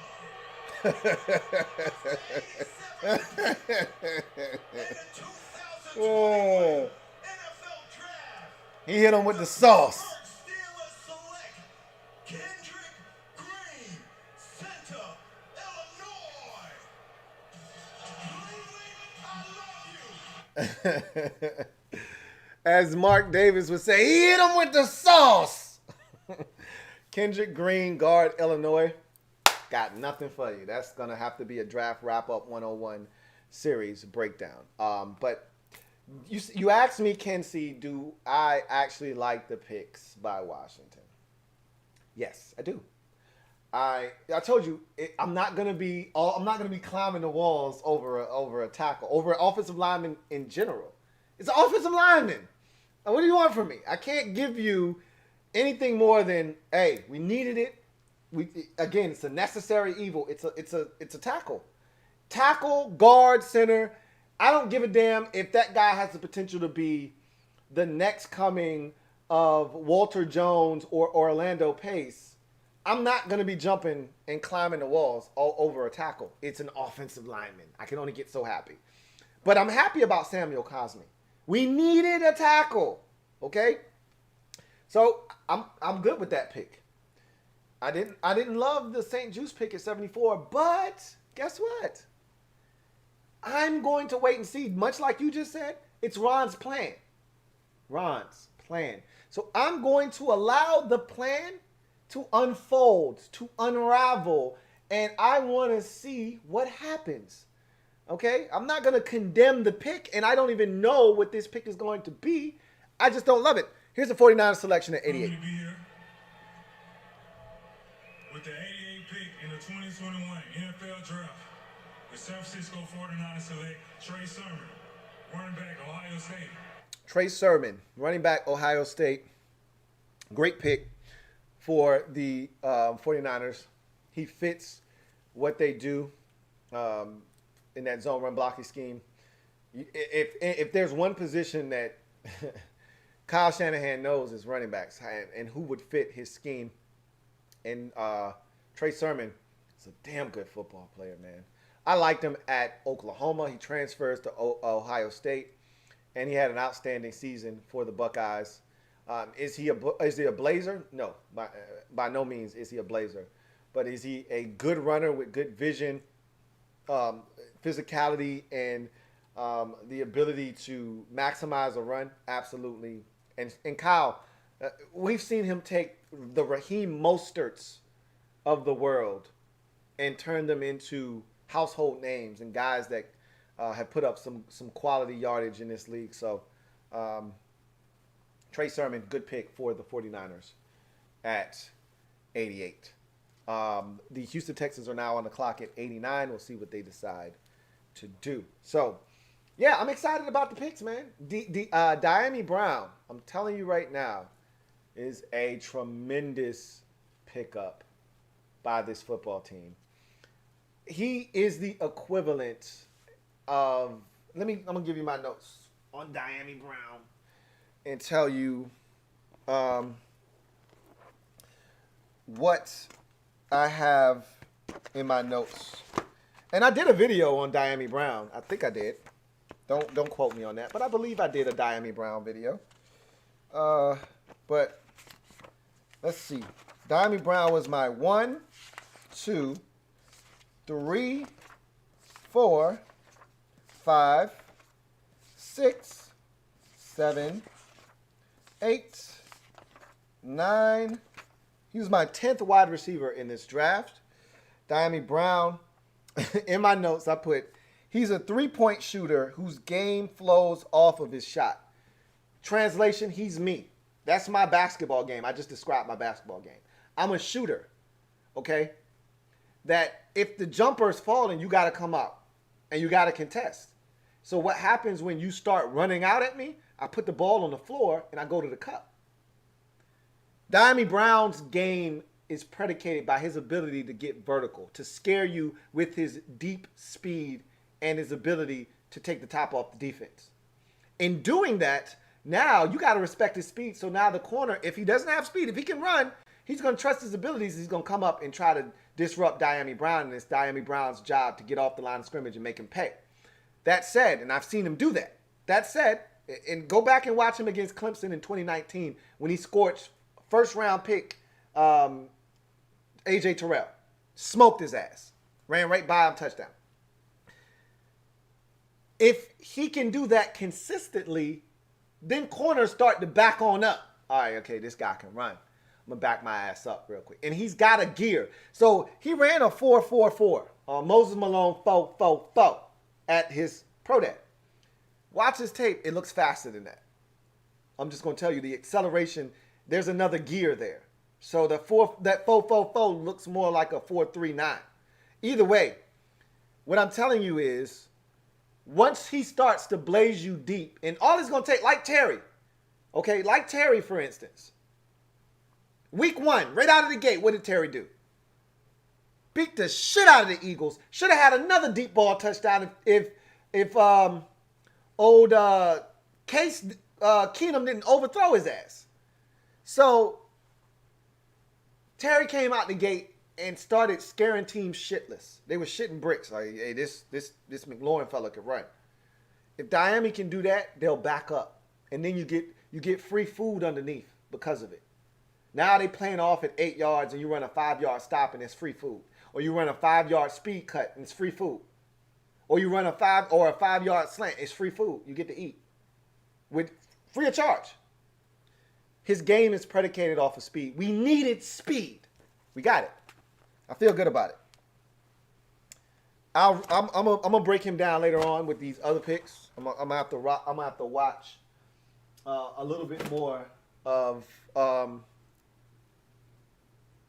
Benjamin St-Juste. I'm gonna try to go track down some of his film at the Senior Bowl if I can. 89th pick, Texans. Let's listen.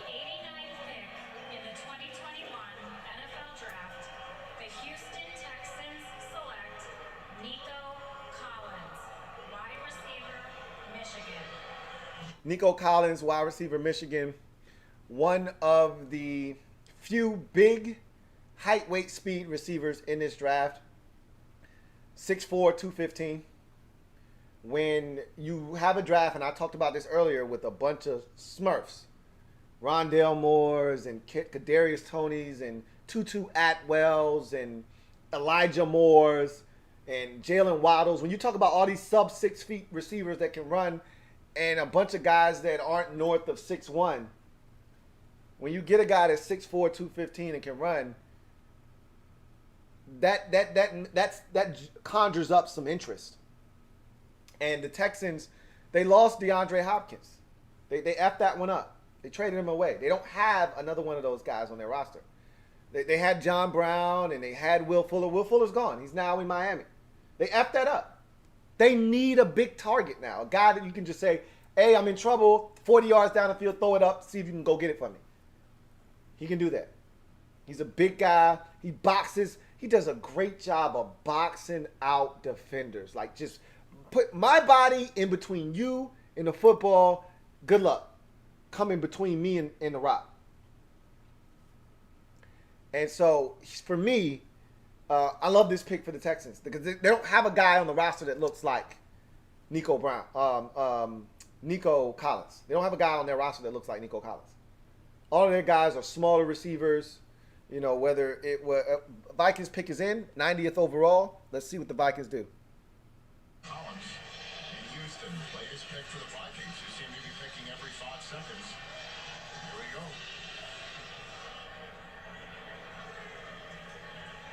With the 90th pick in the 2021 NFL Draft, the Minnesota Vikings select Patrick Jones, defensive end, Pittsburgh. All right, Patrick Jones, the second, Pittsburgh defensive end. He is a traditional base 4-3 defensive end. And I talked about the lack of edge rushing presence in Minnesota last year. Obviously, their best pass rusher, one of the better pass rushers in the league, and Danielle Hunter was out for the entire season last year. But there was nobody else. They traded for Yannick Ngakoue. They had this vision of Ngakoue on one side and Hunter on the other side, and Hunter didn't play, and Ngakoue was ineffective. And so they traded Ngakoue away to Baltimore, and they had nothing off the edge, nothing last year. And so when Hunter comes back, he's still going to need a running mate. For years, they had Everson Griffin on the opposite side. He left a couple of years ago, and they never really replaced him. So they're hoping Patrick Jones II can be that guy. I can tell you this, he's got an amazing get-off. But outside of that, he doesn't have much. And so he's going to have to develop. If you got a fastball, that's great. And if you can throw it 99, that's great. But if you don't have another pitch, and I know all you're going to do is feed me fastballs, if I'm a professional big league hitter and I know a fastball is coming, I don't give a shit how fast you're throwing it. I'm going to turn that bitch around. I'm going to turn that shit around. 99, 101, doesn't matter. I'm going to turn that some bitch around if I know it's coming. He's got to develop another move, something off of the fastball. If he can do that, his speed to power doesn't translate. He doesn't generate any power out of his speed. He's going to have to come up with a changeup to his fastball. Here comes Myles Garrett to announce the Browns pick at 91. With all respect to Dell or to DMC, I like to say this is a Browns town, baby. Here we go, Brownies. Here we go. Here we go, Brownies. Here we go. Yes, sir. I love to hear it. With the 91st pick in the 2021 NFL Draft, the Cleveland Browns select Anthony Schwartz, wide receiver out of Auburn. Anthony Schwartz, the track speedster out of Auburn. Man, this guy can fly. And so he's a guy that you just get it to, man. It really doesn't matter how. You just get it to him. And, you know, the thing that was interesting with this Browns team last year was when ODB went down, they didn't have a lick of speed. Jarvis Landry scares nobody vertically. I think Donovan Peoples-Jones might have been the fastest receiver they still had left in the cupboard at the receiver position. And I think he's a sub 4.5 guy. I think he ran like a 4.48 or whatever, but nobody was afraid. He did get vertical a couple of times, but nobody was afraid.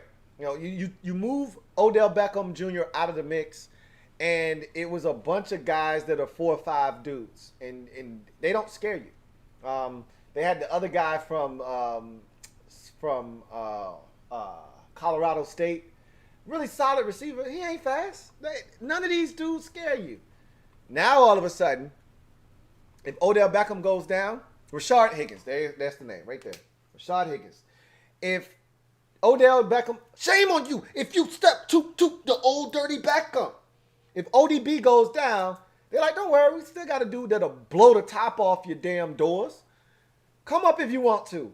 Play us like some slow bitches and watch us smoke your ass with Anthony Schwartz. So that's a good move. And that's similar to what we just did. If anything happens to Terry, we were screwed last year.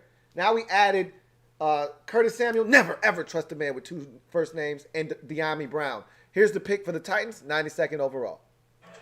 With the 92nd pick in the 2021 NFL Draft, the Tennessee Titans select Monty Rice. Linebacker, Georgia. So Monty Rice, linebacker out of Georgia. He's interesting because I love him at the line of scrimmage. I love him chasing the football. I don't love Monty Rice in coverage, but I love Monty Rice's persistence at the line of scrimmage. His pursuit to the football. He's one of these tough-minded linebackers that is physical, comes downhill with reckless abandon, can run, sideline to sideline, even though he's not a blazer by any stretch of the imagination. But Monty Rice is a good football player. I think that's a good fit in Tennessee. For what they're trying to build in Tennessee defensively, that's the kind of guy that they need. A Monty Rice type that's going to give you maximum effort, come downhill, smack you in the mouth, and can run and on a toss out wide can go and track down a running back. So I like that pickup for the Tennessee Titans. If they've got good defensive line play, they're going to have Monty Rice is going to find the ball carrier in the backfield. You keep him clean, he'll make plays. He'll make plays. So, Ken C, just know, I like the picks. I do. Got another super chat. This one is from Jake Hutton. Thank you for the super chat, Jake Hutton, and thank you for joining me again, Jake Hutton. Greatly appreciate you. My man Jake Hutton writes, just saw a video of this man, Sam Cosmi, deadlifting 675 pounds. Dude seems to be a goddamn beast. Keep up the great work, Louie. You're killing it, boss. Thank you, Jake Hutton. Really do appreciate you. And once again, thank you for joining me for day 1 and 2 of the 2021 NFL Draft Party here on the Louie T Network. Samuel Cosmi is a good football player. I can't state that enough. I don't know. Again, I told you guys off the rip, if you're looking for me to be jumping and climbing the walls from an offensive lineman, it ain't happening. I wasn't doing that when we drafted Trent Williams, and I thought the world of Trent Williams. I wanted Williams so much more than I wanted Russell Okung in that draft. I was praying that we ended up with Williams and not Okung. And I'm so glad it ended up that way. I remember like it was yesterday in that 2010 draft, please get Williams and not Okung. That was what I was saying. It came to fruition. I was so happy. But I wasn't jumping up the damn wall. I wasn't climbing the walls. I was excited about it, but I was. You can only get so excited about an offensive lineman, period. So Samuel Cosmi is a good football player. I can't stress that enough. You know, I don't get too hung up on what dudes are doing in the weight room. That's great. You know, our defensive tackle, Matt Ioannidis, is the strongest guy on the team. And he's benching all kinds of weight and tossing it up X amount of time. I don't care nothing about that. That's great. Awesome. That's good to know. Don't give a shit. Don't care. I just care about what you can do on the football field. You know, all that stuff is great. Saquon Barkley, oh my God, he's squatting this, he's doing that. I don't give a shit. I don't care. What are you doing for me on the field? Samuel Cosmi is a good football player. I feel good about him. Again, feel good about, I love the Dami Brown pick. Love it. I have questions about Benjamin St-Juste. But can we just shorten that to BSJ? Can we do that right now? I'm not going to keep saying Benjamin St-Juste. Can we just BSJ that? So we're going to do that now. Officially stamping him. Boop! BSJ. I don't love the BSJ pick. But I got an open mind because I told you it's Ron's plan. Ron's plan. So I trust whatever they do. I told you I'm blindly following them. As long as Ron isn't telling me to take a sip of some punch that may be spiked, I'm following. Bills pick, 93rd overall. In the 2021 NFL Draft, the Buffalo Bills select Spencer Brown, tackle, Northern Iowa. Spencer Brown, tackle, Iowa. You know what's crazy is he is very similar to Dylan Radunz. Radunz, the tackle out of North Dakota State, and they play in the same conference. And in the sense that they're up and down, like they're lean as hell. So this guy in particular has a basketball background, and when you look at him, you go, okay, he looked like he used to play some ball. He don't look like a football player. He don't look like a tackle. He looked like a basketball player. He's got a lean-ass frame, but just like I said about Dylan Radunz, he's an athlete. You can tell he's got movement skills. He's not stiff. He can move. He's not physical, though. Again, and this is where the Bills say, okay, we're going to take this kid. We're going to develop him. We're going to put some weight on him. We're going to get him stronger. And they may end because the athleticism, when you're an athlete, that shit doesn't go away. Okay? That doesn't go away because you put on 10 more pounds. If you're an athlete, you're an athlete. So what they're saying is, we get this guy. We see the movement skills. We see the athleticism. We know what this guy is capable of. He just needs to get some girth. He needs to put on some weight, get stronger, more physical. They can help him with that. So I think they look at him and they say, hey, we might have something here. You know, they did just re-sign Darrell Williams, and I thought that was a well-deserved contract and a smart move by Buffalo. Obviously, they got their left tackle locked up for the next 3 or 4 years, but that gives you some depth. You know, if anything happens to one of those guys and you're able to develop Spencer Long, boom, he turns into something for you. So it's a solid pickup by the Buffalo Bills. Spencer Brown, excuse me. I think I said Spencer Long. I'm thinking of the ex-Washington football team guard or center. Spencer Long, excuse me. So Spencer Brown. Pick is in for the Ravens at 94th overall. We'll see what they decide to do. But thank you for the super chat, Jake Hutton. Got another super chat here. This one is from Jordan Jones. Thank you for the super chat, Jordan Jones. Greatly appreciate you. My man, Jordan Jones writes, if you could announce a pick, what would you say?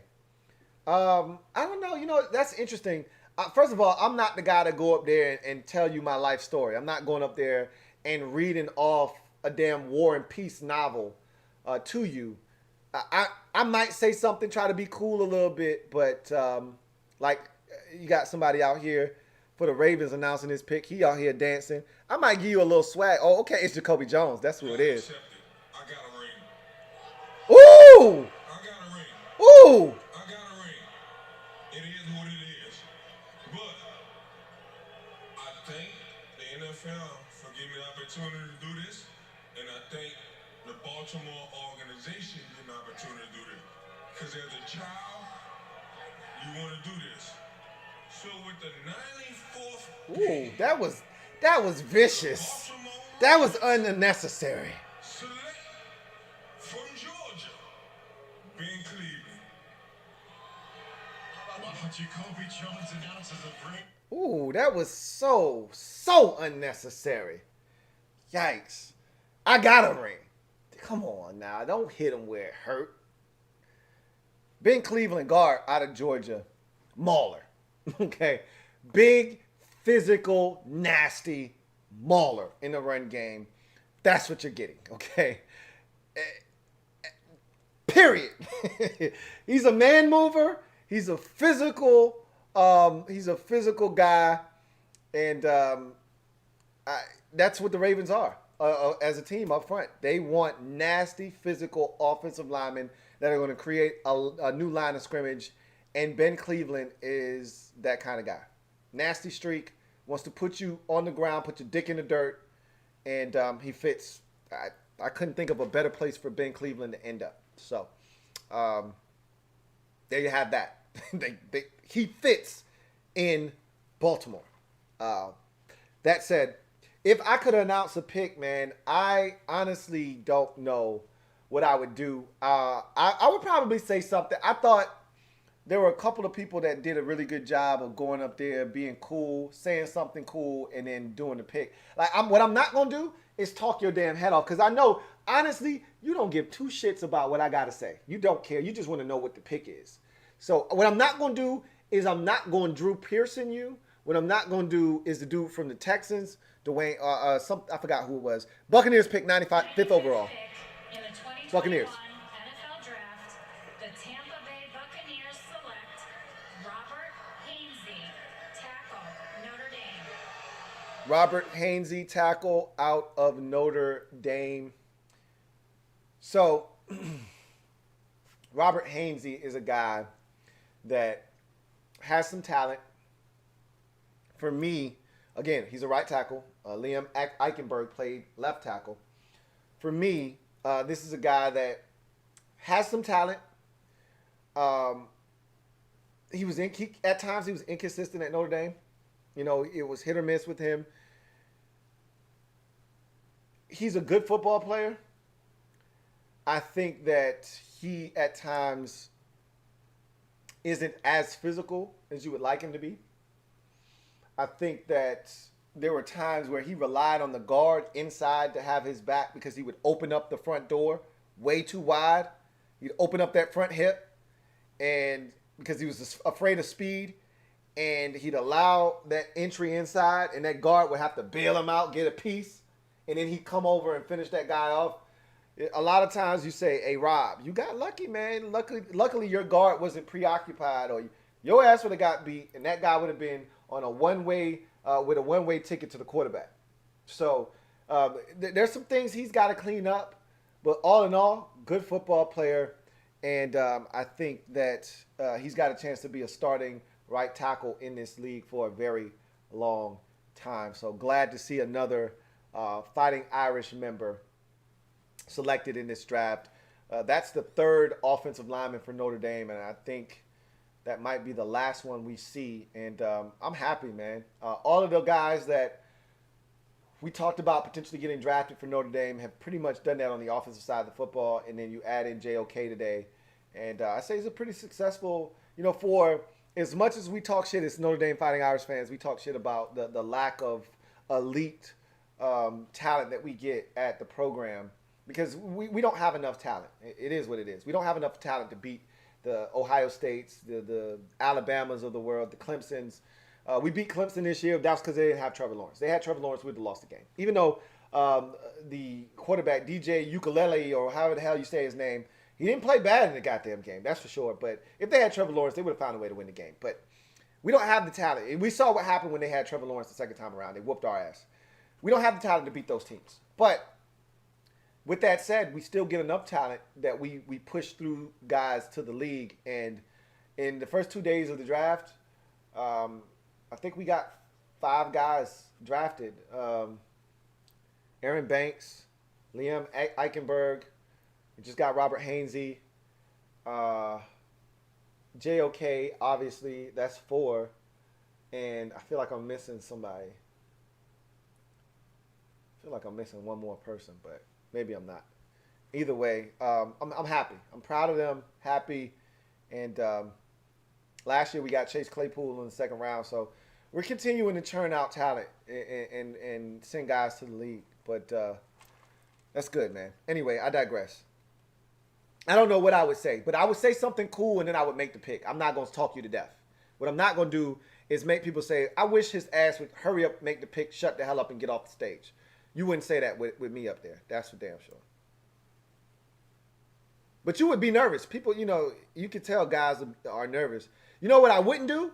I wouldn't do the I'm nervous athlete point. Yeah.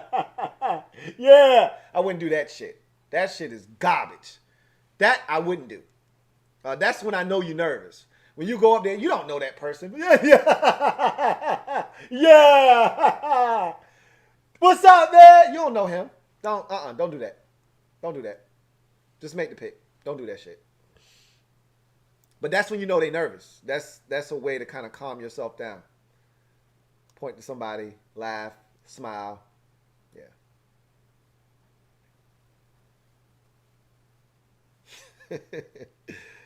Oh, man. All right. Got a super chat here from Ken C. Greatly appreciate you, Ken C. Thank you for doubling up. Double up. Hold on. Got it. Double up. Got to get a little nasty with that one. Appreciate you, Ken C. Who writes, Lou, my man, what's your honest thought about the draft picks, about other teams in our division? I think they did pretty good so far. I don't know about the Cowboys this year. They've picked a bunch of guys that I haven't watched yet. I trust the Cowboys. They've done a really good job in the past, but I've got to watch the Cowboys draft picks. I think the Giants have done some really good things. Patriots pick is in 96th overall. Let's see what they do. Where's my pass? Where are my Patriots?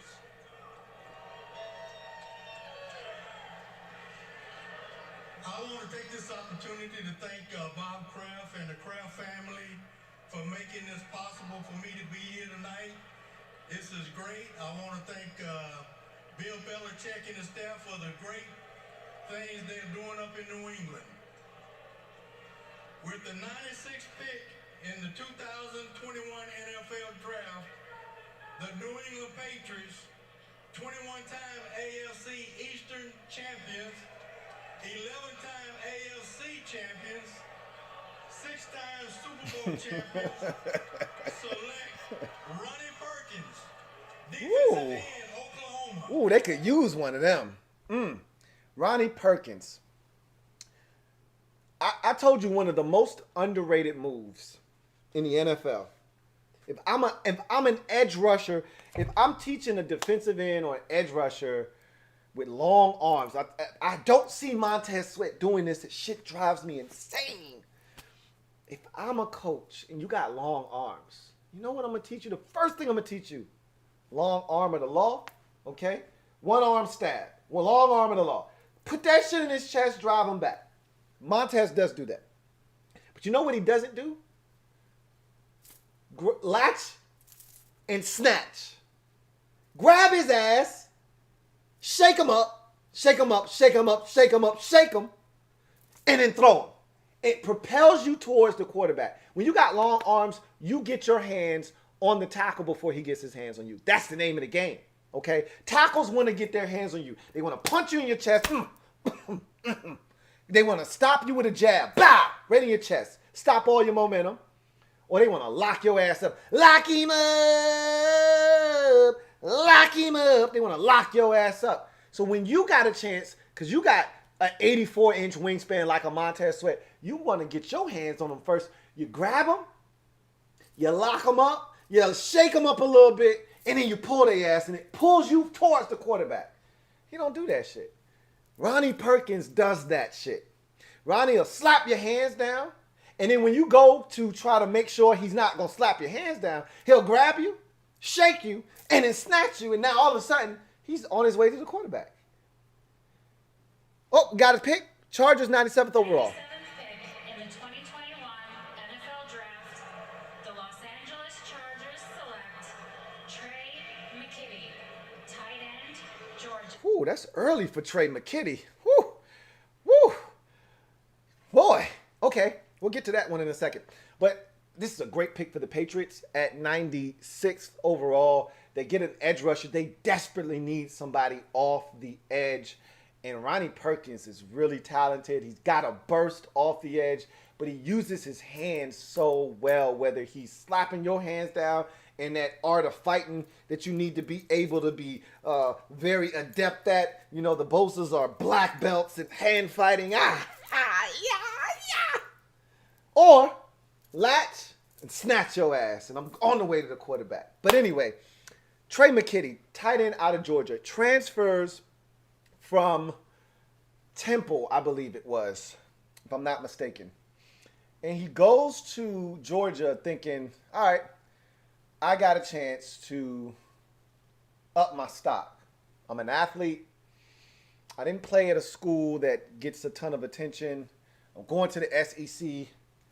This should really elevate my draft stock. And man, the quarterback position was absolutely ass-tastic at Georgia this past year. Boy, Stinson Bennett and all. Ooh, that was funky.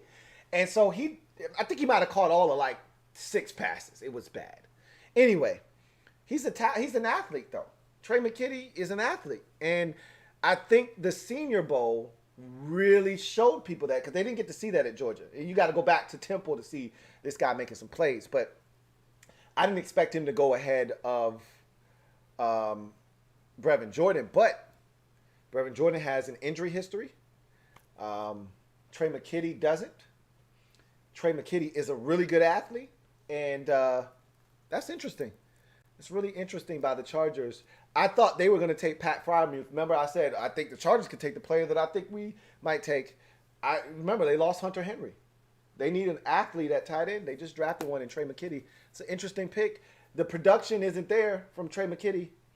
So you're hoping that the production starts to meet the talent, but they did get a talented tight end. Here's the Broncos selection at 98. We're in those supplementary compensatory With picks. the 98th Excuse me. pick in the 2021 NFL Draft, the Denver Broncos select Quinn Miners, guard, Wisconsin. All right, Quinn Minnerts, one of the stars of the Senior Bowl. Not one of the stars, the star of the Senior Bowl. Out of Wisconsin Whitewater, turned into a NFL sensation, if you will. Another one of these small school ass whooping type inside interior offensive linemen. Reminds me of the guard Alex Kappa that I think it was Alex Kappa, the Buccaneers took a couple years ago, that he just was kicking people's ass, throwing them out of the bar to the point where you was like, all right, somebody got to take this dude. And so Quinn Minnerts made a name for himself at the Senior Bowl and parlayed it into a third-round pick. I think Alex Kappa did the same thing for the Buccaneers. If I'm calling the right person's name, I might not be calling the right guy's name, but I think it was Alex Kappa, and I think he went in the third round to the Buccaneers as well. But guard Quinn Minnerts, Wisconsin Whitewater, third round to the Denver Broncos. So there you have it. Anyway, Ken C asked about the other teams in the division. Dallas, I got to see what they have done because, again, I don't know some of the picks. Their last two picks, I have no idea what those guys are capable of. I think the Giants have done some really good things. They traded back, picked up some picks. They've done some really good things. The Eagles have done some good things in the draft, but I still think they've got a long ways to go. But they did fill a couple of holes on their roster, including number one wide receiver, which was important. They did handle that. So speaking of the devil, the Dallas Cowboys pick is in at 99th overall. Let's see what Ian Rappaport has to say. Had to really stand out. They decided when he was in Wisconsin Whitewater. Okay. Talking about some shit we don't care about. I do think the other teams in the division did good. Guess what? We've done good too. We added Jamin Davis. We added Samuel Cosmi. We added Dami Brown. We've added good football players. And BSJ, Benjamin St-Juste, might be another one of them. I'm not going to demean the pick. I don't like the pick, but just because I don't like it doesn't mean it's not a good pick. Okay? Keep that in mind as well. Here's the pick for the Dallas Cowboys. Jersey Boys, America's team, 99th overall. With the 99th pick in the 2021 NFL Draft, the Dallas Cowboys select Deshaun Wright, defensive back, Oregon State. I don't know. Never heard of him. The guy's a bum. No, I'm serious. I don't know. I'm looking at 6'4", 183. So he's big as shit. Couldn't tell you anything about Deshaun Wright, but again, that's a draft wrap-up series breakdown that I'll have to be able to. I think they were being special on this one. If we're being honest with each other and keeping it a buck, he's big as shit though. Again, there's certain things you can't teach. And remember, they got a new defensive coordinator in Dan Quinn, and they're gonna play cover 3. That's what Dan Quinn does. And what do you need when you're a cover 3 team, a primarily, exclusive cover 3 team? You need long, rangy corners. 6'4", I'd say that fits the bill. You need long corners. He's like a Brandon Browner type. Now remember, that's where Dan Quinn came from, Seattle, initially. So they're going to play cover 3. They're going to need big corners. And the Deshaun Wright guy ran a 4.47 at 6'4", $183. So got some speed, can run, got some length, obviously at 6'4". So they're going to try to fold him into the mix in Dallas and see if he can give them what they need at the cornerback position. Because with this new defense, remember, Dallas had been getting beat deep in the past. They're going to keep everything in front of them now. All of that deep shit, they're going to make you beat them underneath. they're going to try to make sure that they stay deeper than the deepest in that cover 3 defense. So we'll see what happens.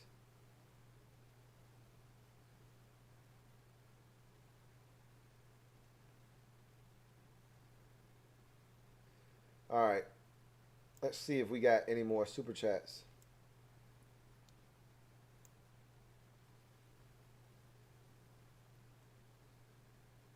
Got another super chat. This one is from my guy,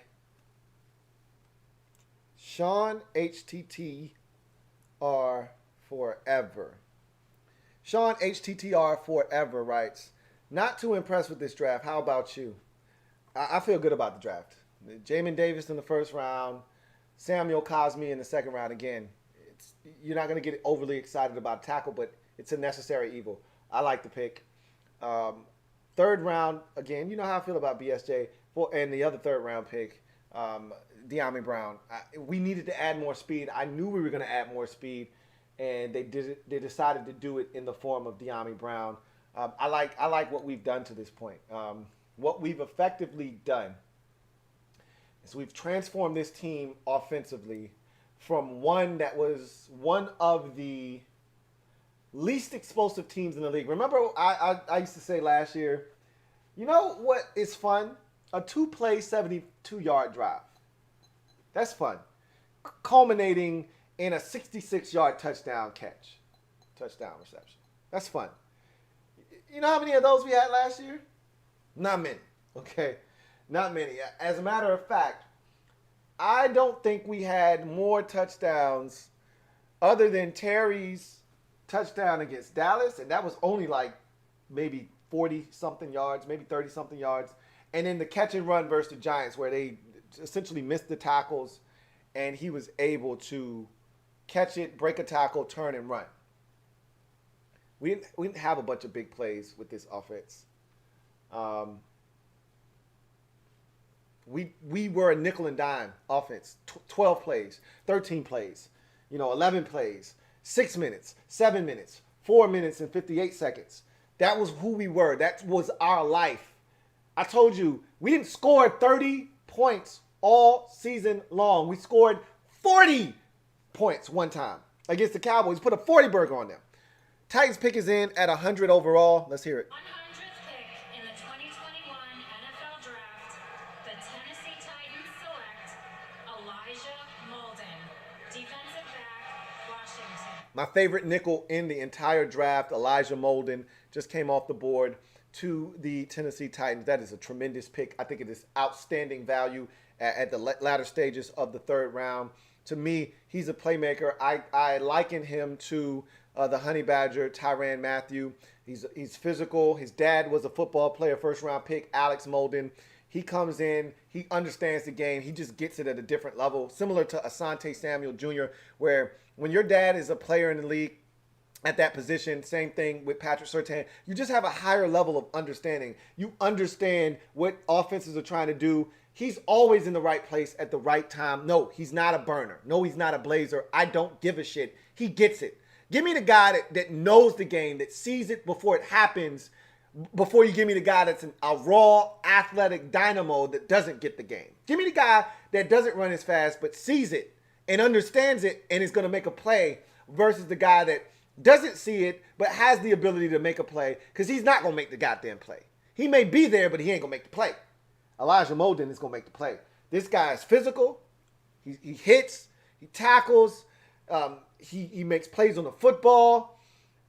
He's a guy that I just absolutely love, whether he's in coverage, over the slot, whether he's a robber and a defender underneath, or he's making a tackle. Elijah Molden.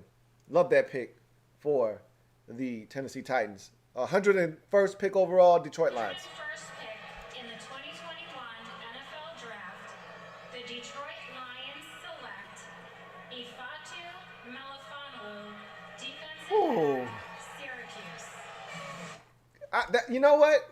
If they would have taken him instead of Benjamin St-Juste, and if Ifatu Melifonwu said, I will play safety, I'll play wherever you want me to play. Take him instead. bad. I effing love this guy. The Lions just got themselves a ball player, man. I really like a Fatu Melifonwu. Why? Because this guy, first of all, he's long, he's active, he's got speed, he's got ball skills. He was a blitzer at Syracuse. Like, he already had safety traits, and he plays corner, and I actually think he can play corner in this league. To hell with safety. Don't transform him into a safety before giving him a chance to prove that he can't do it. Let him play corner. I think he can do the shit, honestly. And if he can't, I think he'll make a seamless transition to safety. He's a ball player, man. That's who the hell I would have liked us to draft instead of Benjamin St-Juste. But again, I'm not going to kill the pick and condemn it before we see what it actually looks like on the football field. I'm just, first blush, you never get a second chance to make a first impression. I don't love the pick. I would have much rather had Fatu Melifonwu. I effing loved him at Syracuse. Take him instead. Same, similar size, better athleticism, better ball skills, and he said, "I'll play safety." And Benjamin St-Juste, look, he probably said, "Look, I'll play any goddamn thing you want me to play." But the difference is we were looking for a safety, and Melifonwu is more. I think he can play corner. So. It is what it is at the end of the day. Here's the pick for the 49ers, 102nd overall. With the 102nd pick in the 2021 NFL Draft, the San Francisco 49ers select Ambry Thomas, defensive back. Michigan. Ambry Thomas, cornerback out of Michigan. I think his best football is ahead of him. This is a guy that I think has ability, but I think sometimes he struggles with the confidence aspect of things, because he can run with people and he's so handsy though. He always wants to know where the receiver is, and I think that could get him in trouble at the next level. Like, you can run with this dude. You don't have to touch him. You know, when the ball's in the air and you're looking back, yeah, you can put your hands on his waist and you could arm bar him and you could, yeah, all right, you right here. I need to know where you at. But even when you're running down the sidelines, he wants to grab your arm. He wants to grab your waist, you know. And that's a sign of, I don't trust my ability to run. No, just turn around and run with his ass. Get hip to hip. You don't need to touch him. Don't give the officials a reason to reach in their waist and come out with some yellow laundry. Don't do it. So, I said all of that to say this. He's a solid size corner, right around 6 feet, 6'1". And he's got some ability. He can run. He turns and looks for the football. He's got some ability. I just need him to trust his abilities a little bit more. But, you know, I used to always make a joke about Big Ten corners. Man, they can't run. It's the Big Ten, man. Who's running out there anyway, right? He can actually run. He can run. And he's got some ability. So it's a solid pick for the 49ers. And they moved on from Ahkello Witherspoon this offseason. He went to Seattle in the division. So they needed more depth at corner. They're getting it with Ambry Thomas out of Michigan. So I am impressed with the draft. Sean, HTTR forever. Again, I think you guys want to have every pick be a slam. Every pick isn't going to feel like a home run has been hit. It's okay to hit a double. It's okay to hit a triple. It's okay to even hit a single. Just don't strike out. Just don't strike out. We didn't strike out at all today. Don't, like, even the Benjamin St-Juste pick, even BSJ, I don't know what that pick is. I don't know what that pick is. So we're gonna see what it is first. Like, even if it's a corner, even if they drafted him to play corner, he may turn out to be a beast. Like, don't do that. Just because you don't like the pick. I don't like the pick. Understand the words that are coming out of my mouth. I don't like the pick. Doesn't mean that the pick isn't going to end up being one hell of a pick for us. Can't state that enough. Thank you for the super chat, Sean, HTTR forever. Another pick here from Zachary Portnoy. Thank you for the super chat, Zachary Portnoy, who writes, you in on trading Apke for Rodgers to then trade Rodgers for Kyle Pitts? I wish it was that simple. Can it be that it was all so simple then? Can it be that it was all? Can it be that it was all? Can it be that it was all so simple then? Wish it was that simple. Don't nobody want Troy Apke stinking ass. He does play a hell of a special teams though. Ding! Got another super chat. This one is from Chris Lou. Thank you for tripling up, Chris Lou. Greatly appreciate you, Chris Lou. Writes, Brevin Jordan is about to drop into the 4th round. Unbelievable. The injury history cannot explain this, right? Yes, it could. First of all, Brevin Jordan is a good football player. He's not a great football player. And then you add the injury history in. Brevin Jordan is a guy that definitely could be there in the 4th round. I expected him to be there in the 3rd round, and I said it wouldn't shock me if he was there in the 4th round. I think they knew what they were doing. Value is what it's about. Whether he's there or not, they don't care. They're going to take the best player available that fits a need for them, and they did that with Dami Brown. Here's the pick for the Rams at 103. Let's hear it. With the 103rd pick in the 2021 NFL Draft, the Los Angeles Rams select Ernest Jones, linebacker, South Carolina. Ernest Jones, linebacker, South Carolina. Got nothing for you. Not a single thing. So that'll be a draft wrap-up series breakdown for Ernest Jones, because I got nothing for you with Ernest Jones out of South Carolina, the linebacker. So I'm going to pour me up one more glass. This is going to finish us off. We only got 2 picks left in the 3rd round. They're getting rid of these last couple compensatory picks. And then this is over. And then tomorrow will be the final 4 rounds, 4th, 5th, 6th, and 7th rounds of the draft. And that's for the hardcores right there. I'm not there yet. I'm not at level 3. That's level 3 draft. That's level 3 draft. As you can see tonight, there have probably been about 7 to 10 players that I just didn't know who the hell they were. Couldn't tell you anything about them. That's level 3.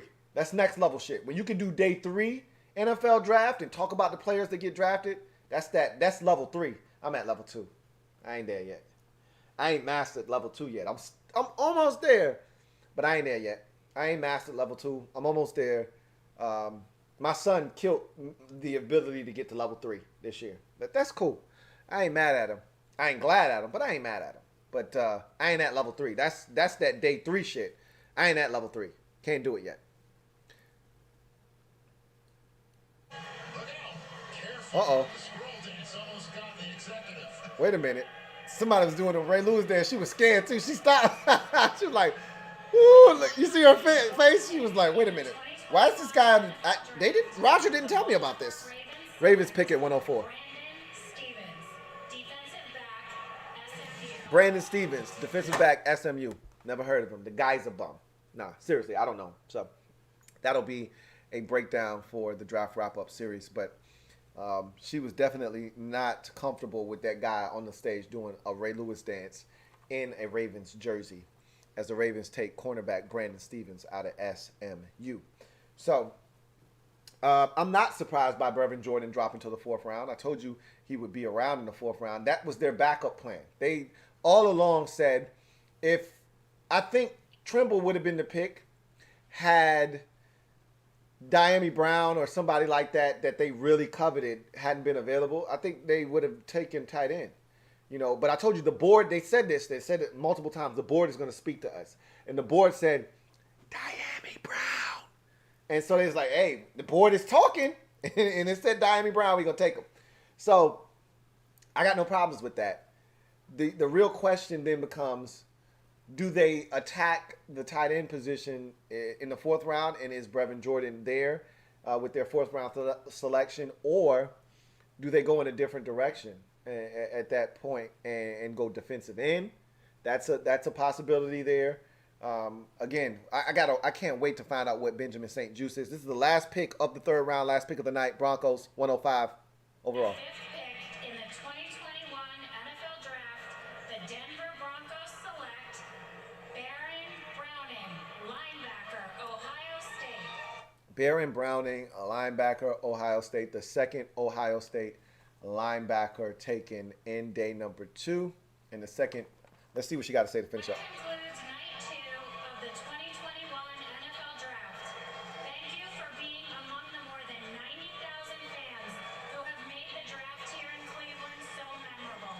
We look forward to seeing you tomorrow at noon for rounds 4 through 7. Good night.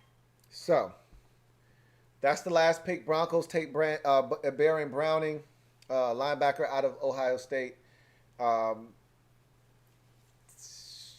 Interesting that I felt like a lot of people started to really get high on Baron Browning at the end of this process.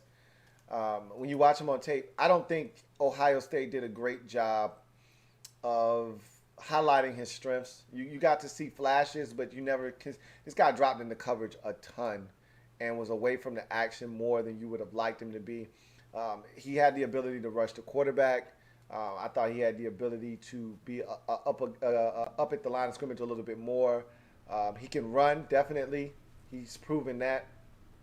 And so I like my Baron Browning close to the line of scrimmage. I don't like him dropping at an angle, at a 45 degree angle, and dropping into a hook zone and just standing at the sidelines, which I saw a ton of out of Baron Browning. I want my Baron Browning around the line of scrimmage, being a nuisance, rushing the quarterback, reading, reacting, coming downhill, and making a tackle in the backfield for a loss or at the line of scrimmage. He's got a lot of ability. I think his best football may actually be ahead of him. And remember, I kept trying to put a linebacker on the Denver Broncos over and over again. JOK, Micah Parsons. I'm like, oh, this could be Parsons. This could be JOK. And they take Baron Browning in the third round, the final selection of the third round, 105th overall. And I think they got themselves a really good football player in Baron Browning. So, with that said, that's going to conclude the third round and the day number 2 of the draft. But we're not done yet here on the Louie T Network. We're going to continue to power forward and get to some more of these super chats. So, yeah, Brevin Jordan in the 4th round is a realistic possibility. Obviously, first 3 rounds are in the books. Washington has a 4th round pick and a 5th rounder. They do not have a 6th rounder. They have 2 7s. So I expect them to attack tight end in the 4th round. If they don't, I'll be surprised and maybe a little disappointed depending on what they decide to do with that pick. However, I don't think they should be done with tight end. Sammis Reyes is cool. I really like him. I'm excited about him, but by no means am I content. And I said that. Happy and content are 2 different things. I'm happy as hell about the Sammis Reyes signing, but I am not content. We should not be done. We need to add another tight end, and I expect them to do that. And I told you, 2 out of the 3 positions we were going to address. I think BSJ is a safety. I really do believe that. So if that is in fact true and that comes to fruition, they took care of safety and tackle. Tight end is still left. But I told you also, don't rule out wide receiver and cornerback. Remember, I drafted in my mock draft a wide receiver in the 4th round. They just took it 1 pick early. That's it. Instead of them taking the pick, the wide receiver in the 4th round, they took it in the 3rd round, the final pick of the 3rd round for them. So I knew they were interested in a receiver, and I told you, above all else, they want to add speed at receiver. They don't want to add, someone asked about Seth Williams earlier, they don't want to add another big slow guy. Got enough of those on the roster. They got Cam Sims, they got AGG. They don't need another one of those. They got enough of those. They got Kelvin Harmon. They don't need another one of those guys. They needed speed. They did that tonight with Dami Brown, so feel good about that. Thank you for the super chat, Chris Blue. Got another super chat. This one is from, let's go up some more. This one is from Zachary Pointnoy. Thank you for the super chat, Zachary Pointnoy. Really appreciate you. Double up. Zachary. Portnoy writes, okay, but what about Apke as new owner? Apke gets 0.001% of stake in the Washington football team. There you go. Apke is a part of the ownership group, but the smallest percentage you can get. So that's what I think about Troy Apke as the new owner. He'd actually be a better owner than Daniel Snyder, actually. But who's counting, right? CPJ, my man, Carlton Pagano Jackson. Thank you for the super chat. Greatly appreciate you. Carlton Pagano Jackson writes, Lou, I'm a Michigan fan, and I've seen BSJ play, and I wasn't intrigued one bit, but Ron and Jack have plans, so we'll see. The other picks were spot on, though. I'm with you. I'm not a Michigan fan, but I watched film on BSJ. I didn't walk away impressed. I didn't walk away saying, man, he'd make a hell of a safety convert. I didn't say any of those things. Which I did say all of those things when I watched Ifeatu Melifonwu. But I didn't say that when I watched BSJ. But like you just said, and like I've said multiple times, but like you said so eloquently, Ron and Jack have plans. So let them do what they do. Okay? It's Ron's plan. Ron's plan. So I'm going to let them do what we said we were going to trust them to do, which is build this thing into a winner and change the culture here in Washington. And continue to have a roster that's competitive, that's full of guys that we think have a chance to turn this roster into a championship roster. So I'm not going to condemn the pick.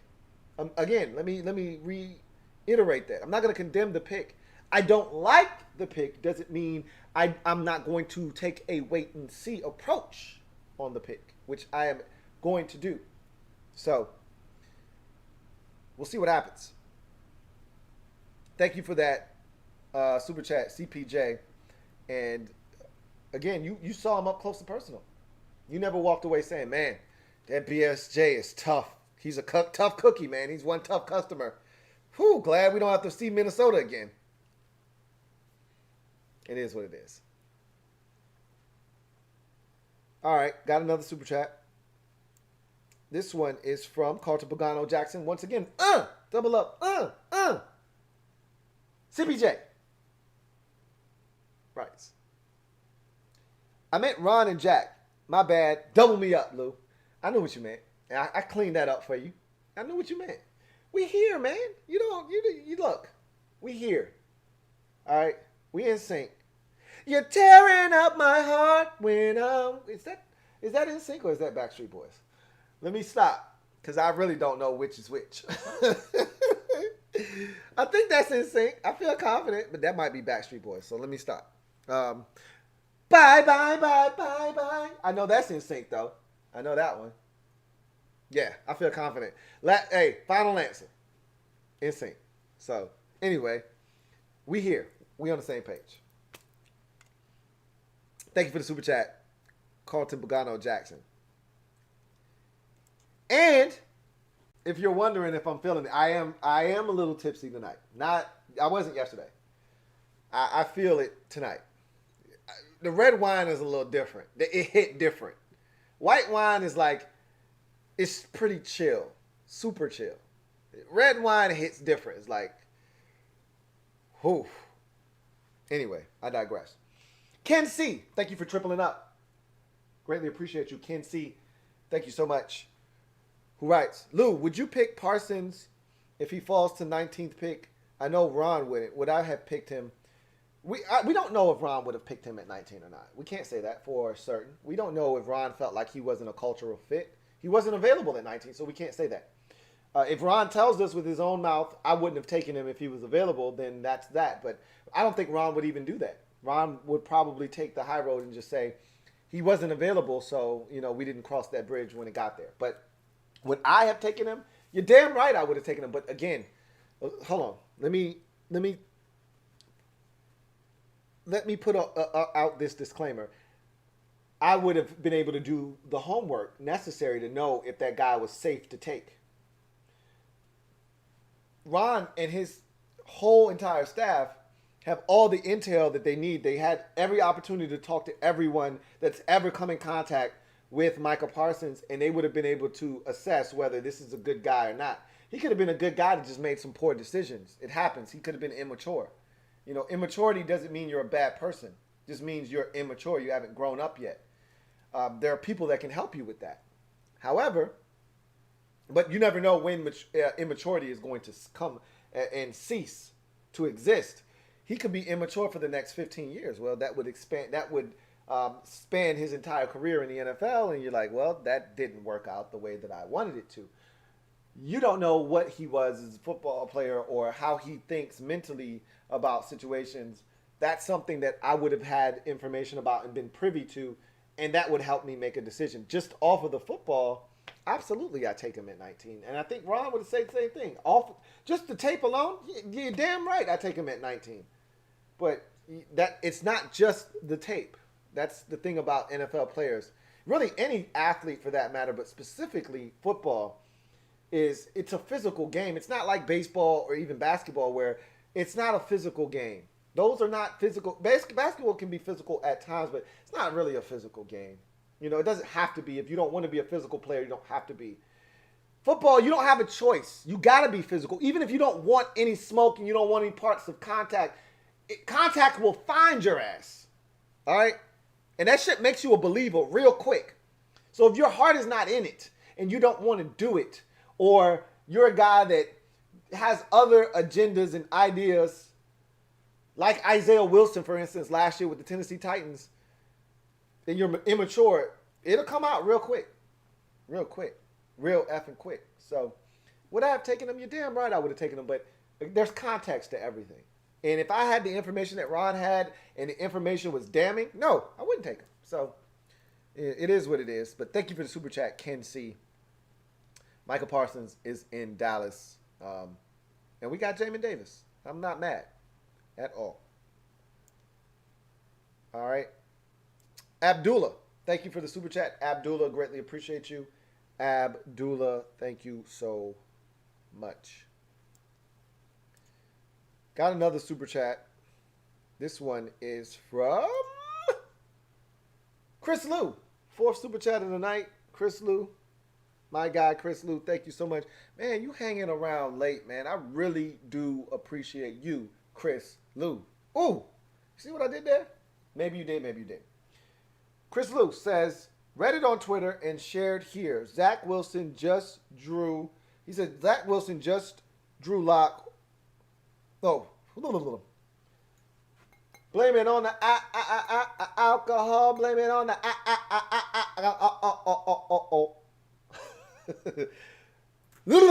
Let me read that over again. Sorry.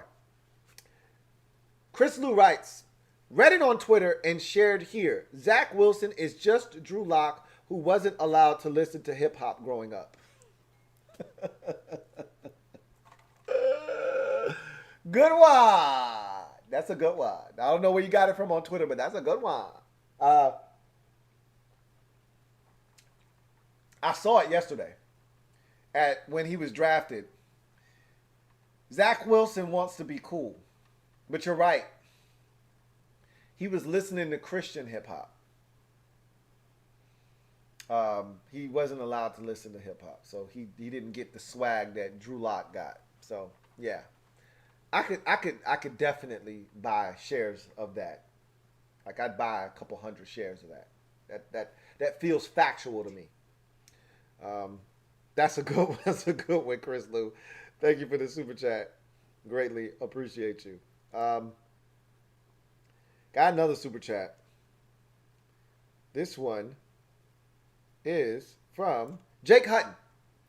Thank you for the super chat, Jake Hutton. Greatly appreciate you. My man, Jake Hutton. Wait, first of all, double up, Thank you for doubling up, Jake Hutton. Greatly appreciate you. Who writes, anybody in particular on your wish list for the later rounds? Well, I pretty much told you what I won't. Well, I shouldn't say that. I went off of what Washington. The only pick I went rogue on was Sean Wade. I went rogue on that one. They as far as I know, they haven't talked to Shaun Wade. I just knew they were interested in cornerback. Anybody in particular? You know, that's a great question to ask. I'd have to look at who's available because off the top of my head, I don't have like a top 100 or anything. Maybe I'll do that next year, but I can't tell you who's left. So, because obviously I'd go straight to my top 100 and just say, well, this guy's available, this guy's available, that guy's available. I don't have that in front of me, and I don't have, the mental capacity to think about what players haven't been taken at positions that we need. And sometimes it's not even about positions of need. It's just, hey, this is a really good football player. We should take him. He's here. But I don't think that's how we operate. And I think we're operating under the auspice of, hey, we need this position, this position, this position, this position, and let's try to knock these out and just get the best player available at one of these positions. Whatever is the highest on our board at this time, let's get that. So, for me, I think tight end is still a priority. It's the biggest priority for me. I don't have a position. I told you we could add a running back. We could add a nickel corner. We could add a defensive end. These are all things that I think they still would like to add, and they have a chance to do that. They got 2 7th-round picks. I would prefer them spend a 7th-rounder on both a running back and a defensive end. I don't need you to spend a 5th-round pick unless it's a guy there that you really love. Jordan Smith is interesting. Okay, so you asked me a question. Here's my answer. Jordan Smith, defensive end out of UAB.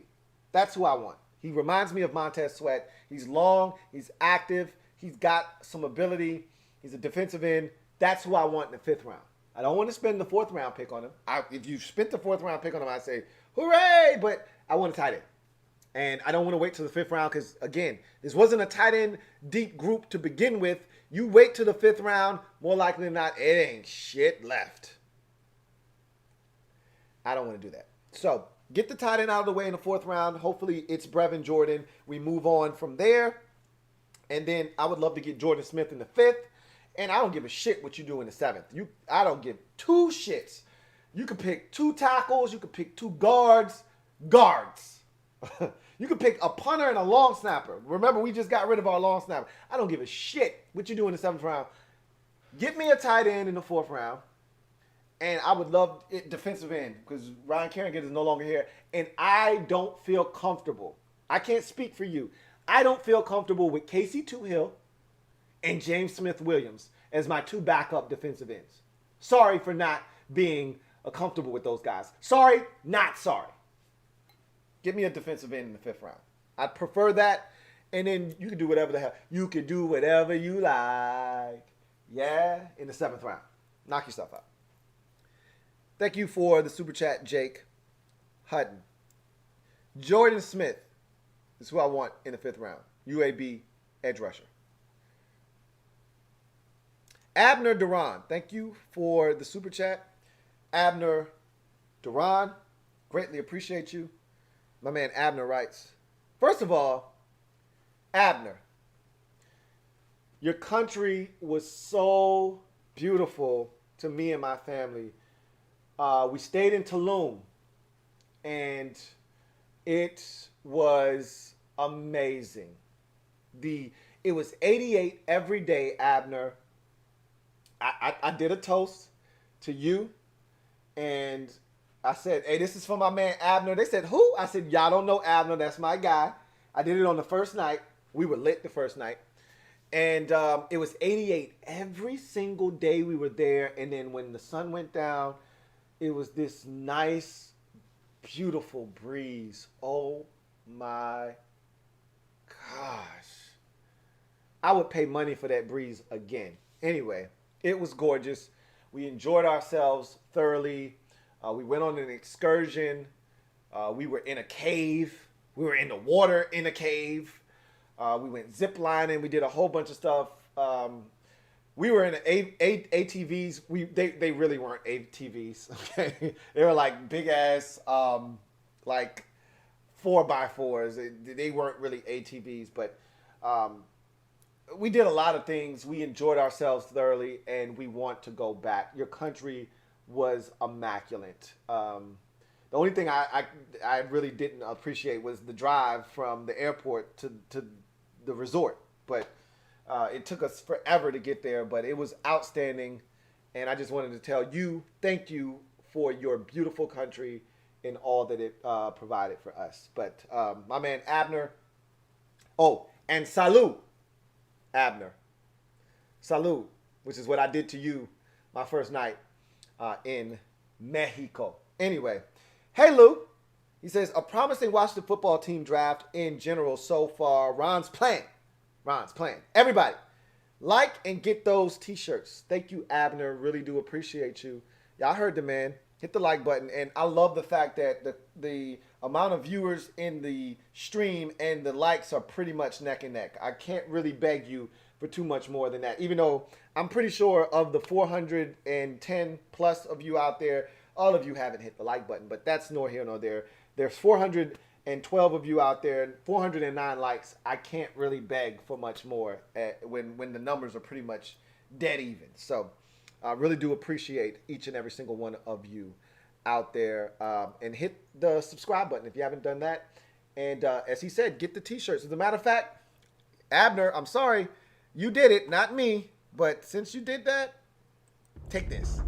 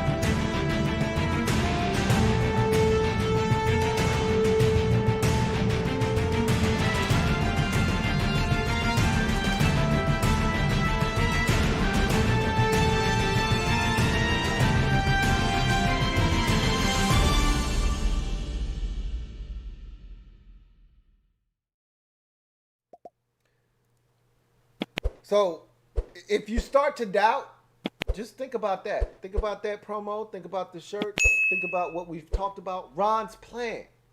Look, we're not here to second guess right now. We're here to support. And look, you don't have to agree with every single move, and you probably aren't going to agree with every single move. I didn't agree with the Ryan Fitzpatrick signing. Guess what?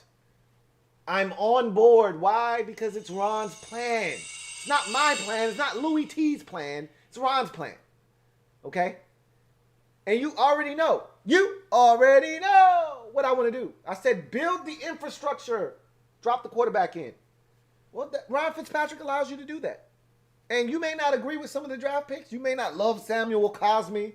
You may not love the BSJ pick. Okay. So what? Suck it up. Give it a chance. Let's see what it does. So, I'm excited. 2 days in the books, 4 picks in the books.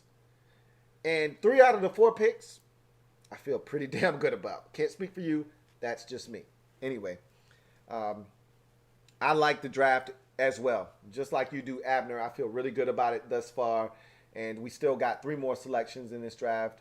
1 in the 4th, 1 in the 5th, and 4 more selections in this draft. 1 in the 4th, 1 in the 5th, and 2 in the 7th. So we'll see what they decide to do. I'd love for them to package up those 2 7ths and get a 6. But who the hell wants the second to last pick in the draft? Nobody. So we'll see what happens. Anyway, Abner, you're the man. Thank you for the super chat. Jason Files, thank you for the super chat. Greatly appreciate you. And thank you for joining both days 1 and 2. Jason, thank you so much. Really appreciate you for kicking it with your man, Louie T. Jason Files writes, what's up, Lou? Thoughts on AGG moving to tight end? Is that a thing, or are you just asking me, should he do that? Excuse me. What was AGG's weight last year? What, 215 maybe? I don't know if I can see him gaining 20 pounds. His frame suggests he could gain some weight, but I don't know if he can gain like 20 pounds. At a minimum, he would need to gain 20 pounds to be a functional tight end. You can't be 227 at the tight end position. That's not allowed. He'd have to be at minimum 235, and even then, you're still really small at the tight end position. Again, we talked about this with Kelvin Harmon.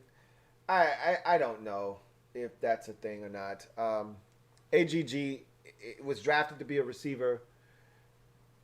Let's see what this kid can do. Like, I'm not gonna quit on him or turn my back on him after one season. I told you one of the things that is a pet peeve of mine is that people love to throw the B word around after a season.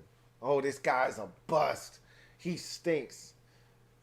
Everyone matures at a different rate. I think we talked about that last night. Not everybody. I think we talked about that with Michael Parsons, and not everybody matures at the same rate. Give guys a chance. I always use this example. This is my favorite example to use. Nnamdi Asomugha, first 2 years in the league, he was a straight buster. All right. If you ask any Raiders fan, he was ass-tastic the first 2 years. Year 3, something happened, something clicked, and the light bulb came on, and he ended up with like 8 or 9 interceptions.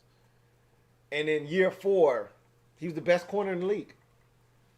If they would have given up on him after the second year, they would have never gotten the Nnamdi Asomugha that turned into the best corner in the league for about a 3-4 year stretch.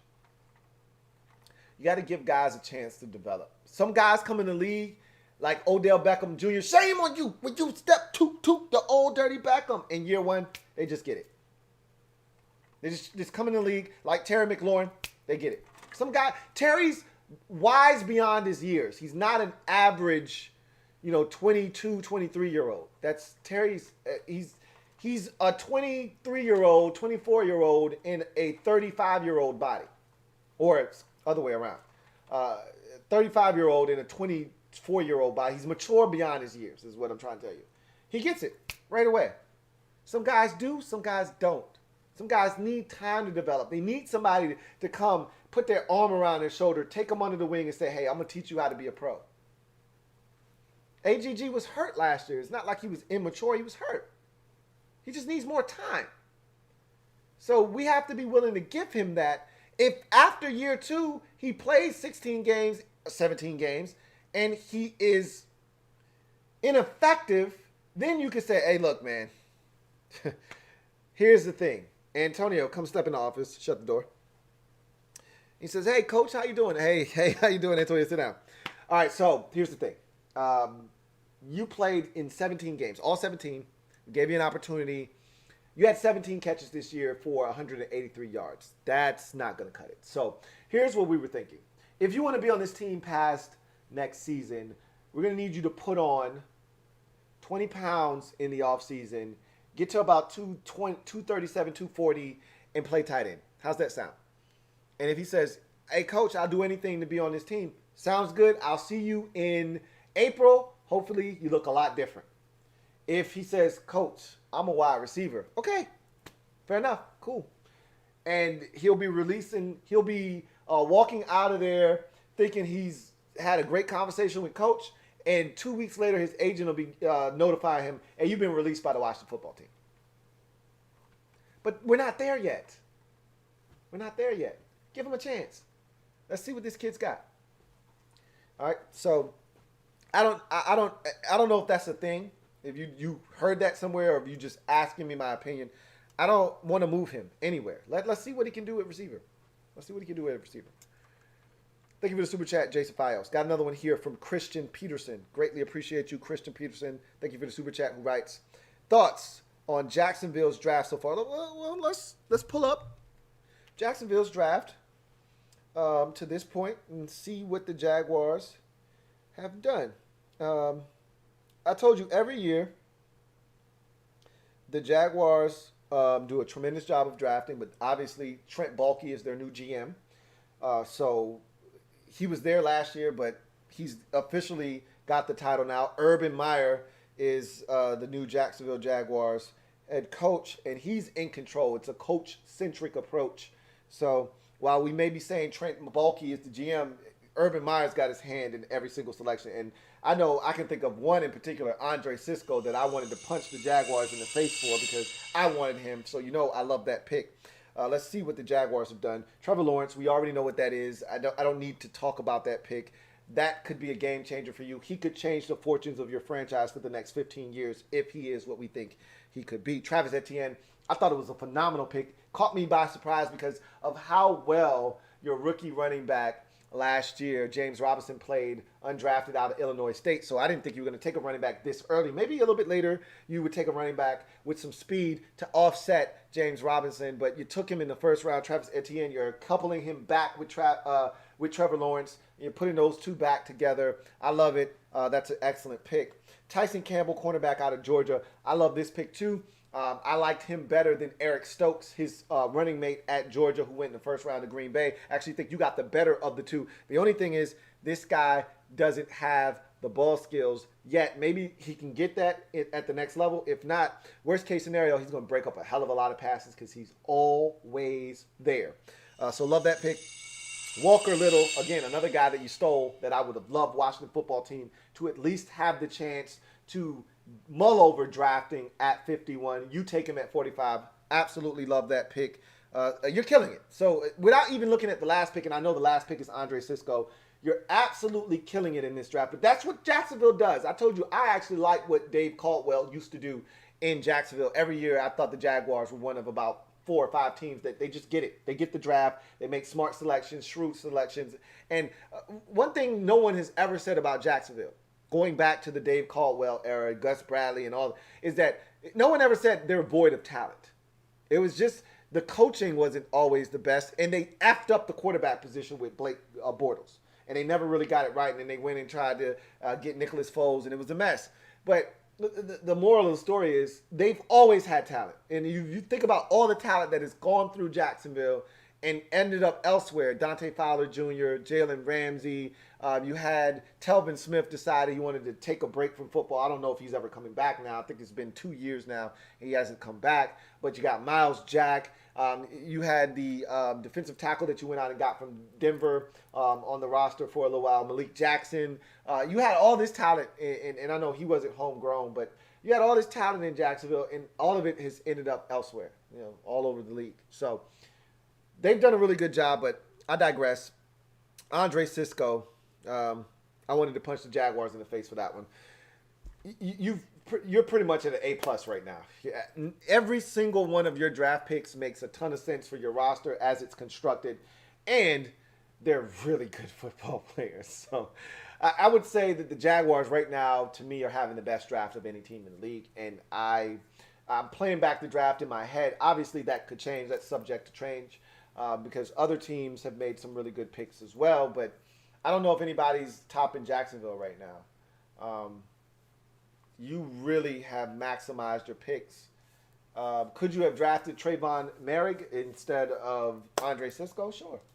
But if you would have done that, you wouldn't have ended up with Walker Little, or maybe you wouldn't have ended up with the cornerback Tyson Campbell. You wouldn't have ended up with somebody. One of those picks would have been gone. I think you're doing a hell of a job, personally. So, thank you for the super chat, Christian Peterson. Your draft has been phenomenal. Phenomenal. Let's see. First of all, I see your comments. I hear your jokes. I hear your jokes. I'm not drunk, okay? I have to tell y'all that I'm tipsy tonight. I wasn't tipsy last night. I'm tipsy tonight. I'm not drunk. There's a difference. Salute. I see your jokes, though. You're tearing up my heart when I'm with you.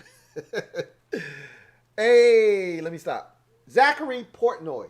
Thank you for the super chat and tripling up. Greatly appreciate you, Zachary Portnoy, who writes, did you know Apke is trash and is actually a recycling company founded by Hall of Famer Troy Apke?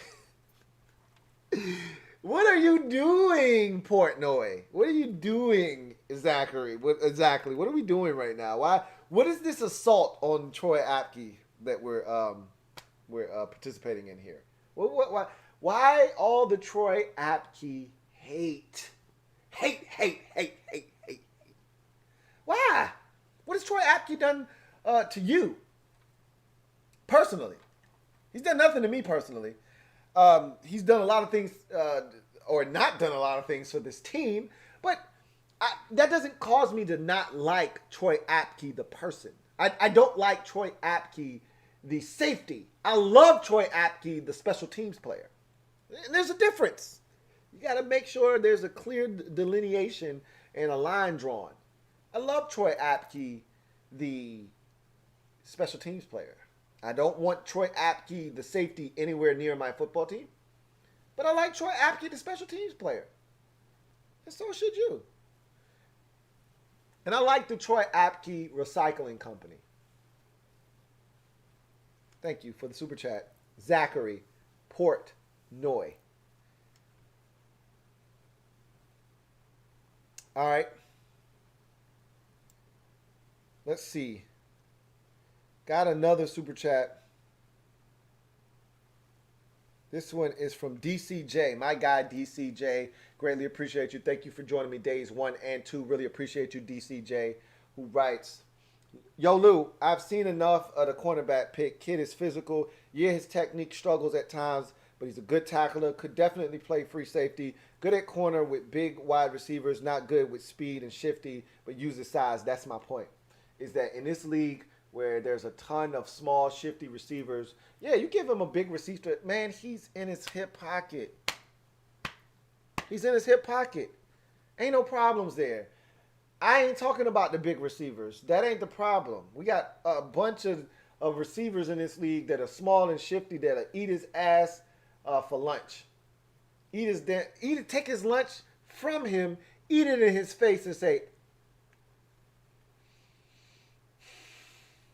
and what? What you gonna do? And take a sip in his face. Man, my mama prepared that lunch for me. What you gonna do? Sorry, nothing. That's my problem. Is that with the big receivers, he can stay with those guys all day. It's the smaller, shifty receivers that's gonna kick his ass. And safety's the move. Safety's the move. If safety's not the move, then I'm going to take a wait and see approach regardless. Safety, corner, doesn't matter. But I like the move a lot more if safety is the end game. If corner is the end game, and I told you, much like I say with the offensive lineman that people claim can't play tackle, arms too short, let's kick him inside the guard. Well, let me find out first. If they say, hey, we got a couple of plans in place here. Plan A is let's see if he can play corner. Okay, let's see. Plan B is, all right, corner was an epic fail. Let's put him at free safety. Okay, cool. They got a backup plan. I'm all for it. Let's see. I'm not going to condemn the pick, and I'm not going to say, hey, put him at safety without giving the man a chance to prove he can play corner. If they view him as a corner, let's see what he's got. He may turn out to be a damn good corner in this league. I just don't love him. So, and again, my opinion on these players, they don't matter. At the end of the day, I've been right a bunch of times. I've been wrong a bunch of times too. Okay, and I've laid those out for you tonight. I was wrong about safety Monte Nicholson. I was wrong about Cameron Curl at the safety position. I've been wrong ample times about players on this team that I thought were going to be absolutely ass-tastic, and they ended up being really good. So, let's see. We might be able to add him to the list of players that I didn't think were going to be any good for this team, and they turned out to be studs. I thought that Josh Doctson was going to be amazing. Not because he's my twin, because I actually thought he was going to be good. Well, I was wrong. Shit happens. Thank you for that super chat, DCJ. Really do appreciate you. Got another super chat. This one is from DCJ. Double up. Thank you for doubling up, DCJ. Greatly appreciate you. As always, DCJ writes, solid overall draft. In the O, finally got mad speed and talent with wide receiver. Add tight end and running back. Squad can shoot with anyone in the NFL, but our D is the difference makers for us. So let me add and expound upon what DCJ just said. Remember after the NFC Championship game and the championship games in general, both of them, I did a show in a Washington Football Report that following week, and I said, hey, what did you guys learn from championship weekend? You remember that question I asked you guys? Some of you may, some of you may not. I said, what did you learn from championship weekend that you can apply to this team? And I read all of your comments, and you guys were very thoughtful, and some of the comments made were thought-provoking. And I told you what I gleaned from championship weekend. AFC game, Bills, Chiefs, NFC game, Buccaneers, and the Packers. And I said, here's the thing that I learned. You need an explosive offense in this league to be one of the best. Look, if you got a dominant defense, that shit helps. It's great. But in this league, you got to be able to put up points. Okay? None of those teams in the Final Four had a dominant defense. The Buccaneers were the closest out of the 4 teams. Packers defense, far from dominant. Same could be said for the Bills, and the Chiefs never had a dominant defense. They just outscore you. That shit, that doesn't work all the time, though. You're not going to outscore everybody. You need defense, too. And we got defense. But you know what our problem was? We couldn't score for shit. And I said this earlier. We didn't score 30 at all last year. Not in a single game did we score 30. Not a single one. Now, we eclipsed 40 against Dallas on Thanksgiving. But we didn't score 30 in a single game last year. You know how hard that is to do in the NFL? You've got to be offensively inept to not be able to score 30 a single time. Now, 40 is great. We put up 40. That was a delicious 40 burger. You can wipe that juice off my lip. That was a delicious 40 burger. But we didn't score 30 a single time last year. That's disgusting. That shit stinks. We don't have to worry about that anymore. First of all, Ryan Fitzpatrick isn't going to allow that to happen. Now, again, he's Ryan Fitzpatrick. So there's going to be good Ryan. There's going to be bad Ryan. But we added all this talent, and we got a guy that's not afraid to use it. We're going to score a bunch of points this year. We're going to be a much more exciting team. And that's why you should be excited about the things that have been done. You add a tackle. You add a receiver. This offense is better. You add another piece to this defense.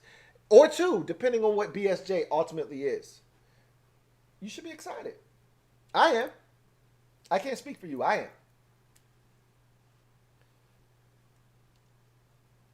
And that's what DCJ is basically saying. He's saying, look, we got a chance now to score with teams. If we got to get into a 34-31 shootout, we can do that and actually come out on top. We no longer look at 30 and say, whoa, sorry. You go right ahead. 30, that we can't do that. 27 is our limit. Sorry. We don't go any higher than that. We can go into the 30s. You want to do it? We can do it. Thank you for the super chat, DCJ. Really appreciate you. Got another super chat. This next one is from Christian Peterson. Double up.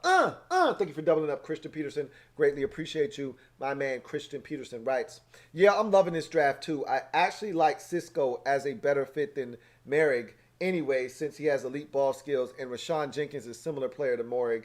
Caldwell was underrated too. I agree with you on that. And you signed Rashawn Jenkins from the Chargers this offseason. It was a big signing for you. I think that you're right in the sense that they're similar football players. I think Moehrig is a little bit more athletically gifted than Rashawn Jenkins, but we're splitting hairs there. I think you're right. They're similar football players, and I think Cisco is more of a true free safety and a ball hawking free safety at that. So I absolutely love the Jaguars draft. But like I said, I always love the Jaguars draft. So you essentially Trent Baalke and Herb just picked up where Dave Caldwell left off in terms of acquiring talented football players. And they're killing it this draft. It's funny. I was having a conversation with one of my best friends today, the Oakland Raiders or the Vegas Raiders fan, and we were talking about what Herb was doing in the draft and what he had done in free agency thus far. I said, I hope you see what he's building. He said, yeah, I see. They going to be dangerous on offense. Like, we still don't know what the hell this defense in Jacksonville is going to look like. They're trying to get that defense together. I still have my doubts about edge rushers coming off the edge. Can they get to the quarterback consistently, that kind of thing. But as far as the offense is concerned, good luck stopping Jacksonville. If Herb gets this thing going with Trevor Lawrence and Travis Etienne, and they already had my man from LSU, the receiver, who I think has really evolved in his time. If he can just stay healthy consistently, he has the makings of a true number one receiver in this league. And then you go out, you get Marvin Jones, and then you keep adding pieces to that mix.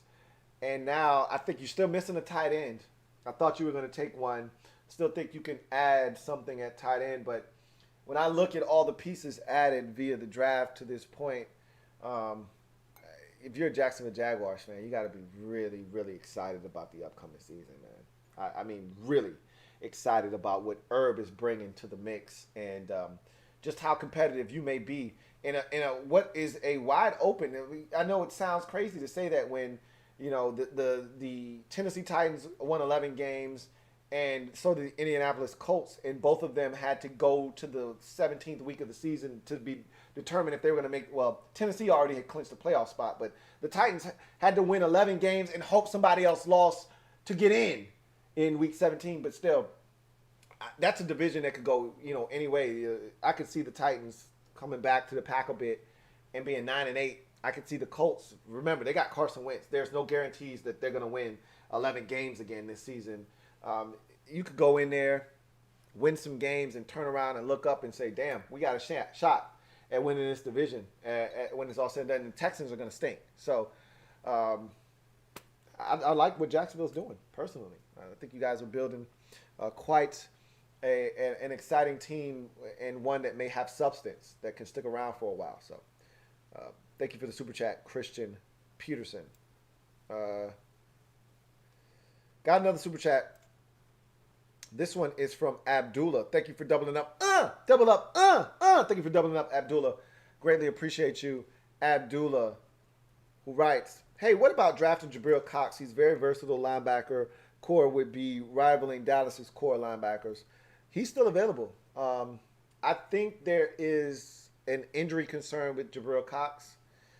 I told you guys that I'm not the biggest Jabril Cox fan from the standpoint of I don't think he is a guy that is a physical enough player for me personally. When you keep him clean, he's dominant. He can run, he'll hit you. But when he gets blocked, he's blocked. He doesn't get off of blocks. He doesn't shed blocks. When he's blocked, he's blocked. And I don't know if you throwing an injury on top of that makes it even worse. I don't know if there is an injury concern or not. But I wasn't blown away by the tape, just to keep it a buck with you. If we're keeping it 100% funky, he, to me, is a guy that has to be kept clean. He can't make plays on his own volition. He needs you to keep him squeaky clean, and then he'll go and ball. Now, if we're going the JOK route and just saying, hey, what about him as a slot, as a nickel, as a big nickel, as a guy that can drop over the slot? Yeah, no, he's legit. He can do that. There's levels to what Jabril Cox brings to the table, but you're asking teams to spend a premium draft pick on a guy that is really one-dimensional. And I could be doing him a disservice, but I wasn't blown away by Jabril Cox. If you noticed during this process, a lot of you were singing the praises of Jabril Cox. I wasn't among the people that say, hey, we need to get Jabril Cox. That really wasn't me. So I'm not shocked that here we are going into day 3, into the 4th round, and he hasn't been selected yet. I'm not shocked. But, again, that could also have something to do with his injury situation. I think he literally just worked out for teams like 2-3 days ago. So whatever the case may be. I'm not the biggest Jabril Cox fan, so for what it's worth, I wouldn't mind adding him, but I don't think Washington is looking to add another linebacker before they add tight end, before they add safety, or maybe they already did that. I take that back. Before they add tight end or even defensive end to a lesser degree, and maybe even running back. They could double down on linebacker, and he could be tremendous value, and they could say, you know what, we want a tight end, but this guy, Jabril Cox, is kind of staring us in the face here, and we had a 3rd-round grade on him, and he's sitting here in the 4th round. We should take him. It could happen, you know. Hey, it could happen. Highly unlikely, but it could happen. Thank you for the super chat, Abdullah. Really appreciate you. Got another super chat. This one is from Jake Hutton. Thank you for tripling up, Jake Hutton. Really appreciate you. My guy Jake Hutton writes, just curious, who's your favorite Redskins or Washington football team player of all time? All time is a very long time. So, my favorite player of all time is Sean Taylor. His death hit me hard. But my dad is a Cowboys fan. And when we would watch Sean Taylor together, we would watch the games together, he would say, hey, this guy is one of the best athletes I've ever seen. And that's high praise from Boss, my dad, because he's a hard guy to impress. And Sean Taylor was one of a kind, and he could do everything on the football field. There wasn't one thing he wasn't capable of doing. I always love the story Kevin Sheehan tells on his podcast. He's told it at least 20 times about Clinton Portis going into Joe Gibbs' office during the draft and you know, during the draft period when he found out they were thinking about drafting Kellen Winslow. And if you recall that draft, Washington had the 5th pick overall, and Washington needed a tight end. And Joe Gibbs was prepared to draft Kellen Winslow in that 2004 draft. And if he would have done that, there would have been no Chris Cooley. But Clinton Portis gets wind of it, and he went to the U with both Kellen Winslow and Sean Taylor. So he knew both of them very well. And so he marches into Joe's office, and he's like, hey, I heard you thinking about taking Kellen Winslow, 5th overall. He's like, yeah, we need a tight end, Clinton. And he's like, okay, we'll draft Sean. He says, well, Clinton, we need offense. He said, okay, draft Sean. He'll get you more offense, you know. And worst case scenario, he can play tight end if you need him to, but he'll get you the ball back and you'll get more offense. Draft Sean. And I'm pretty sure that he told them, hey, Kellen's cuckoo. But, you know, he pretty much said, look, Sean's the guy. You've never seen an athlete like this.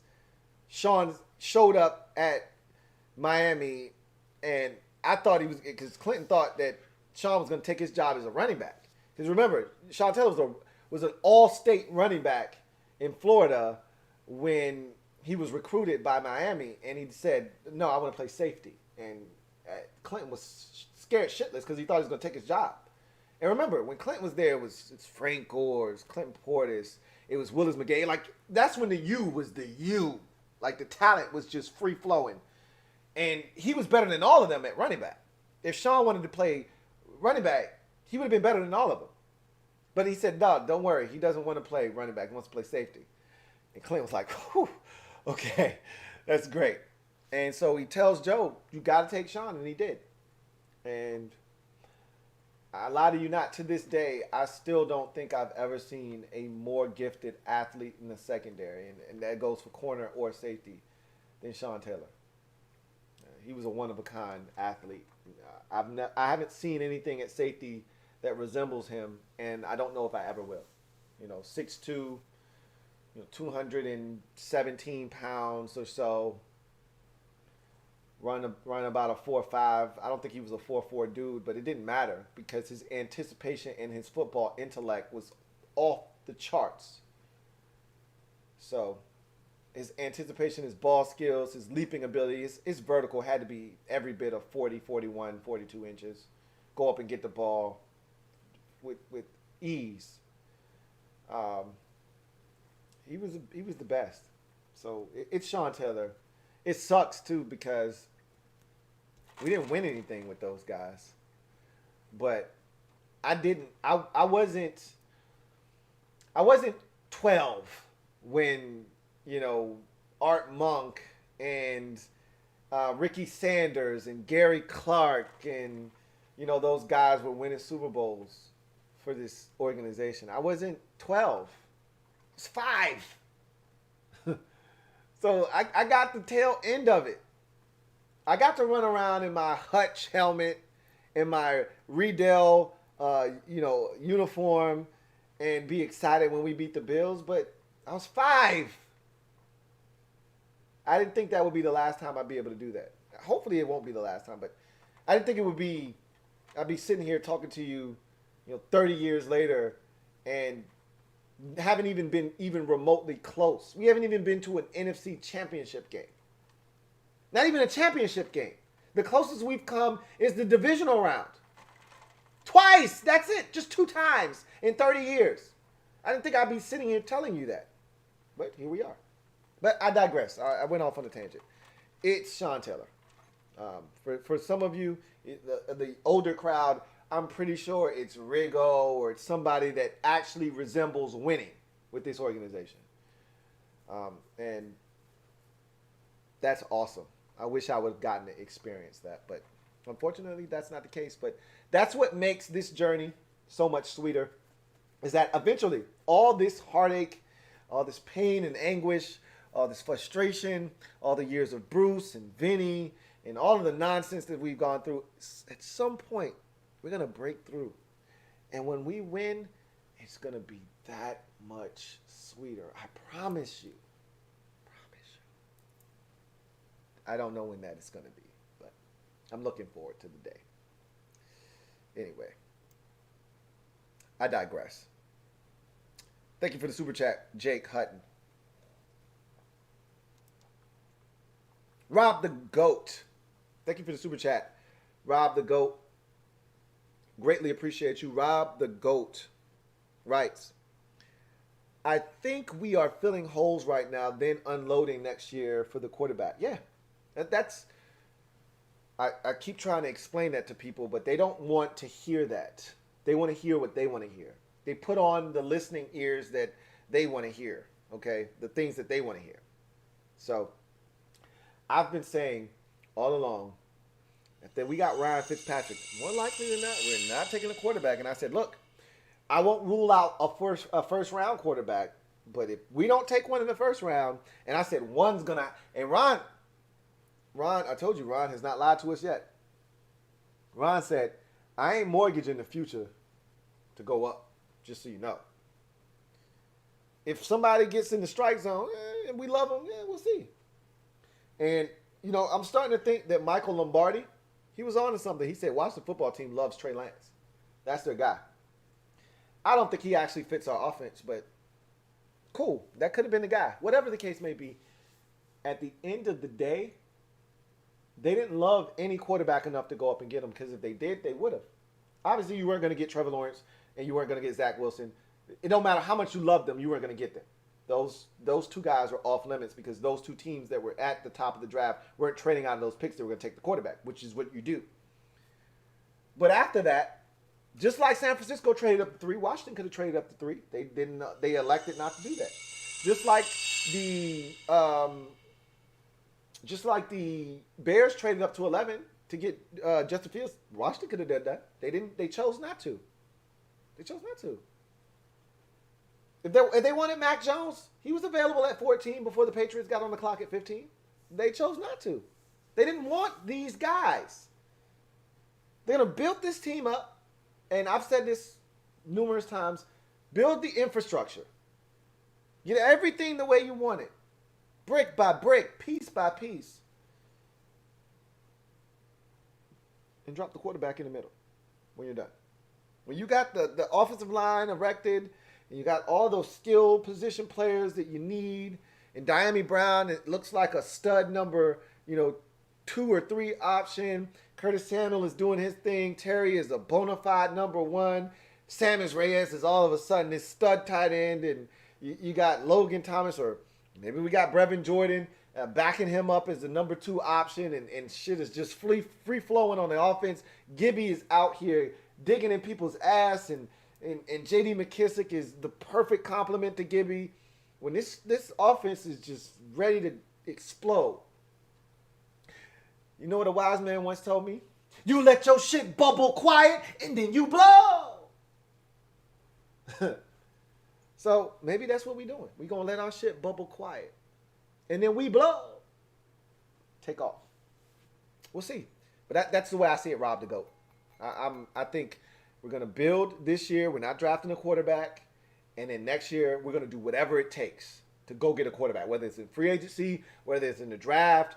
We're going to go and get the guy if they so choose. If they love a guy, if they see this guy being the person to put us over the top, they're going to do whatever it takes to get him because we're ready. We're not ready right now. And that's what I said. That's why it didn't make sense. They went after Matthew Stafford, and that was cool. They picked up the phone. They called about Sam Darnold. They picked up the phone. They called about Marcus Mariota. They picked up the phone. They called about Deshaun Watson. They picked up the phone. I don't know if they called about Watson or not. But they picked up the phone, and they called about all these quarterbacks that were available. And they saw what the asking price was and saw if the teams were interested or not. And then they decided on Ryan Fitzpatrick. Next year, they're not looking to call to see what the price is. They're like, hey, what do you need? What do you need? We got to have it. And I think whether that's in free agency or in the draft, I think they're going to really attack free agency or the quarterback position in particular with vigor next year. I really do. That's my sentiment. I don't know what quarterbacks will be available. We talk about, that's why I like to just wait. Because, I've had Washington fans, Desmond Ridder. Okay. That's cool. But it could be somebody we ain't even talking about. Nobody was talking about Zach Wilson this time last year. 2 years ago, nobody was talking about Joe Burrow before he exploded and took LSU to. Nobody was talking about Joe Burrow. He was a 3rd round pick. He ended up being a number 1 pick in the draft. We don't know what's going to happen in college football next year. What quarterback is going to assume the right to be the number 1 pick in the draft? We don't know who's going to step up and be that guy. You just wait. We'll see. Thank you, Rob the GOAT. Got another one here from Abdullah. Thank you for tripling up, Abdullah. Greatly appreciate you. Abdullah writes, Jabril Cox, very athletic, could play will linebacker, doesn't require to get hit or blocked by tight ends, very quick and a playmaker. Exactly. All of those things you mentioned is exactly what Jabril Cox is. He is a weak side linebacker. I think I broke that down in my Draft Prospects 101 breakdown of Jabril Cox, that he is a weak side linebacker, just like JOK is a weak side linebacker. You put him over the slot, you keep him away off the ball, away from the tight end, and you let them make plays, hopefully keep them clean, let them roam the field, make plays for you, and be a playmaker. That's what you would draft Jabril Cox to do, but you can't always guarantee that. Can't always guarantee that that's what's going to take place. Because if a team sniffs out a weakness, they can exploit that. They can find ways to attack Jabril Cox if you don't have any confidence in him in the run game. So, again, we'll see what teams think of Jabril Cox. I just know that the entire league has passed on Jabril Cox multiple times as we've entered the 4th round. He has not been selected. So that tells you how the league as a whole feels about Jabril Cox. He's going to get drafted, I think, in the 4th round. I think somebody's going to take him in the 4th round. But it's crazy because I had him mocked in the 1st round. Here we are in the 4th round, and he hasn't been taken yet. So we'll see what happens. But everything you stated about Jabril Cox is facts. He's an athlete. He's a weak side linebacker. They don't play over the tight end. You can keep them clean. They play off the ball. These are all facts. But again, we'll see what happens with Jabril Cox. Thank you for the super chat once again, Abdullah. DCJ, thank you for the super chat and tripling up. Maybe 4. I think we might be at 4 with you, DCJ. Really do appreciate you. My man, DCJ. Right. Yo, Lou. Sean, in my opinion, best safety ever since Ronnie Lott. Also, my opinion, DG, Darryl Green, best Redskins ever, hands down. The little man who could.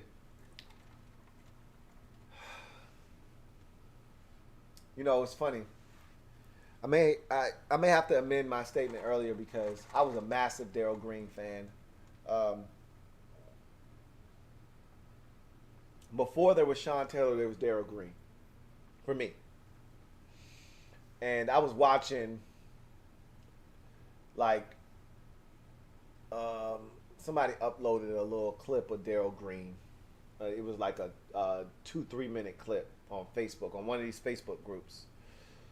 And I got stuck. I told you, I've never told you guys this, but Facebook for me is like a rabbit hole.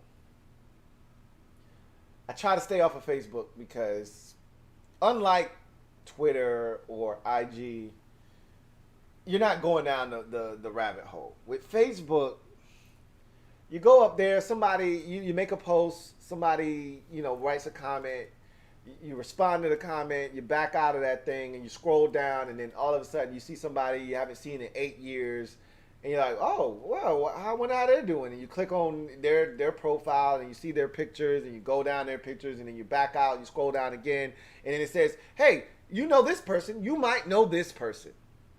And then you click, oh, shit, I haven't seen this person in 12 years. You click on their profile, and now they got your ass. And for the next 45 minutes, you're going to waste 45 minutes of your life that you cannot get back. And then you snap out of it and realize, what the hell am I doing? But too late, you just wasted an hour. That's Facebook. But anyway, I digress. I was on Facebook doing that rabbit hole thing again. I was scrolling down the timeline, and I ran into a Darryl Green video, and I hit the little button that plays the audio because it was on mute, and I went into a trance. Like, shit, man, Darryl was so good.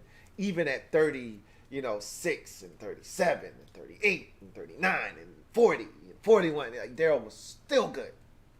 And I'm watching him late in his career pick off passes, and Champ Bailey caught a punt, and they did a reverse with Darryl Green. So he catches the punt, and he starts running one way, and Darryl's going the other way, and he hands it to Darryl, and Darryl recreates the Chicago Bears return in the playoffs where he's running down the sidelines, and he jumps over somebody. And Pat Summerall, bless his heart, may he rest in peace, says, oh, man, that one brought back memories. And you know what he was talking about. He was talking about the Chicago Bears playoff game from 1986. And I just said, man, Darryl Green, mother effing beast.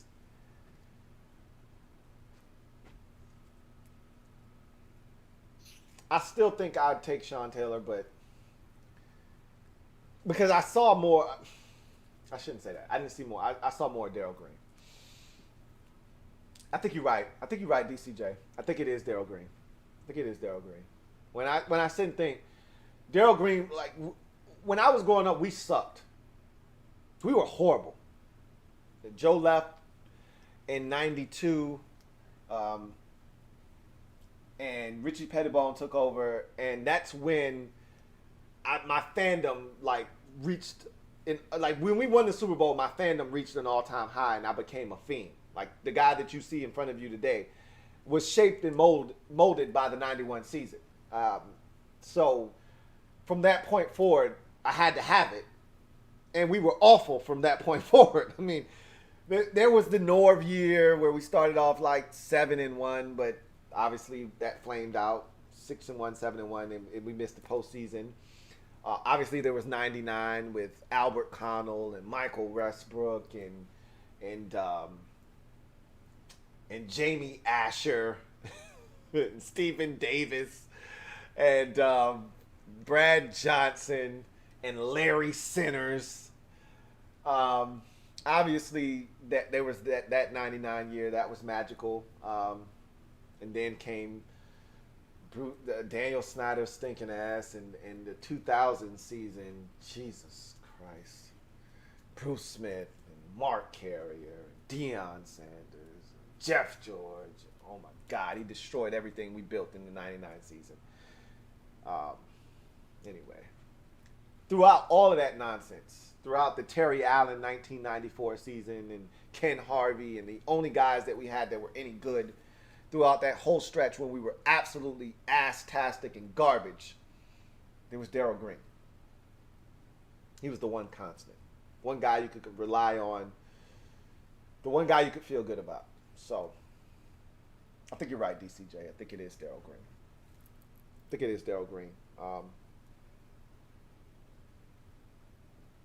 Darryl Green won. Sean Taylor a close number 2, like 1A, 1B for me. But Darryl Green made me proud to be a Washington fan as a kid. He made me proud. And I can't say that about another Washington football team player in my youth and adolescence stage. Darryl Green, he was the best. He was the best. And I can't think of another player at any position on the football field that I can honestly say, in my time of being a fan, that was looked upon as one of the best at his position, if not the best, for that period of time. Obviously, Trent Williams, at his peak, was one of the best at his position. You know, Chris Samuels was really good. I don't think he was ever considered the best, but one of the best. But Darryl Green was considered one of the best, if not the best, at his position for a very, very long time. So, yeah. Sorry, got long-winded on you. But anyway, thank you for that super chat, DCJ. Anyway, got another super chat here. This one is from Jason Fios.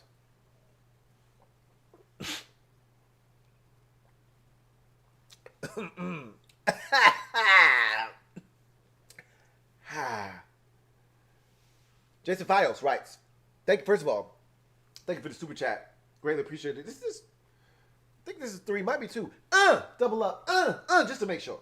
You can never be too sure. Let's just double up. But it might be your 3rd. But let's just be sure. My man Jason Fios writes, I don't think we will find our quarterback in the draft. Not meant to. The history of this team has been other teams' quarterbacks, cast-offs, free agents, etc. That could be the case too. I mean, I talked about Aaron Rodgers, and I said that in passing. It was like a throwaway line, but it becomes more and more realistic when you see everything happening. But as I said at the top of this show, Aaron Rodgers isn't going to be traded by the Green Bay Packers to Washington. They're going to try to, if they move him, they're going to move him to an AFC team, if at all possible. They're not moving him, to an NFC team. They don't want to see Aaron Rodgers. If he's not playing for the Green Bay Packers, they don't want to see him in a uniform on a team in the NFC that they got to face. That just doesn't make any sense for them. And he doesn't like them. It's one thing like Matthew Stafford, no ill will between the Lions and the Rams. If he sees the Lions, they're going to give him a standing ovation. He's going to wave. He's going to be excited. Oh, my God, all these people that I've been here with in over a decade. I love these people. It's going to be singing Kumbaya, and then the football game's going to happen, and it's still love. That's not the case with Aaron Rodgers. It's bad blood there. He's pissed off. They don't want to see pissed off Aaron Rodgers twice a year, once a year, in the NFC Championship game to stop them from getting to the Super Bowl. They don't want to see that shit. If they can help it, they're going to ship him to the AFC and let him finish his career over there. So, I think you're right though. The history of this team, that's the reason we've been what we've been, and that's why we got to stop that. This is why we got to draft a quarterback. We got to find a guy that has 12, 15 years of football in him in one organization and try and win it that way. That's why we got to find that guy. Because history tells us that that's not who we are. That we got to go try to find Brad Johnson and bring him here. You know, that's what history says. that we got to go out and try to acquire a quarterback and bring him to Washington and have him be successful here like Alex Smith. How about we draft Jason Campbell or Patrick Ramsey or Kirk Cousins or Robert Griffin III or Dwayne Haskins, and they actually are good and they stay here? How about we do that?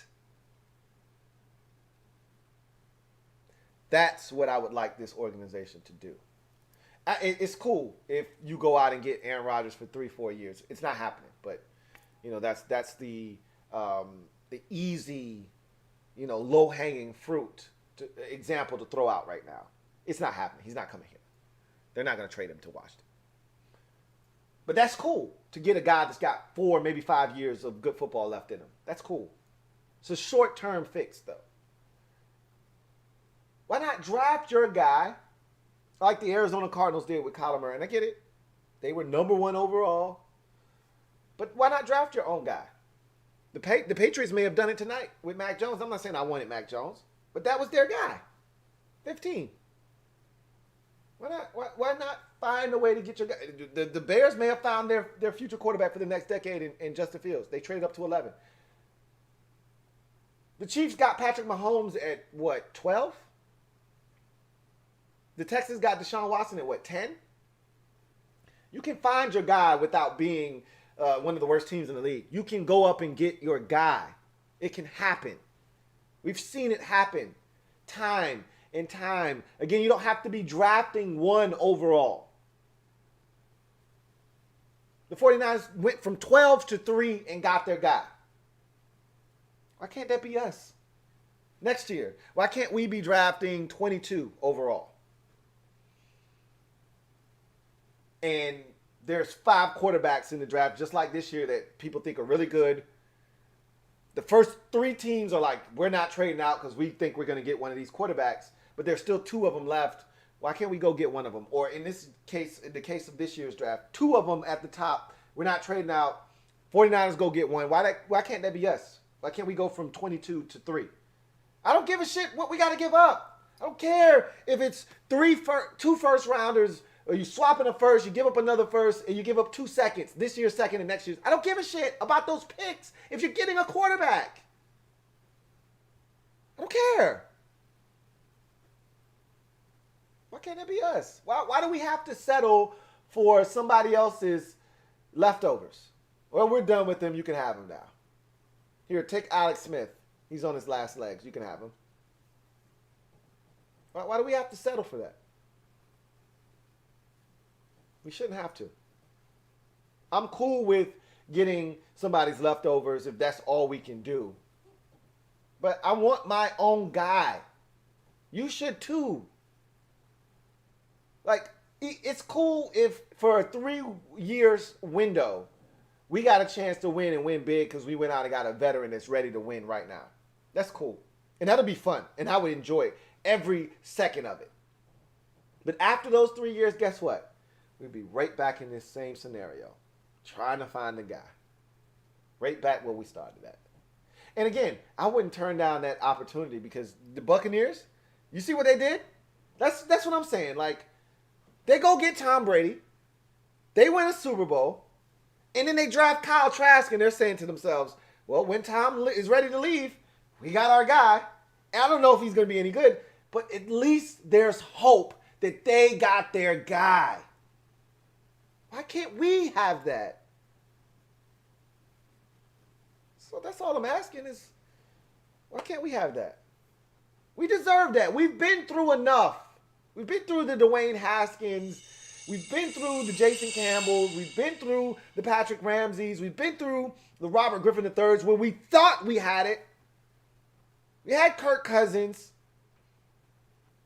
We deserve to get a quarterback that will take us out of the quarterback wilderness that we've been wandering in for the last 30 plus years. And even though there was a brief reprieve with Kirk Cousins, you weren't satisfied. Most of you out there weren't satisfied. I was. You weren't. And some of you out there were satisfied, like myself. But a lot of you weren't. And that's okay. I'm just sick and tired of being sick and tired. I'm sick and tired of walking past the same damn trees, looking up and saying, didn't we walk past here already? Yeah, we've been walking in the same damn woods for 30 goddamn years. Yeah, I've seen that tree 50 million times. Same damn branch. Maybe a little longer now. I'm sick of it. I just want to find my way out of the forest and go home. Tired. I want a quarterback. Okay? One that we can call our own. We deserve that. And I think we're going to get that next year. This obviously isn't the year. We're not going to get it this year. That's fine. We don't have to have it this year. I want to be able to do that next year. I think we'll be in a much better spot. I think we will have a better roster ready to win. And Ron and company will be comfortable in their roles in this organization. And I think they'll be ready to make that swing for the fences. I really do. Anyway, I digress. Thank you for that super chat. Jason Fios. Got another super chat. This is from DCJ. Thank you for the super chat, DCJ. Think this is your fifth of the night. Could be your fourth. Either way, we all good. All family here. My man DCJ. Really appreciate you, writes. What's the number one? It said, what's one pick position wise you want? I say stay on D. Well, for me right now it's tight end. I'm not satisfied with the tight end position as is. I think Sammis Reyes has a chance to be a stud, but we don't know. He could turn out to be straight ass cheeks for all we know. We have no freaking idea what Sammis Reyes is going to turn out. I love his work ethic. Somebody sent me a video the other day on IG. Shout out to whoever that was that sent me the video of Sammis Reyes working out. And he's at some random, area downtown DC. They got a jugs machine that's shooting them balls, and he's catching running routes and things of that nature. And that's awesome. That's great. But we don't know what the hell he's going to be. Again, I keep saying this. The man hasn't been hit. And a wise man once told me, everybody's got a damn plan till they get punched in the mouth. Okay? So, Sammis Reyes is out here looking like Tarzan, running around, running routes, and all that. He ain't never been hit, man. He's a basketball player. He ain't been hit. It's a totally different animal when you got to concentrate on catching the ball and you about to get your ass hit.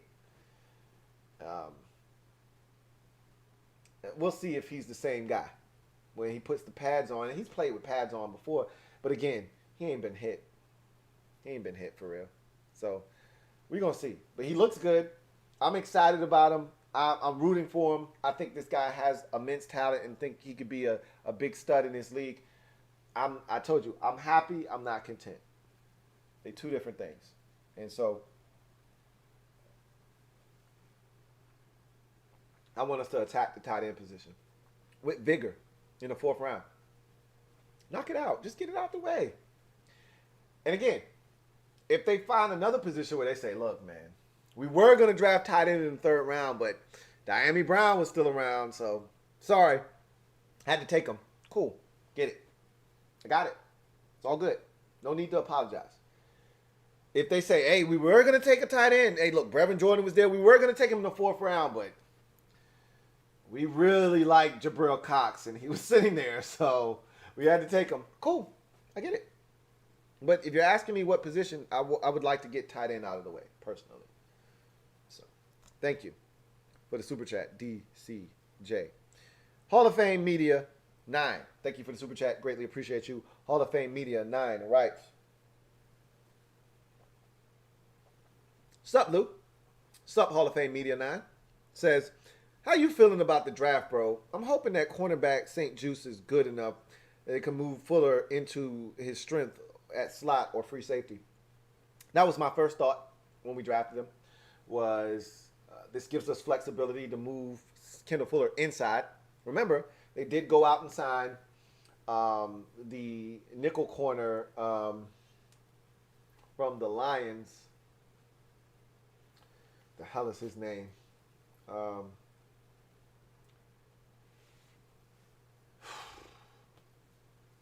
damn it. I can see his number, 27. I can't even.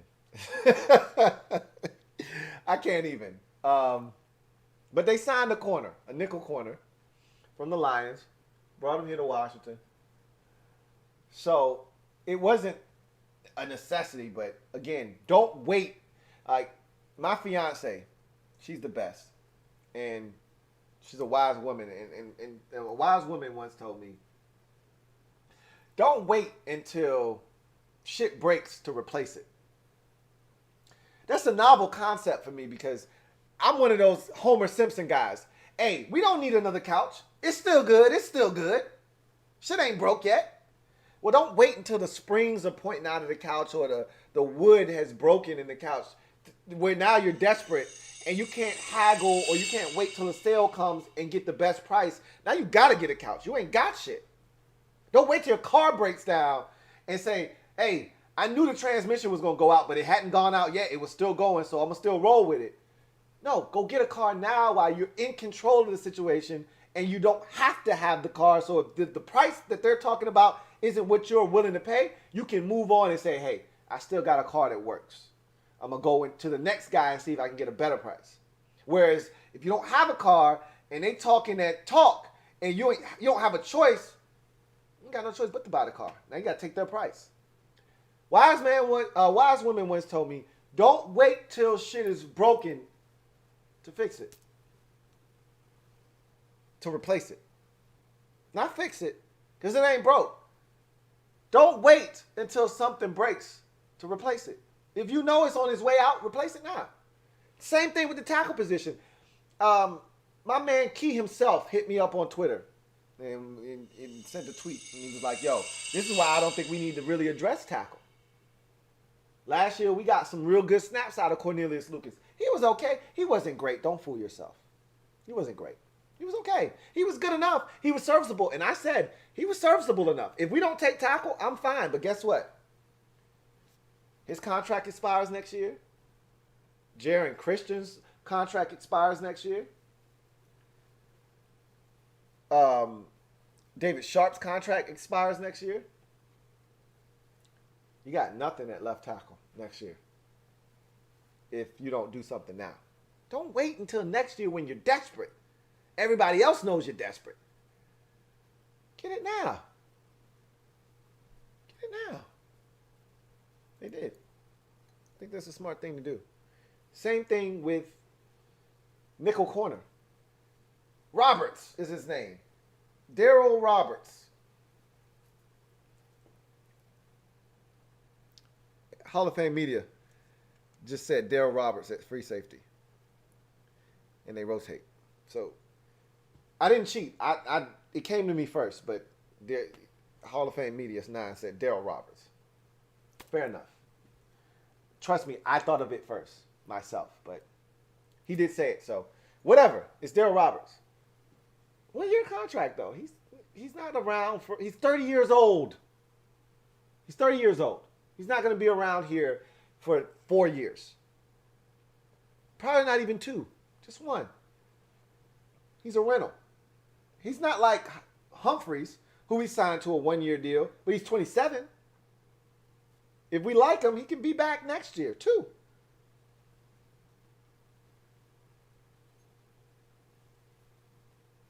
I think St-Juste is interesting. BSJ is interesting because we don't really know. Now, do we? We don't know if he's a corner. We don't know if they think he's a safety. We don't know. We don't know if they say, hey, we're killing 2 birds with 1 stone. We get St-Juste. We kick him outside. Now we got length on both sides with William Jackson and now St-Juste. And then we kick Fuller inside to nickel. Or we kick Fuller to free safety. And now we don't need a free safety. We got one and we just killed 2 birds with 1 stone. We don't know what they're thinking. We don't know what the rationale is. And maybe they're going to turn into a primarily cover 3 team like Ron was in Carolina. Where we're going to keep everything in front of them, make teams, and we got the pass rushers to get after the quarterback. We're going to keep everything in front of us, and we're going to kick ass that way. You don't know what they thinking. Get long corners, play zone, keep it in front of you with active linebackers and pass rush. That could be the plan. We don't know. William Jackson is more of a man corner, but we don't know. That's what I'm trying to say. So we will see. I'm excited about this draft, regardless of what you guys feel. I love what they've done to this point. I love what they've done. So DCJ, thank you for the super chat. Greatly appreciate you. DCJ, I think we are, hold on, let me take a sip.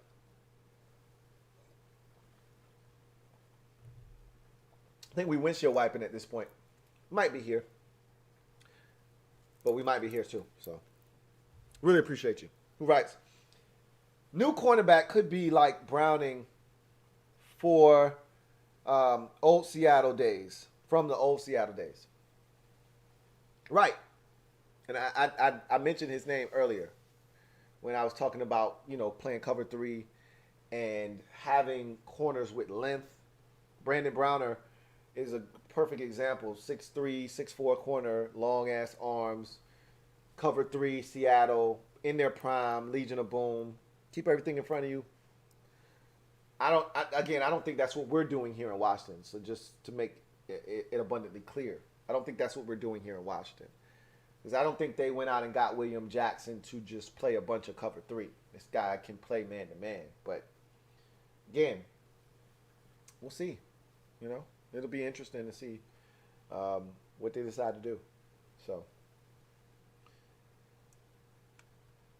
thank you for the super chat, DCJ. Mr. Streeter. Thank you for the super chat. Mr. Streeter. Don't ask me why the hell I'm laughing. I don't know. Mr. Streeter. Thank you for the super chat. Greatly appreciate you. Writes, does Taylor Heineke have a shot of being a starter? Is Fitz QB1 a foregone conclusion?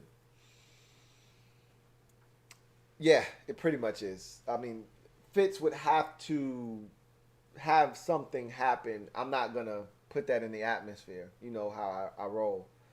But, yeah, they paid Fitz to be the starter. They brought him here to be the guy. Ron's going to tell us there's a competition. There's really not a competition here. And that's going to be coach speak. And I'm not mad at Ron for that. There isn't going to be a real competition. This is Ryan Fitzpatrick's job going into the season. And Ron has already said he's the starter going into the season.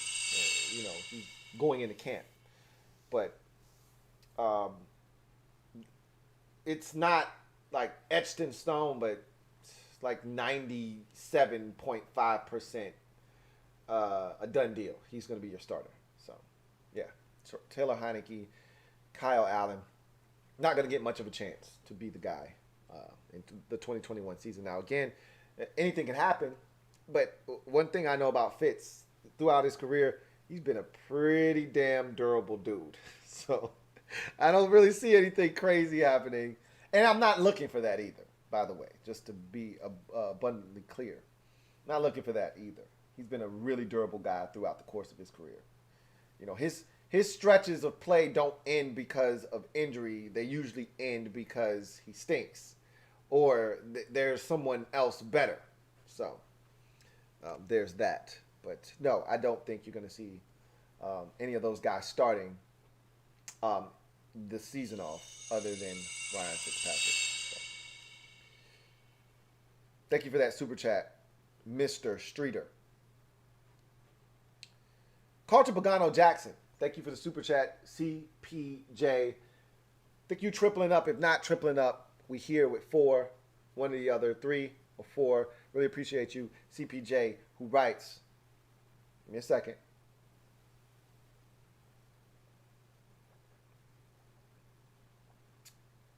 CPJ writes, Miami is going to learn so much from Terry and Curtis is scary. He is. And I was looking at the NFL Network. And let me say this, too. This was on my mind when I was watching.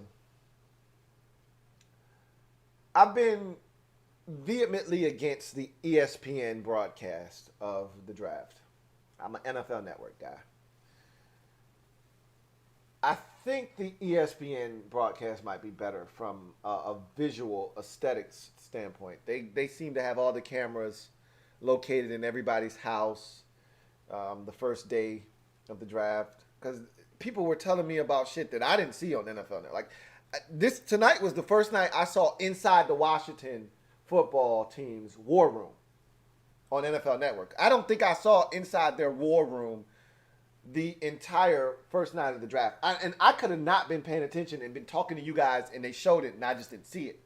But I kind of had one eye on you guys, one eye on the TV, and I didn't see the war room of Washington yesterday at any point on NFL Network. Meanwhile, I got people who are watching the ESPN feed saying, hey, yeah, they showed Ron and all these people in the war room, and I'm like, I didn't see any of that shit. They might have the superior draft broadcast. Now, I respect the people at the NFL Network table more when they're talking than I do ESPN, but that's nor here nor there. I brought that up because NFL Network put their montage up when Dami Brown was the selection, and it said Terry McLaurin at the bottom as if he was the comp for Terry. They're not the same player. So I don't buy into that. But what essentially they're saying is he's a deep threat. And he is going to learn a ton from Terry. He is going to be able to, and you know what? Now that I think about it, I don't think he's Terry, but there are a lot of similarities. Terry came into the league as a home run hitter as well. Guy that could stretch the football field vertically. Terry was not a crisp route runner. He still is working on his route running ability to this day. He is not a top-notch route runner right now. He may evolve into that. He's getting better. He's not there yet. Dami Brown, that's one of his knocks. He's not the best route runner in the world right now. But his ass can get vertical. He can get deep. And you don't have to be the best route runner when I can scare you with my vertical speed. So when I come off the line of scrimmage and I look like I'm about to go vertical, you're going to open up them hips and you're going to turn around and you're going to start to bail. And now I'm going to stop, bring it back, and I'm going to come back to the quarterback. Boop. Easy. Easy money. So you can use that speed to your advantage. But he's going to learn a ton. I said all of that to say this. They had Terry McLaurin's name on the screen. He's going to learn a lot from Terry. I don't know how much he's going to learn from Curtis Samuel because they're not similar players. They don't have a similar skill set. Curtis Samuel is different. He's a different animal. He's a different beast altogether. But Terry, on the other hand, I think Dami can learn a ton from Terry McLaurin. A ton. And that's going to be fun. That's going to be great. You know, it's funny, you look around the NFC landscape. I talked about the Giants. They got guns and shit. They got all those weapons. We don't know if they know how to use them or not. But boy, do they got heavy artillery, man. And then you look at the Cowboys. They got a lot of weapons. You know, they got a three-headed monster that is just as brutal as anybody else in the division. And they still got a running back in Ezekiel Elliott that's top-notch if they decide to use him. And you say, man, all these teams got all this stuff, and here we are, just kind of muddling around. Now we're in the conversation. We got three dudes, too. And I don't know what else we got at receiver. I don't know what AGG is going to evolve into, if anything. I don't know if Cam Sims is anything or not. I don't know what Adam Humphries is going to do for us or not. I don't know any of that. I don't know what, Kelvin Harmon comes back and is able to give us, if anything. I just know we got three dudes right now that I feel really good about putting out there. And if Adam Humphries gives us anything, we got four dudes. If he goes back to his 2018 form or 2019 form, we got four dudes. And I'll put my four up against anybody else's four. So again, we're not there yet. The Giants got actual known commodity shit. We don't. 2 of our guys are known commodities. Curtis Samuel and Terry McLaurin. The Giants got Darius Slayton, Sterling Shepard, and they have Kenny Golladay. They got 3 known commodities. We got 2. Dallas has 3 known commodities. We still got 2. If Adam Humphries gets back to what he was, we got 3, and then we got a possible, like a spade hand. So, anyway, I think Miami is definitely in a great spot to learn from Terry. I agree with you, CPJ.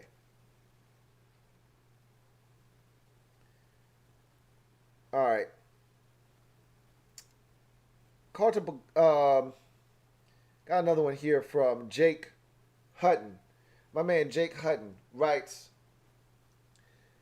man, Sean T, Moss, Portis, and Cooley was my childhood. I haven't felt this good about a team since then. Aside from RG3, I honestly think Ron may lead us to the promised land.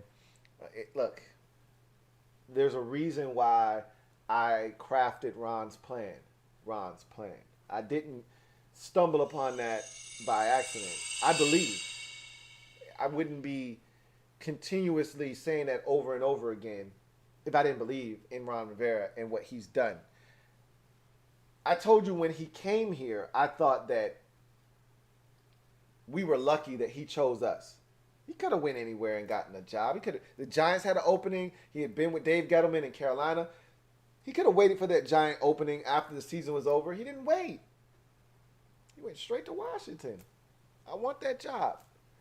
He could have waited for the Dallas job to open up. It did. They got rid of Jason Garrett. He could have taken that job. The Cleveland job opened up. He could have interviewed for that. He could have waited is what I'm telling you. He didn't have to take the Washington job. Other jobs were going to come available, and they did. And he would have been one of the prime candidates in Dallas, in New York, in Cleveland. He would have gotten a job somewhere else. He didn't have to take this job. And I didn't think we were going to get somebody of his caliber. I thought we were going to have to take somebody's offensive coordinator that hasn't been a coach before, that was dying to get an opportunity, and we were going to have to take that guy and hope that he turns out to be the real deal. We weren't going to get a guy with a track record of winning and changing a culture. We were going to get a guy that was going to come in here wide-eyed, and Daniel Snyder was going to eat his ass alive. That's what I thought we were going to get. Instead, we got a guy, he's a seasoned veteran, he's been a coach in this league, that was able to tell Daniel Snyder, let me handle this. I got this. Let me bring all my people in here. Let me fire all the people that I don't think need to be here, that had ties to Bruce Allen. Let me clean house. Let me change this culture. Let me do what you brought me here to do. Not only did he do that, but, and again, it's not his fault the division stunk last year, but not only did he do that, he won a division in the process. And I think he won a lot of y'all over in that process, because a lot of y'all were ready to jump ship after 1-7 when we lost to the Giants the second time around. I think it was 1-7. It wasn't 1-7 because we beat the Cowboys before the bye week, and that made us 2-5. But we came off the bye week and we lost to the Giants, and we were 2-6. And y'all were done. A lot of y'all came after that game and you were absolutely done. And you know what? So was I.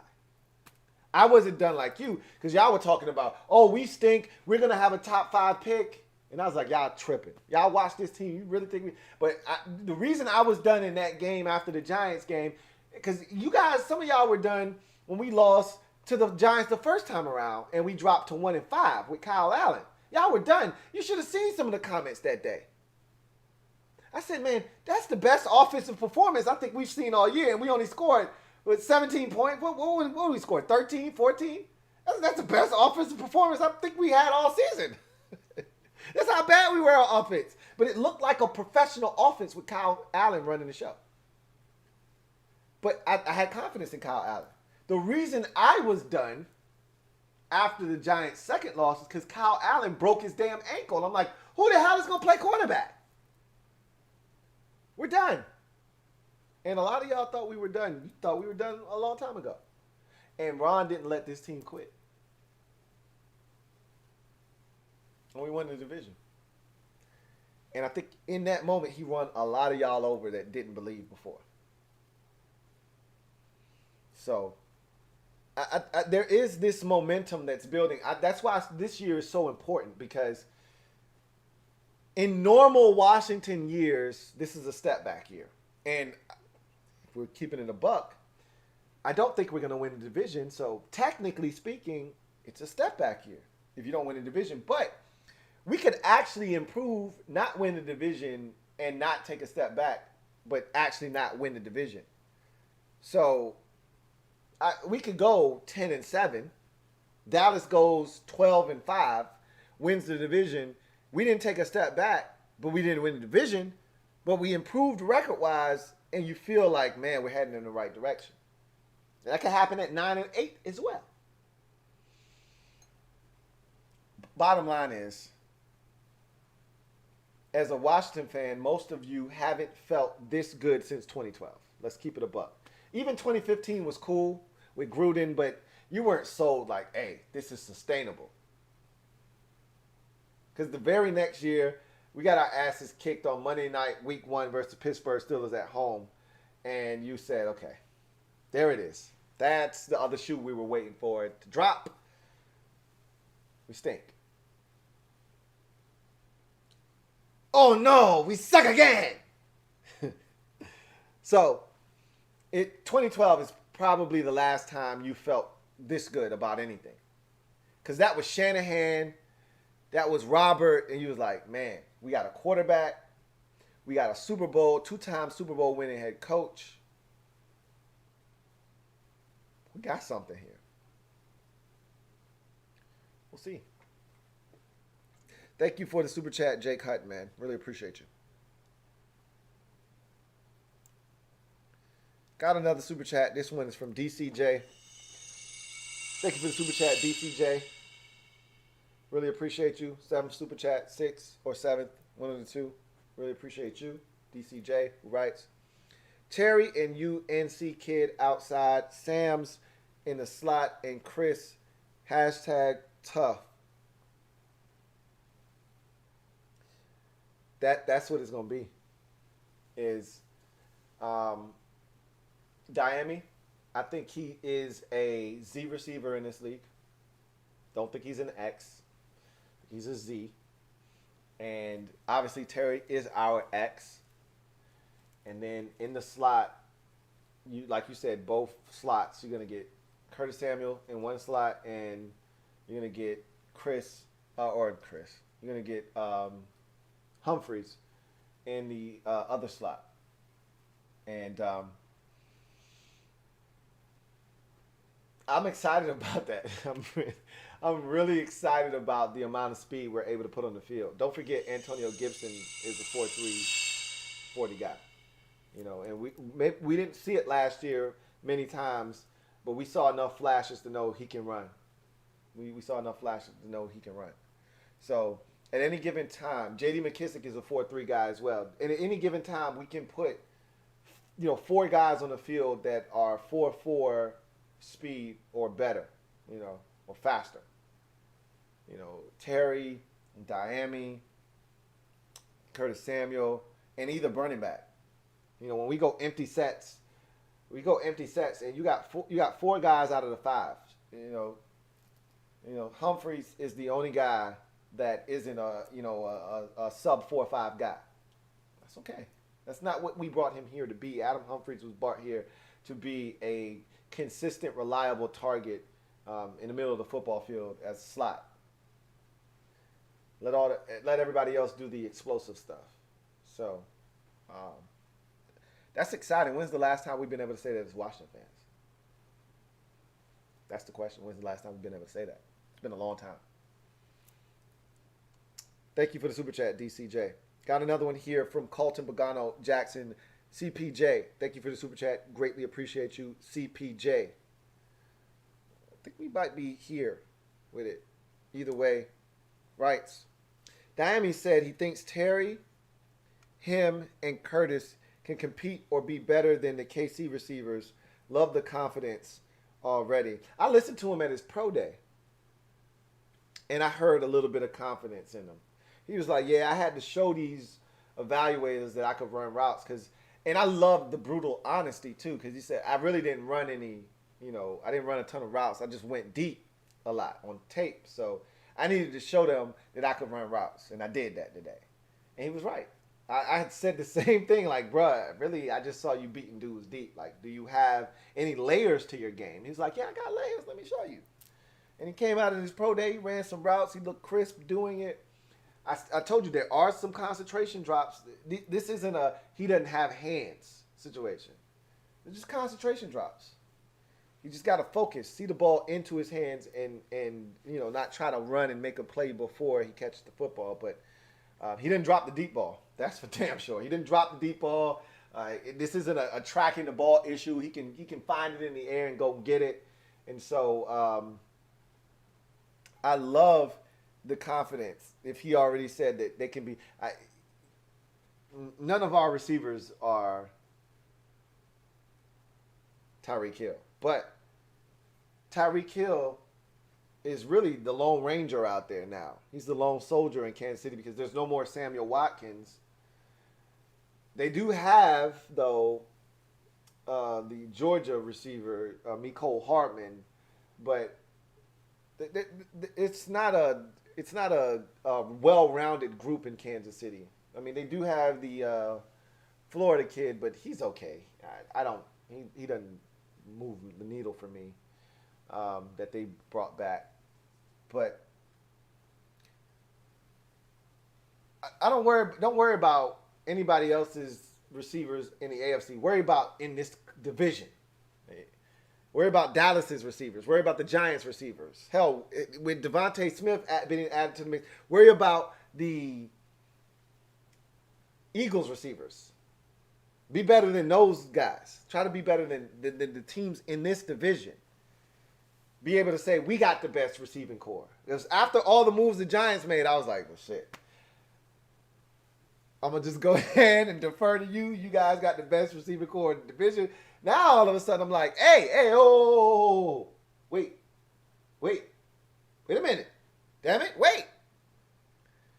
Maybe we got something to say about that. I still think the Giants have the best wide receiver core in the division. Hell, I'll probably put Dallas ahead of us, too, just because they've got 3 known commodities, okay? If you want to count CeeDee Lamb as one, but they got 2 guys that are 1,000-yard receivers. We don't have that. Curtis Samuel has never had a 1,000-yard season in his career as a receiver. So they got 2,000-yard receivers in Dallas. Now, Curtis Samuel hasn't been far away. This past year, he was close, but I don't think he hit 1,000 yards. He's never hit it in his career. They got 2 in Dallas, and CeeDee Lamb's going to be one here in a bit. So, Dallas is probably ahead, but the Giants, they got guns and shit. But I love the confidence, as you mentioned, CPJ. I love the confidence as well. I love when young fellas come in talking that shit. Talk your shit, young fella. Talk your shit.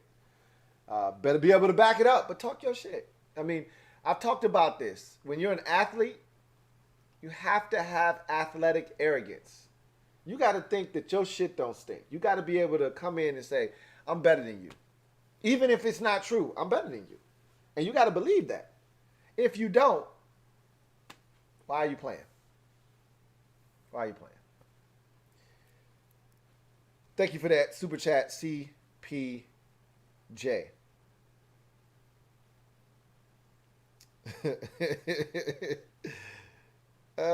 Somebody said, hey, Louie, hand over the keys.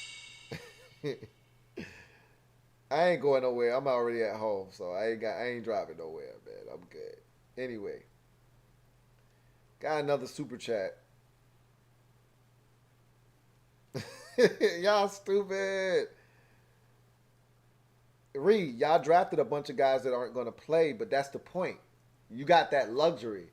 You drafted players that don't have to play yet. You're blessed. Just look at it that way. You're blessed. Your team is blessed. Anyway, Got another super chat. Terry Maples. Thank you for the super chat. Greatly appreciate you. My man Terry Maples. Ooh, that. Double up. I'm not sure. That could be 2. That could be 3. Maybe 4.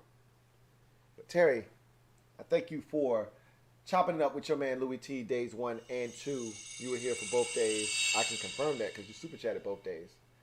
Thank you so much for the support, Terry Maples. As always, man, Terry, you are a staunch supporter. I really do appreciate you. Who writes, Lou, not taking Jabril Cox was a mistake at 73, okay? 74. And let's see why you say. Caden Stearns is going to be the Cam Curl of this year's draft. So we okay at free safety. You really, he said, go Vols and HTTR. So he really thinks we should have taken Jabril Cox at 74 instead of taking cornerback Benjamin St-Juste. I think a lot of people could have come up with different scenarios and picks as to why Washington could have done this or that. I'm going to give him a chance. I've said that already. I want to see what idea they have for him, what they have in mind, and I want to see what he does. Again, I don't love the pick. I don't have to love the pick for it to be successful. And I've already stated multiple cases where I was way off base, and it turned out to be the best thing for the football team. So I'm going to take a wait-and-see approach with BSJ. But I don't love it. But I don't have to love it for it to work. So we'll see what happens. Thank you for the super chat, Terry Maples, man. Greatly appreciate you.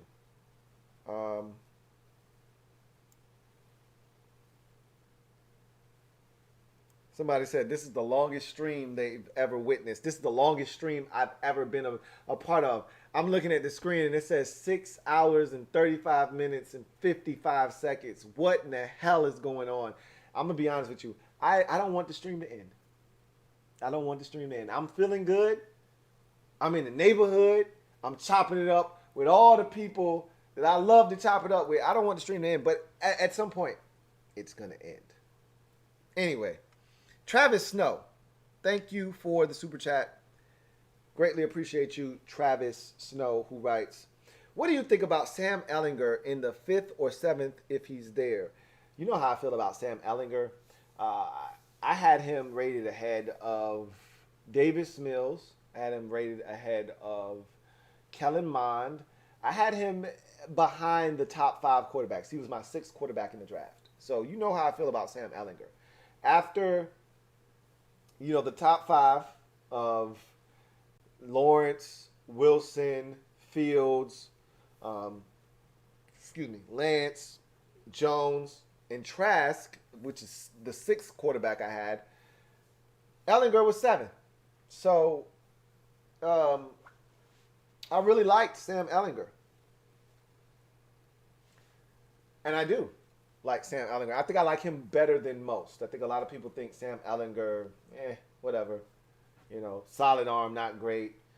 Good mobility, but, not much there to speak of. I think he's got a chance to be better than people give him credit for. But we're not taking a quarterback. I'm adamant about that.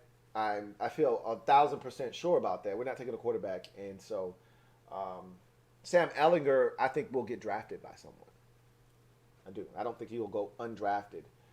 But I don't think he will end up here. And I don't think any quarterback, for that matter, will end up here in Washington. So we will see. Timothy Wells says, gonna wake up tomorrow and this stream will still be on. Y'all ain't shit. All right, I'll just let y'all know right now. Y'all ain't worth a damn.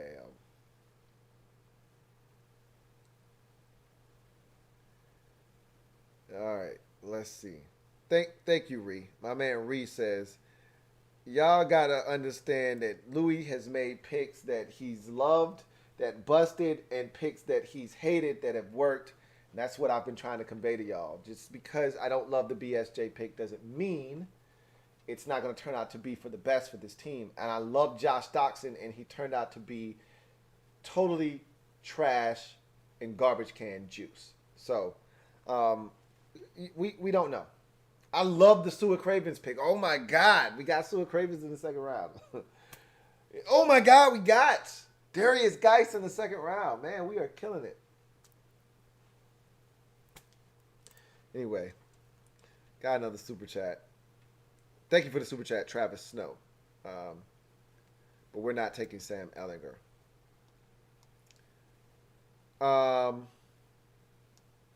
Vincent Cole. My man Vincent Cole, thank you for the super chat. Thank you for double up. I think it's 2 for you, Vince. It could be 3. I think it's 2. Vincent Cole writes, are you streaming tomorrow? No, I'm not. I told everybody I'm not at level 3 yet. At some point, maybe I'll graduate to level 3, but level 3 requires that's all Madden. I'm on all pro right now. I ain't ready for all Madden. All pro is, hey, I can get through the first 3 days or first 2 days of the draft in the first 3 rounds. All Madden means I can go all the way to the 7th round and tell you about South Louisiana State corner that gets drafted in the 6th round. I can't do that shit right now. Hell, I couldn't even tell you about 12 to 15 prospects that got drafted in the 3rd round. They started taking, Cowboys took some rando from like SMU that was 6'4", or Oregon State, or one of these damn schools. I didn't know who the hell he was. And there were others that I had no clue. Never heard of them. Sorry, can't tell. I think the last 3 Cowboys picks, and they had like 90 picks in the first 3 rounds. I think the last 3 Cowboys picks, like, I ain't never heard of the dude. I gotta break him down. I can't tell you what he can do. So what's the purpose of me kicking it with y'all on day 3 if I ain't giving you any value? I'm not giving you any breakdown of the players that's getting drafted and what this team can expect from this player that they just drafted. 0 nutritional value. You just eating a bunch of junk food if I'm here. So I ain't gonna do that to you. So no, I won't be live streaming tomorrow. Let you guys take that draft in if you're gonna sit around. I'm not sitting around for day 3 of the draft. I never do. Got shit to do. So maybe next year I'll be able to advance to all Madden, to level 3. But I ain't there yet. Joe Rockhead J, thank you for the super chat. Greatly appreciate you, Joe Rockhead J, who writes, watching this draft only let me further know that BPA is an illusion. Not necessarily, Joe Rockhead J. It's a concept that people talk about a lot of times but don't actually follow.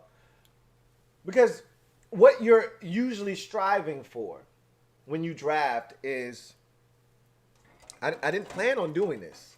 I didn't think we would still be here damn near 7 hours in, but I'm going to go ahead and pour up this last bit of wine into my bottle and knock that out. But what you got to understand is when teams are drafting, they're usually trying to do 2 things. Have BPA and need meet on a collision course. So if you're the Minnesota Vikings and you're at 14 and you're on the clock and you desperately need a tackle, you want your highest rated player on the board at that time to also be the highest the highest priority position you need to acquire in the draft. But it doesn't always work out that way. But this is what you start to do, and this is what you have to understand, and some of you guys have to think a little bit more critically. So let's think about this situation. Let's say that you're Washington. We're Washington. All right? You're on the board. 19 hits in the first round. Our biggest need is linebacker. All right? But you want the BPA theory to take effect. And let's say that somehow Jalen Waddle is on the board. Jalen Waddle doesn't necessarily fit a need, although obviously we just took a receiver. They want a receiver, but they don't need a receiver. They want a receiver. They don't need a receiver. They need a linebacker. Jalen Waddle is clearly the best player available on the board. But Washington needs a linebacker. You got JOK, you got Jamin Davis, you got other guys you can consider here. So what do? That's probably a bad example because you just take Jalen Waddle and you don't think twice about it and you don't look back. But if it's close, and this is where I was going to go with this, if it's close, and let's say Jalen Waddle, you got a 93 grade on. He's a want, he's not a need. You don't need receiver, you want receiver, but you don't need it. But you need linebacker. And Jamin Davis is sitting here staring you in the face, and he's a 91 grade for you. So Waddle is a 93, highest rated player on your board. He's not a need, he's a want. But he's 93, he's the highest player on your board right now. And he's available. Jamin Davis is a 91. Third rated player on your board. Let's say that a tackle is in between the two. Defensive tackle, not an offensive tackle. We don't need defensive tackle. We got our defensive line is straight. We don't need it. So your third rated, highest rated player on the board is a linebacker. He's 91 overall. It's so close. It's not a big disparity between the two. That you would much rather take the guy that fits a need for your team at the 91 overall than take the guy that has the want for your team at 93. So you try to make the BPA and the need fit. So you came close. It may not be the best player available, but you take the player that, and generally speaking, when you make a mock draft, you don't make a mock draft and say, well, this is the best player available. You make a mock draft, you say, well, this team has XYZ as needs. So I'm going to give them a player at XYZ position, one of the three, because this is what they need in the draft. So you make it fit. The only team that definitively says, hey, to hell with BPA, we don't give a shit about that. We got a need and we're going after the need. Who admits it is the Pittsburgh Steelers. Everybody else says, hey, we're going to try to go best player available, you know. But like you said, it's a semi-illusion, okay? But it's not. I think BPA becomes a real thing as you get further into the draft. At the beginning of the draft, because you expect a first or second and a third round pick to come in and contribute right away, you're looking to fill holes on your roster. You're not looking for best player available. He may not play, but man, we got us a hell of a talent at running back. We already got 3 running backs and we really like all of them, and all of them are going to be on our team, but we're going to take this running back because he's the best player available on our board. That doesn't make sense. He's not going to play. He's not going to contribute. Whereas, hey, we got a need at left guard, or we got a need at left tackle, or we got a need at receiver, and there's a receiver on the board that we really like, and the best player available is a running back, and we got a 95 grade on him. He's outstanding, but we already got 3 running backs. And we just drafted one last year. We don't need a running back, but we need a receiver, and this guy's at 91. It's close enough. 91 meets a need, 95 doesn't. I'm not going to take 95 because he's the highest player on my board. I'm going to take 91 because he can come in and help me right away. So, yeah, best player available. I get where you're coming from. Is it an illusion? I don't think it is. I think it's an illusion early in the draft. Teams draft for need early in the draft. They do. You need a safety. You're not going to draft a guard and you already have 4 on your roster just because that was the best player available. You need a safety. You're going to draft a safety. So, I think as you get to the 4th, 5th, 6th, 7th round, that day 3, that's when BPA kicks in. Like, I don't really give a shit what I need necessarily. I'm gonna just take the best player available because it's gonna continue to further competition on my roster. Anyway, I digress. Hopefully that helped. But I get where you're coming from. Thank you for the super chat. Joe Rockhead J. Thank you for the super chat. Greatly appreciate you. Joe Rockhead J. Double up. Thank you for doubling up, Joe Rockhead J. Greatly appreciate you. Joe Rockhead J writes, spill the wine. Dig that girl. You are clearly feeling lovely, bro. Celebrate. Celebrate. I feel great. I'm not going to lie. I feel outstanding. I feel outstanding. I really do. Thank you for that, Joe Rockhead. Spill the wine. Dig that girl. You are clearly feeling lovely, bro. Celebrate.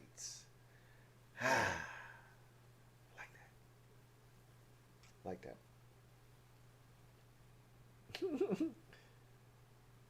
All right. Mr. Streeter. Double up. Thank you for doubling up, Mr. Streeter. Greatly appreciate you. Mr. Streeter writes, first of all, thank you for doubling up. Cosmi, a day one starter? I believe so. He's going to get a chance to compete.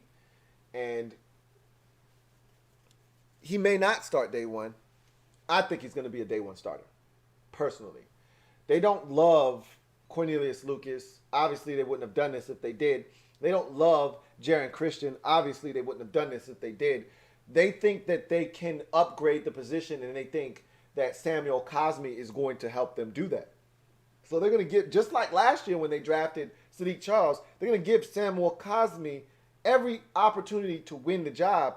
If he stays healthy, he's going to get the first team reps. When we get to camp, Samuel Cosmi, more likely than not, if he shows well in the off-season minis and in the rookie mini camps, if they're having those this year, I think they will have those this year. We'll see. But if they have those and he shows up and he looks good and they feel good about him, they're going to give him every opportunity to win that job because that's what they drafted him to do. And if he shows that he can't do it or he's a little bit slow in processing the playbook or, you know, everything is kind of coming at him fast and he's struggling a bit, then that's why you have veterans to put in and allow him to sit and learn and maybe the game slow down for him a bit. But, yeah, as of right now, you draft a guy in the second round, you damn right he's looked upon as potentially a starter. So, yeah, I think Samuel Cosmi is going to ultimately be a starter, if I had to guess. Carlton Bogano Jackson, thank you for the super chat. Greatly appreciate you. CPJ, thank you for the super chat. I think we are here. CPJ writes, I'm happy you're still streaming. I live in Portland, so I'm up rewatching your videos anyway. We all feeling good and enjoying the best content out. I really appreciate that. Oh, so you 3 hours behind. So you really, really enjoying this because it ain't but 10:55 on your side of the town. So you like, oh, shit, it's early over here where I'm at.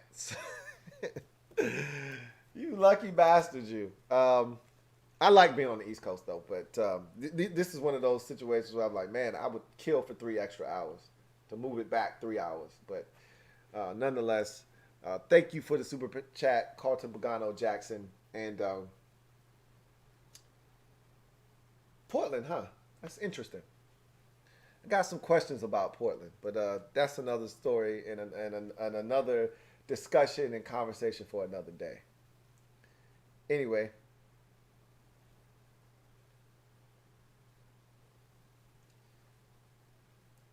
Let's see. All right.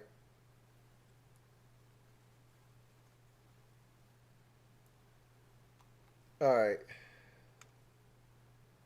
DCJ. Got another super chat here from DCJ. Thank you for the super chat, DCJ. 8th of the night. Appreciate you. My man DCJ writes, my opinion, the number one panic move was the O tackle. O-line was hot tonight. Still good pick. I think the guy O tackle wise was gone, so Ron didn't sit. They grabbed the kid. Of course, I told you guys that it was running thin at tackle. You know, you hear all the time that, oh, this position has depth, so we can wait. But how long can you wait before the depth runs out? As a wise group once told me, let's not wait till our water runs dry. Don't wait till the tackle position runs dry. All right? And then you sitting there twiddling your thumbs and saying, well, damn, what happened to all the depth we heard about that was going to be available? That depth ran the hell out. That's what happened. 5 went in the first round, 6 went in the second round, and your ass is sitting there waiting. And now you on the 12th tackle. Well, that guy's trash. Good luck. Get yours while it's there to be got. And that's what they did with Samuel Cosmi. They said, look, shit's running thin. I told you the tackle position, much like the quarterback position, limited quantity, only while supplies last. Shit's not going to last forever. We're not going to be 4 rounds in and you still staring at first round quality tackles or quarterbacks. They go quick for a reason. Quarterbacks, the good ones, they going in the first round. They're going in the first round. Tackles, the good ones, they going by the first 2 rounds. You can still find you some quality stuff in the second round. Usually though, if it's in the second round, it's a defect somewhere in there. There's a defect, but that's fine. You'll still take it. And I'm not saying it's impossible to find you a starting caliber corner or tackle, or it's impossible to find you a guy that could be an all-pro for you in the 5th round or undrafted. I'm not saying that it's impossible. It's just highly unlikely. It's not impossible. Teams do it all the time. But it's highly unlikely.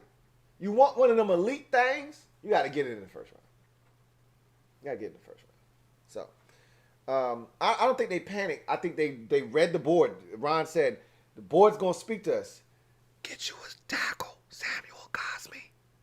The board was speaking to him, and it said, Samuel Cosmi, you better get one now because the supplies are running out. So they got one. I ain't mad at them at all. Let's see. Got another super chat. This one is from Sean HTTR Forever. Thank you for the super chat. Double up. You might be on 3. I know I've said your name multiple times tonight. I'm not sure if this is the 2nd or the 3rd. Might even be the 4th. Either way, I really appreciate you, Sean HTTR Forever, who writes, we still need a tight end and safety. We don't know if BSJ is a safety or not. Maybe you guys do. Maybe you already heard from him tonight. I haven't. I've been talking to you guys all night. So I don't know what BSJ has been told his role is going to be or where they're going to give him an opportunity to play first.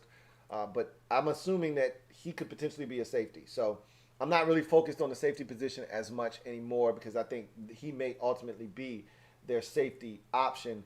Tight end is definitely at the top of my list. Came into the draft as a top 3 item that needed to be thrown in the cart. I think I came into the draft saying that we needed to get a linebacker. That was the number 1 item that I felt like needed to go in the cart.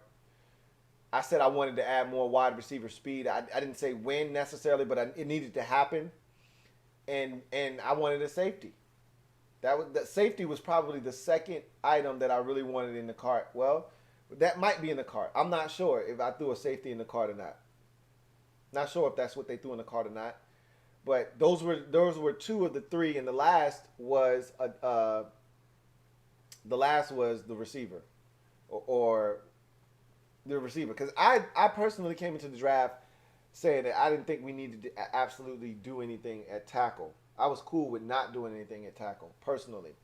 But they obviously feel like they need to upgrade. And if they think they need to upgrade, we need to upgrade, then we need an upgrade at tackle. So I'm cool with that. I'm on board with that. But I came into the draft saying tight end's number 1. I want to add some speed at receiver. But number 2, that would be 3. Number 2 for me was, we need a safety. well, we got the linebacker, we potentially have the safety, and we added speed at receiver.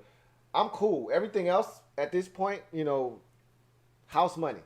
It's honestly, we keeping it a buck. So we definitely still need a tight end. I agree with you. Safety, we'll see. We'll see. All right. See if we got another.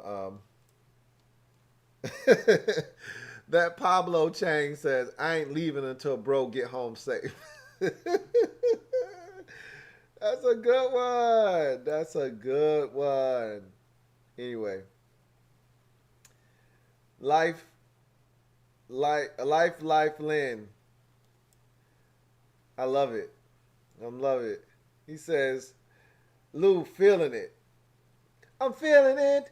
Feel the glass with the top of my head. Feeling it. Feel the legs pushing up on the set. Feeling it.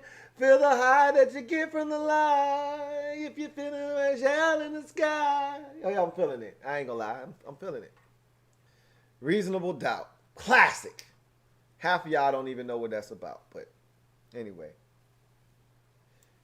I digress. Joe Rockhead J, thank you for the super chat and tripling up. Greatly appreciate you, Joe Rockhead J. Writes, Spill the Wine is a song by War. Look it up. I'm going to have to. Obviously, I knew you were doing a song. I didn't know what song because I saw you put the little music emoji. So I was like, this is a song. I tried to get melodic with it, but I couldn't catch it because I didn't know it. That one slipped by me. But I'll check it out by War. War! Huh! Yeah! What is it good for? Absolutely nothing. I don't know. Is that War? Is that War? I think that's War. Yeah. Anyway, I digress. Carlton Pagano Jackson, my man CPJ, thank you for the super chat. Greatly appreciate you, CPJ. Who writes, hit me offline and we'll chat about it. I'm from VA though. Oh, well, shit. You're from the same neck of the woods. I mean, VA is pretty vast and you could be from a totally different part of VA than me. I'm from the 757. Like I said, migrated to where I am now, but yeah, Portland is interesting. Very, very interesting, to say the least. Anyway, let's see. Got another super chat. This one is Terry Maples, from Terry Maples. Terry Maples says, what 6 wide receivers are we keeping, Lou? Swerve safely, my guy. Swerve. Nah, I'm good. The 6 receivers, I told you, what's interesting is if we draft a receiver, and I said this in the mock draft when I mocked us Amir Marset or Smith Marset. And I said, what's interesting here is if we draft a receiver in this draft, and I figured we would at some point, shit's going to get really interesting. The competition is really going to be steep. And I said, at that point, if you're Washington, you probably have to keep 6 receivers. You can't keep 5 because then you would be cutting. You want to keep your best 53. I think you have to keep 6 if we're being honest with each other and keeping the best 53. So 6 receivers, I think, are going to make this football team next year. And I think the real debate becomes at the end with Cam Sims, Kelvin Harmon, and maybe I think it's just those 2. I think those 2 are fighting for one roster spot because I think 5 spots are spoken for already. Terry McLaurin, Curtis Samuel, Adam Humphries, AGG, and now the addition of Dami Brown. That's 5 receivers. They're making a football team. No questions asked. So then you get to that last spot. Cam Sims, Kelvin Harmon. who is it going to be? And the loser of that battle doesn't necessarily have to be cast away to, football waiver wire purgatory. They could be on the practice squad, but, if you cut a Cam Sims after what he did last year, somebody else might pick him up. He might not clear waivers. But if he clears waivers, then you're going to stash him on your practice squad. Because of the new rules, you'll be able to put him away and keep him in. And if something happens to somebody else on the roster, boom, you bring up Cam Sims or you bring up Kelvin Harmon. But at the end of the day, I don't know what Kelvin Harmon is going to be when he comes back. So it's impossible for me to say, well, it's probably going to be Cam Sims. Yeah, Sims played last year, and this staff got a chance to see Cam Sims up close and personal. So he probably has the leg up in the competition right now. But, that doesn't mean Kelvin Harmon isn't going to come back off this injury like gangbusters and kick ass. He might come back, kick ass, and they might be saying, we can't get rid of this kid. He's the best blocking receiver we got on the team, and he can catch. We got to keep him.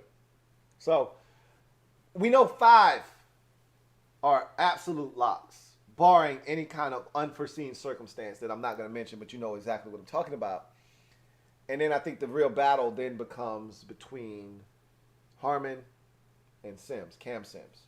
So that's when things get interesting there. But they're keeping 6. I believe that. I really do.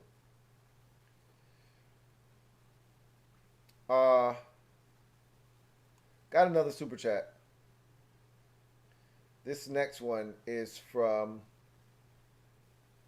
Sean HTTR Forever. Thank you for the super chat, Sean HTTR Forever, who writes, I think this is your 4th of the night, maybe 5th. 4, 5.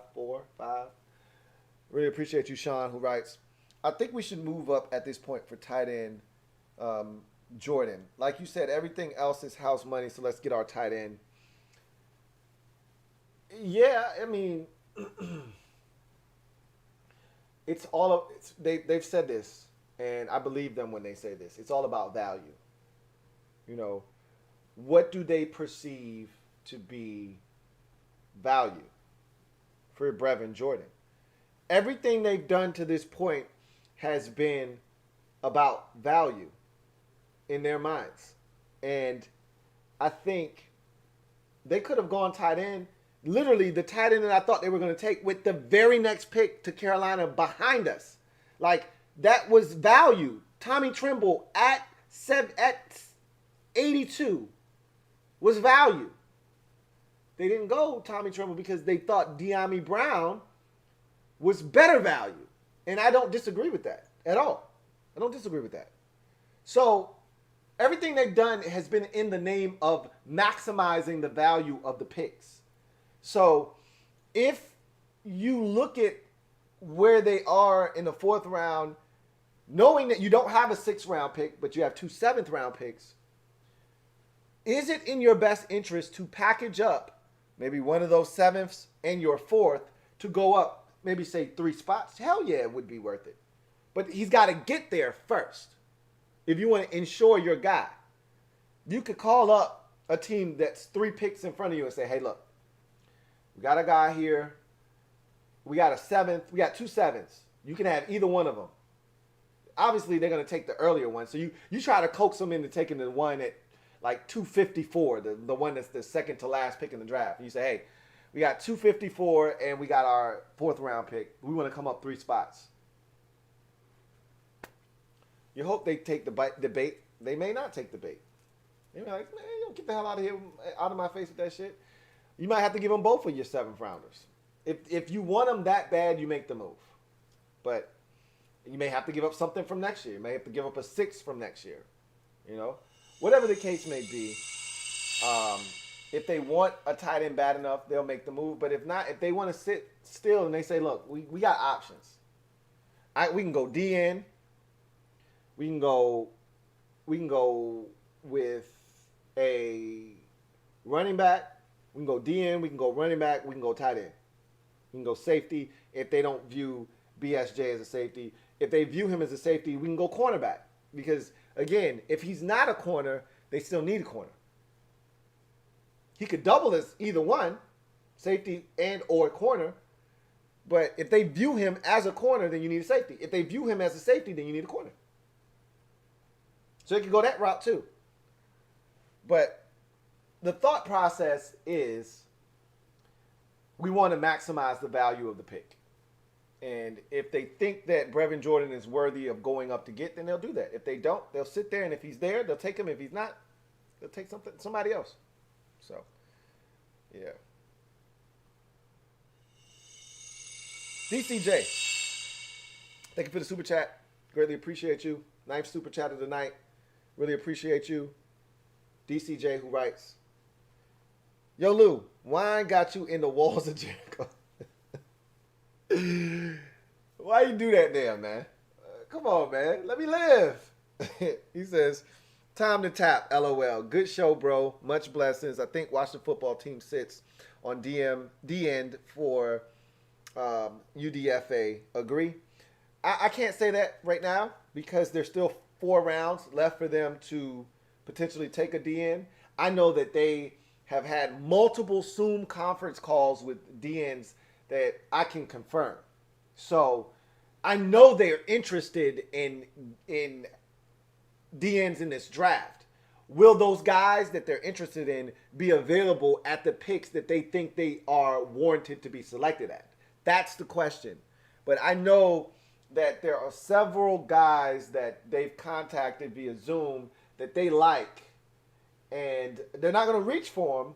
But if they're there at a specific pick, they're going to, which is why I mocked us a defensive end. I think they really want to draft more competition. I don't think they're comfortable. They shouldn't be. I don't think they are comfortable with our defensive end situation. It's not ideal right now. You got 2 stud starters and your backup. I think they really do like James Smith-Williams. I think they love him. I do. I don't love him, but they do. That's fine. But Casey Toohill, come on, man. Seriously, let's keep it a buck. It's Casey effing Toohill. Like, they got to draft somebody. At least bring some more competition. And like you to your point, it could be a UDFA. Could be. Absolutely. And we got the kid from the international pathway program that we've been grooming for the last year and a half as well. That's on, not on the roster, but he's on the roster. So that's something else to consider. But yeah, I'm not the biggest fan of just saying, hey, we'll take care of that in UDFA. Like, if you can find a guy and you like him, get him in the draft. So we'll see what they decide to do. Thank you for the super chat, DCJ. Got another super chat. This one is from NS Overtime. Thank you for the super chat, NS Overtime. Greatly appreciate you. NS Overtime writes, thoughts on Paris Ford, safety from Pitt, could be a day 3 selection. Also, I'm a part of the TFBC, the follow button committee. Hit that like button, 540 in the house. Really appreciate y'all for that, and really appreciate you, NS Overtime, for the plug. Y'all hit the like button if you haven't already hit it. At this point, the likes have overtaken the amount of people in the chat, and I get it. This is a 7-hour stream, so a lot of people have tapped out, and I get it. But if you are one of the few in the actual stream that haven't hit the like button, come on, hit it. All right, come on, hit it. Thank you. So as far as Paris Ford is concerned, he scared everybody away with his pro day. What did he run? A 4.8 at his pro day? 4.7? Let's look it up. I'm not gonna even guess. He ran a stinky time, and he was pretty much like, I'm not hurt. It is what it is. So that kind of 40, that shit scares people. He ran a 4.940. Who's taking a safety who ran a 4.9? I've had a lot to drink tonight, and even I know you don't take a safety that ran a 4.940. So the tape may say one thing. Look, a wise man once told me fast guys run fast, slow guys run slow. It's only a story when the opposite happens. I watched the tape. I know what my eyes see. I don't see 4.9, but God damn it, he ran a 4.9. I mean, what the hell is going on? Help me to understand. Because even on my worst day, I ain't running a damn 4.9. I don't give a shit what's going on unless I'm hurting. And he wasn't hurt. He just said, it is what it is. Like, he knew he had been working out for 3 months, and the clock was 4.84. And he was like, man, this is some bullshit. Wait till they get a load of this. They're going to be like, man. I know he was better off not running. Hey, man, I tweaked the hammy. Shit, I want to run, but I can't. He was better off doing that. Because a 4.9, that shit hurt his draft stock. He better off just not running and having them just watch the tape and saying, oh, he probably about a 4.65. Well, that's better than a 4.9. Nah, I don't see Paris Ford getting. He's someone's going to take him probably. If not, he'll be a UDFA. But he had a productive career. I could see somebody taking him in the 7th round. But a 4.9, that's hard to get by. That's hard to pass over and just overlook it and say, oh, he's a good football player. I don't give a shit how good of a football player you are. As a safety, you run. There are offensive linemen that are running faster than you. You can't do that. Can't do that. Rich O'Flair, thank you for the super chat. Greatly appreciate you. Rich O'Flair writes, Louie, you the voice. More viewers than the Washington Football YouTube channel. Rodgers or Nall? Appreciate you, Rich O'Flair. I would go after Rodgers, but this is the thing. Green Bay is not trading him intra-division. Intra-conference, I should say. Excuse me. They're not trading him in the conference. If they trade Aaron Rodgers, they're going to trade him out of the conference. They don't want to see this guy. They know how dangerous he is, and they know that he has a vendetta against them. They don't want to see this guy. It's the same thing I said if the Texans were to trade Deshaun Watson. They wouldn't trade him in the AFC. We'd have a better chance of getting him than Aaron Rodgers. And again, they took a step tonight in the direction of, hey, we might have to move on from Deshaun Watson. By drafting Davis Mills, they took a step towards saying, hey, we're acknowledging that maybe 4 isn't the answer for us long term. Maybe we may have to decide to finally pull the trigger and move on from him. So Deshaun Watson, I think, would be more gettable than Aaron Rodgers, personally, just because I think the Packers organization is like, nah, 12 ain't going to come back here and do us. If we see him in the Super Bowl, so be it. He will not kick our ass in the NFC conference. He won't be playing for Washington, and Washington end up getting the last wild card and kicking us out of the playoffs. And they go 11-6, and we go 10-7, and they beat us out because they got Aaron Rodgers and we don't. Not gonna happen. Let him take his ass to the AFC, and if he wants to kick ass over there, so be it. And if we see him in the Super Bowl, cool. But we won't see him before then. So I would do Rodgers, absolutely. Pause. But it's not happening. I just don't think it's happening. But thank you for the super chat, Rich O. Flair.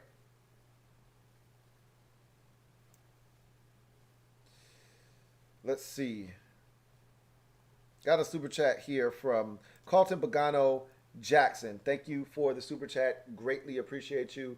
CPJ, thank you so much for the super chat. Who writes, oh, dope. 757, 703, and 540 for me. 2 up, 2 down for show. You know what it is. You already know. You already know what it is. Or as Breezy would say, hey, it's 2 up, 2 down. You know what time it is. Yeah, 757 for me. 703 and 540 for you. So, shit, you used to be in this area where I'm at right now. and one of my best friends, she lived in the 703. So yeah, I know what parts you were around. You were right around this area where I'm at, up in that Woodbridge area, and right around Stafford, somewhere up in that region. So yeah, man, that's dope. That's real dope. That's awesome. Thank you for the super chat, CPJ. Got one here from Tony P56. Tony P56, greatly appreciate you. My man Tony P56, first of all, thank you for joining me. Days 1 and 2. Can verify that. Really appreciate you, Tony P56, who writes, Lou, I slept through the draft today because I have a road trip in an hour. Can you give me a quick Washington football team recap? Lou's plan, Lou's plan. Sure. Washington football team in the second round took offensive tackle Samuel Cosmi out of Texas. Really quality offensive tackle. Has a number of starts under his belt. Very reliable pass protector. Better in the pass game than he is in the run game, which to me is a byproduct of where we are as an offensive line. We're not a road grading offensive line. We're a finesse offensive line that does a better job of pass blocking than we do run blocking. He can get in the way. He can seal off defenders. He can do all of the things that we ask our tackles to do. He's not an elite tackle. He would have been in the first round. He's a good tackle. I'm happy that we have him. Guess what? He's better than anything we have at left tackle right now. And he's not better than Sadiq Charles athletically, but he's taller than Sadiq Charles. He's longer than Sadiq Charles, pause. And I think overall he's a better tackle than Sadiq Charles. So Samuel Cosmi, I think, is going to come in and end up starting day 1 for Washington at left tackle. And I think it gives us tremendous depth because now if anything happens to either one of our tackles, instead of us having to rely on David Sharp to go in the game, we got Cornelius Lucas that could go in at either right or left tackle as a outstanding swing tackle. So feel really good about that. And then that allows Sadiq Charles to maybe kick inside to guard, maybe left guard, give us some more athleticism inside, and allow us to have more depth. So Wes Schweitzer, in the event that when Brandon Sheriff decides he wants to go down for 2 or 3 weeks, where Schweitzer can step in and we won't miss a beat. So I think the offensive line now has something that we couldn't lay claim to prior to this draft, and that is depth, supremely confident depth. In the third round, Washington had 2 selections, the first of which, 74th overall. They took cornerback, or let's call him a defensive back because we don't actually know what they drafted him to do. Defensive back Benjamin St-Juste out of Minnesota. Big 6'3", 200-pound corner, ran a 4.5 140 at his pro day, which is plenty fast for a guy with that kind of size. Has solid movement skills. He's not a slouch by any stretch of the imagination. I don't want people to think that this guy isn't a good athlete, because he is. Where he struggles is in his transitions. He's a taller corner, so he doesn't squat well, so the back pedal was a little high, and when he turns to transition, when he plants his foot in the ground to try to come back downhill, down the stem to break up passes, it's a little slow, and that's when guys are able to get the upper hand. He's very handsy, loves to put his hands on guys, which is a good thing when you're at the line of scrimmage. It's not a good thing when you're 7 yards away from the line of scrimmage, because now it's a penalty. So there are some things that I think he struggles with. He doesn't have a career interception under his belt. So this is a guy that hasn't picked off a pass in his career. That is problematic for me because he's played a ton of snaps and hasn't been able to fall into an interception at this point. We don't know what he's going to be for Washington, if they envision him being a corner or a safety. Someone hit us up. I want to say it was, it's one something that hit me up earlier during the stream and said he was at the Senior Bowl and he played a little bit of free safety which is a good thing. I think that's maybe why they selected him when they did. They think he can maybe double as a safety for them. You know, Ron Rivera loves positional flex players that can do multiple things, and maybe that is BSJ, Benjamin St-Juste. But for right now, I view him as a corner that may allow them to kick Kendall Fuller inside to nickel where he was at his best for us, maybe even free safety, being that they signed Daryl Roberts. We'll see, but Benjamin St-Juste, not my favorite pick of the draft to this point. Of the 4 selections made, it's my least favorite pick to this point. And then finally, at 82nd overall, Washington selects wide receiver Dami Brown out of North Carolina. The speedster wide receiver ran a 4.44 at his pro day. But on tape, he looks even faster than that. I think there's a gear there, an acceleration that is top-notch that allows him to separate from defensive backs, can take the top off of a defense, obviously, and gives us something that we lacked, and that's a secondary option that can run and get vertical. And again, my biggest fears last year were what happens if there's no Terry. We experienced that in week 16. And what happens if there's no Antonio Gibson? Well, we experienced that in week 15. And when those things came to pass, we struggled as an offense. And so I would love it if we got more speed. Well, we added Curtis Samuel. Never, ever trust a man with 2 first names. And then we added Dami Brown in the 3rd round, 82nd overall, and I'm excited about that because he can fly.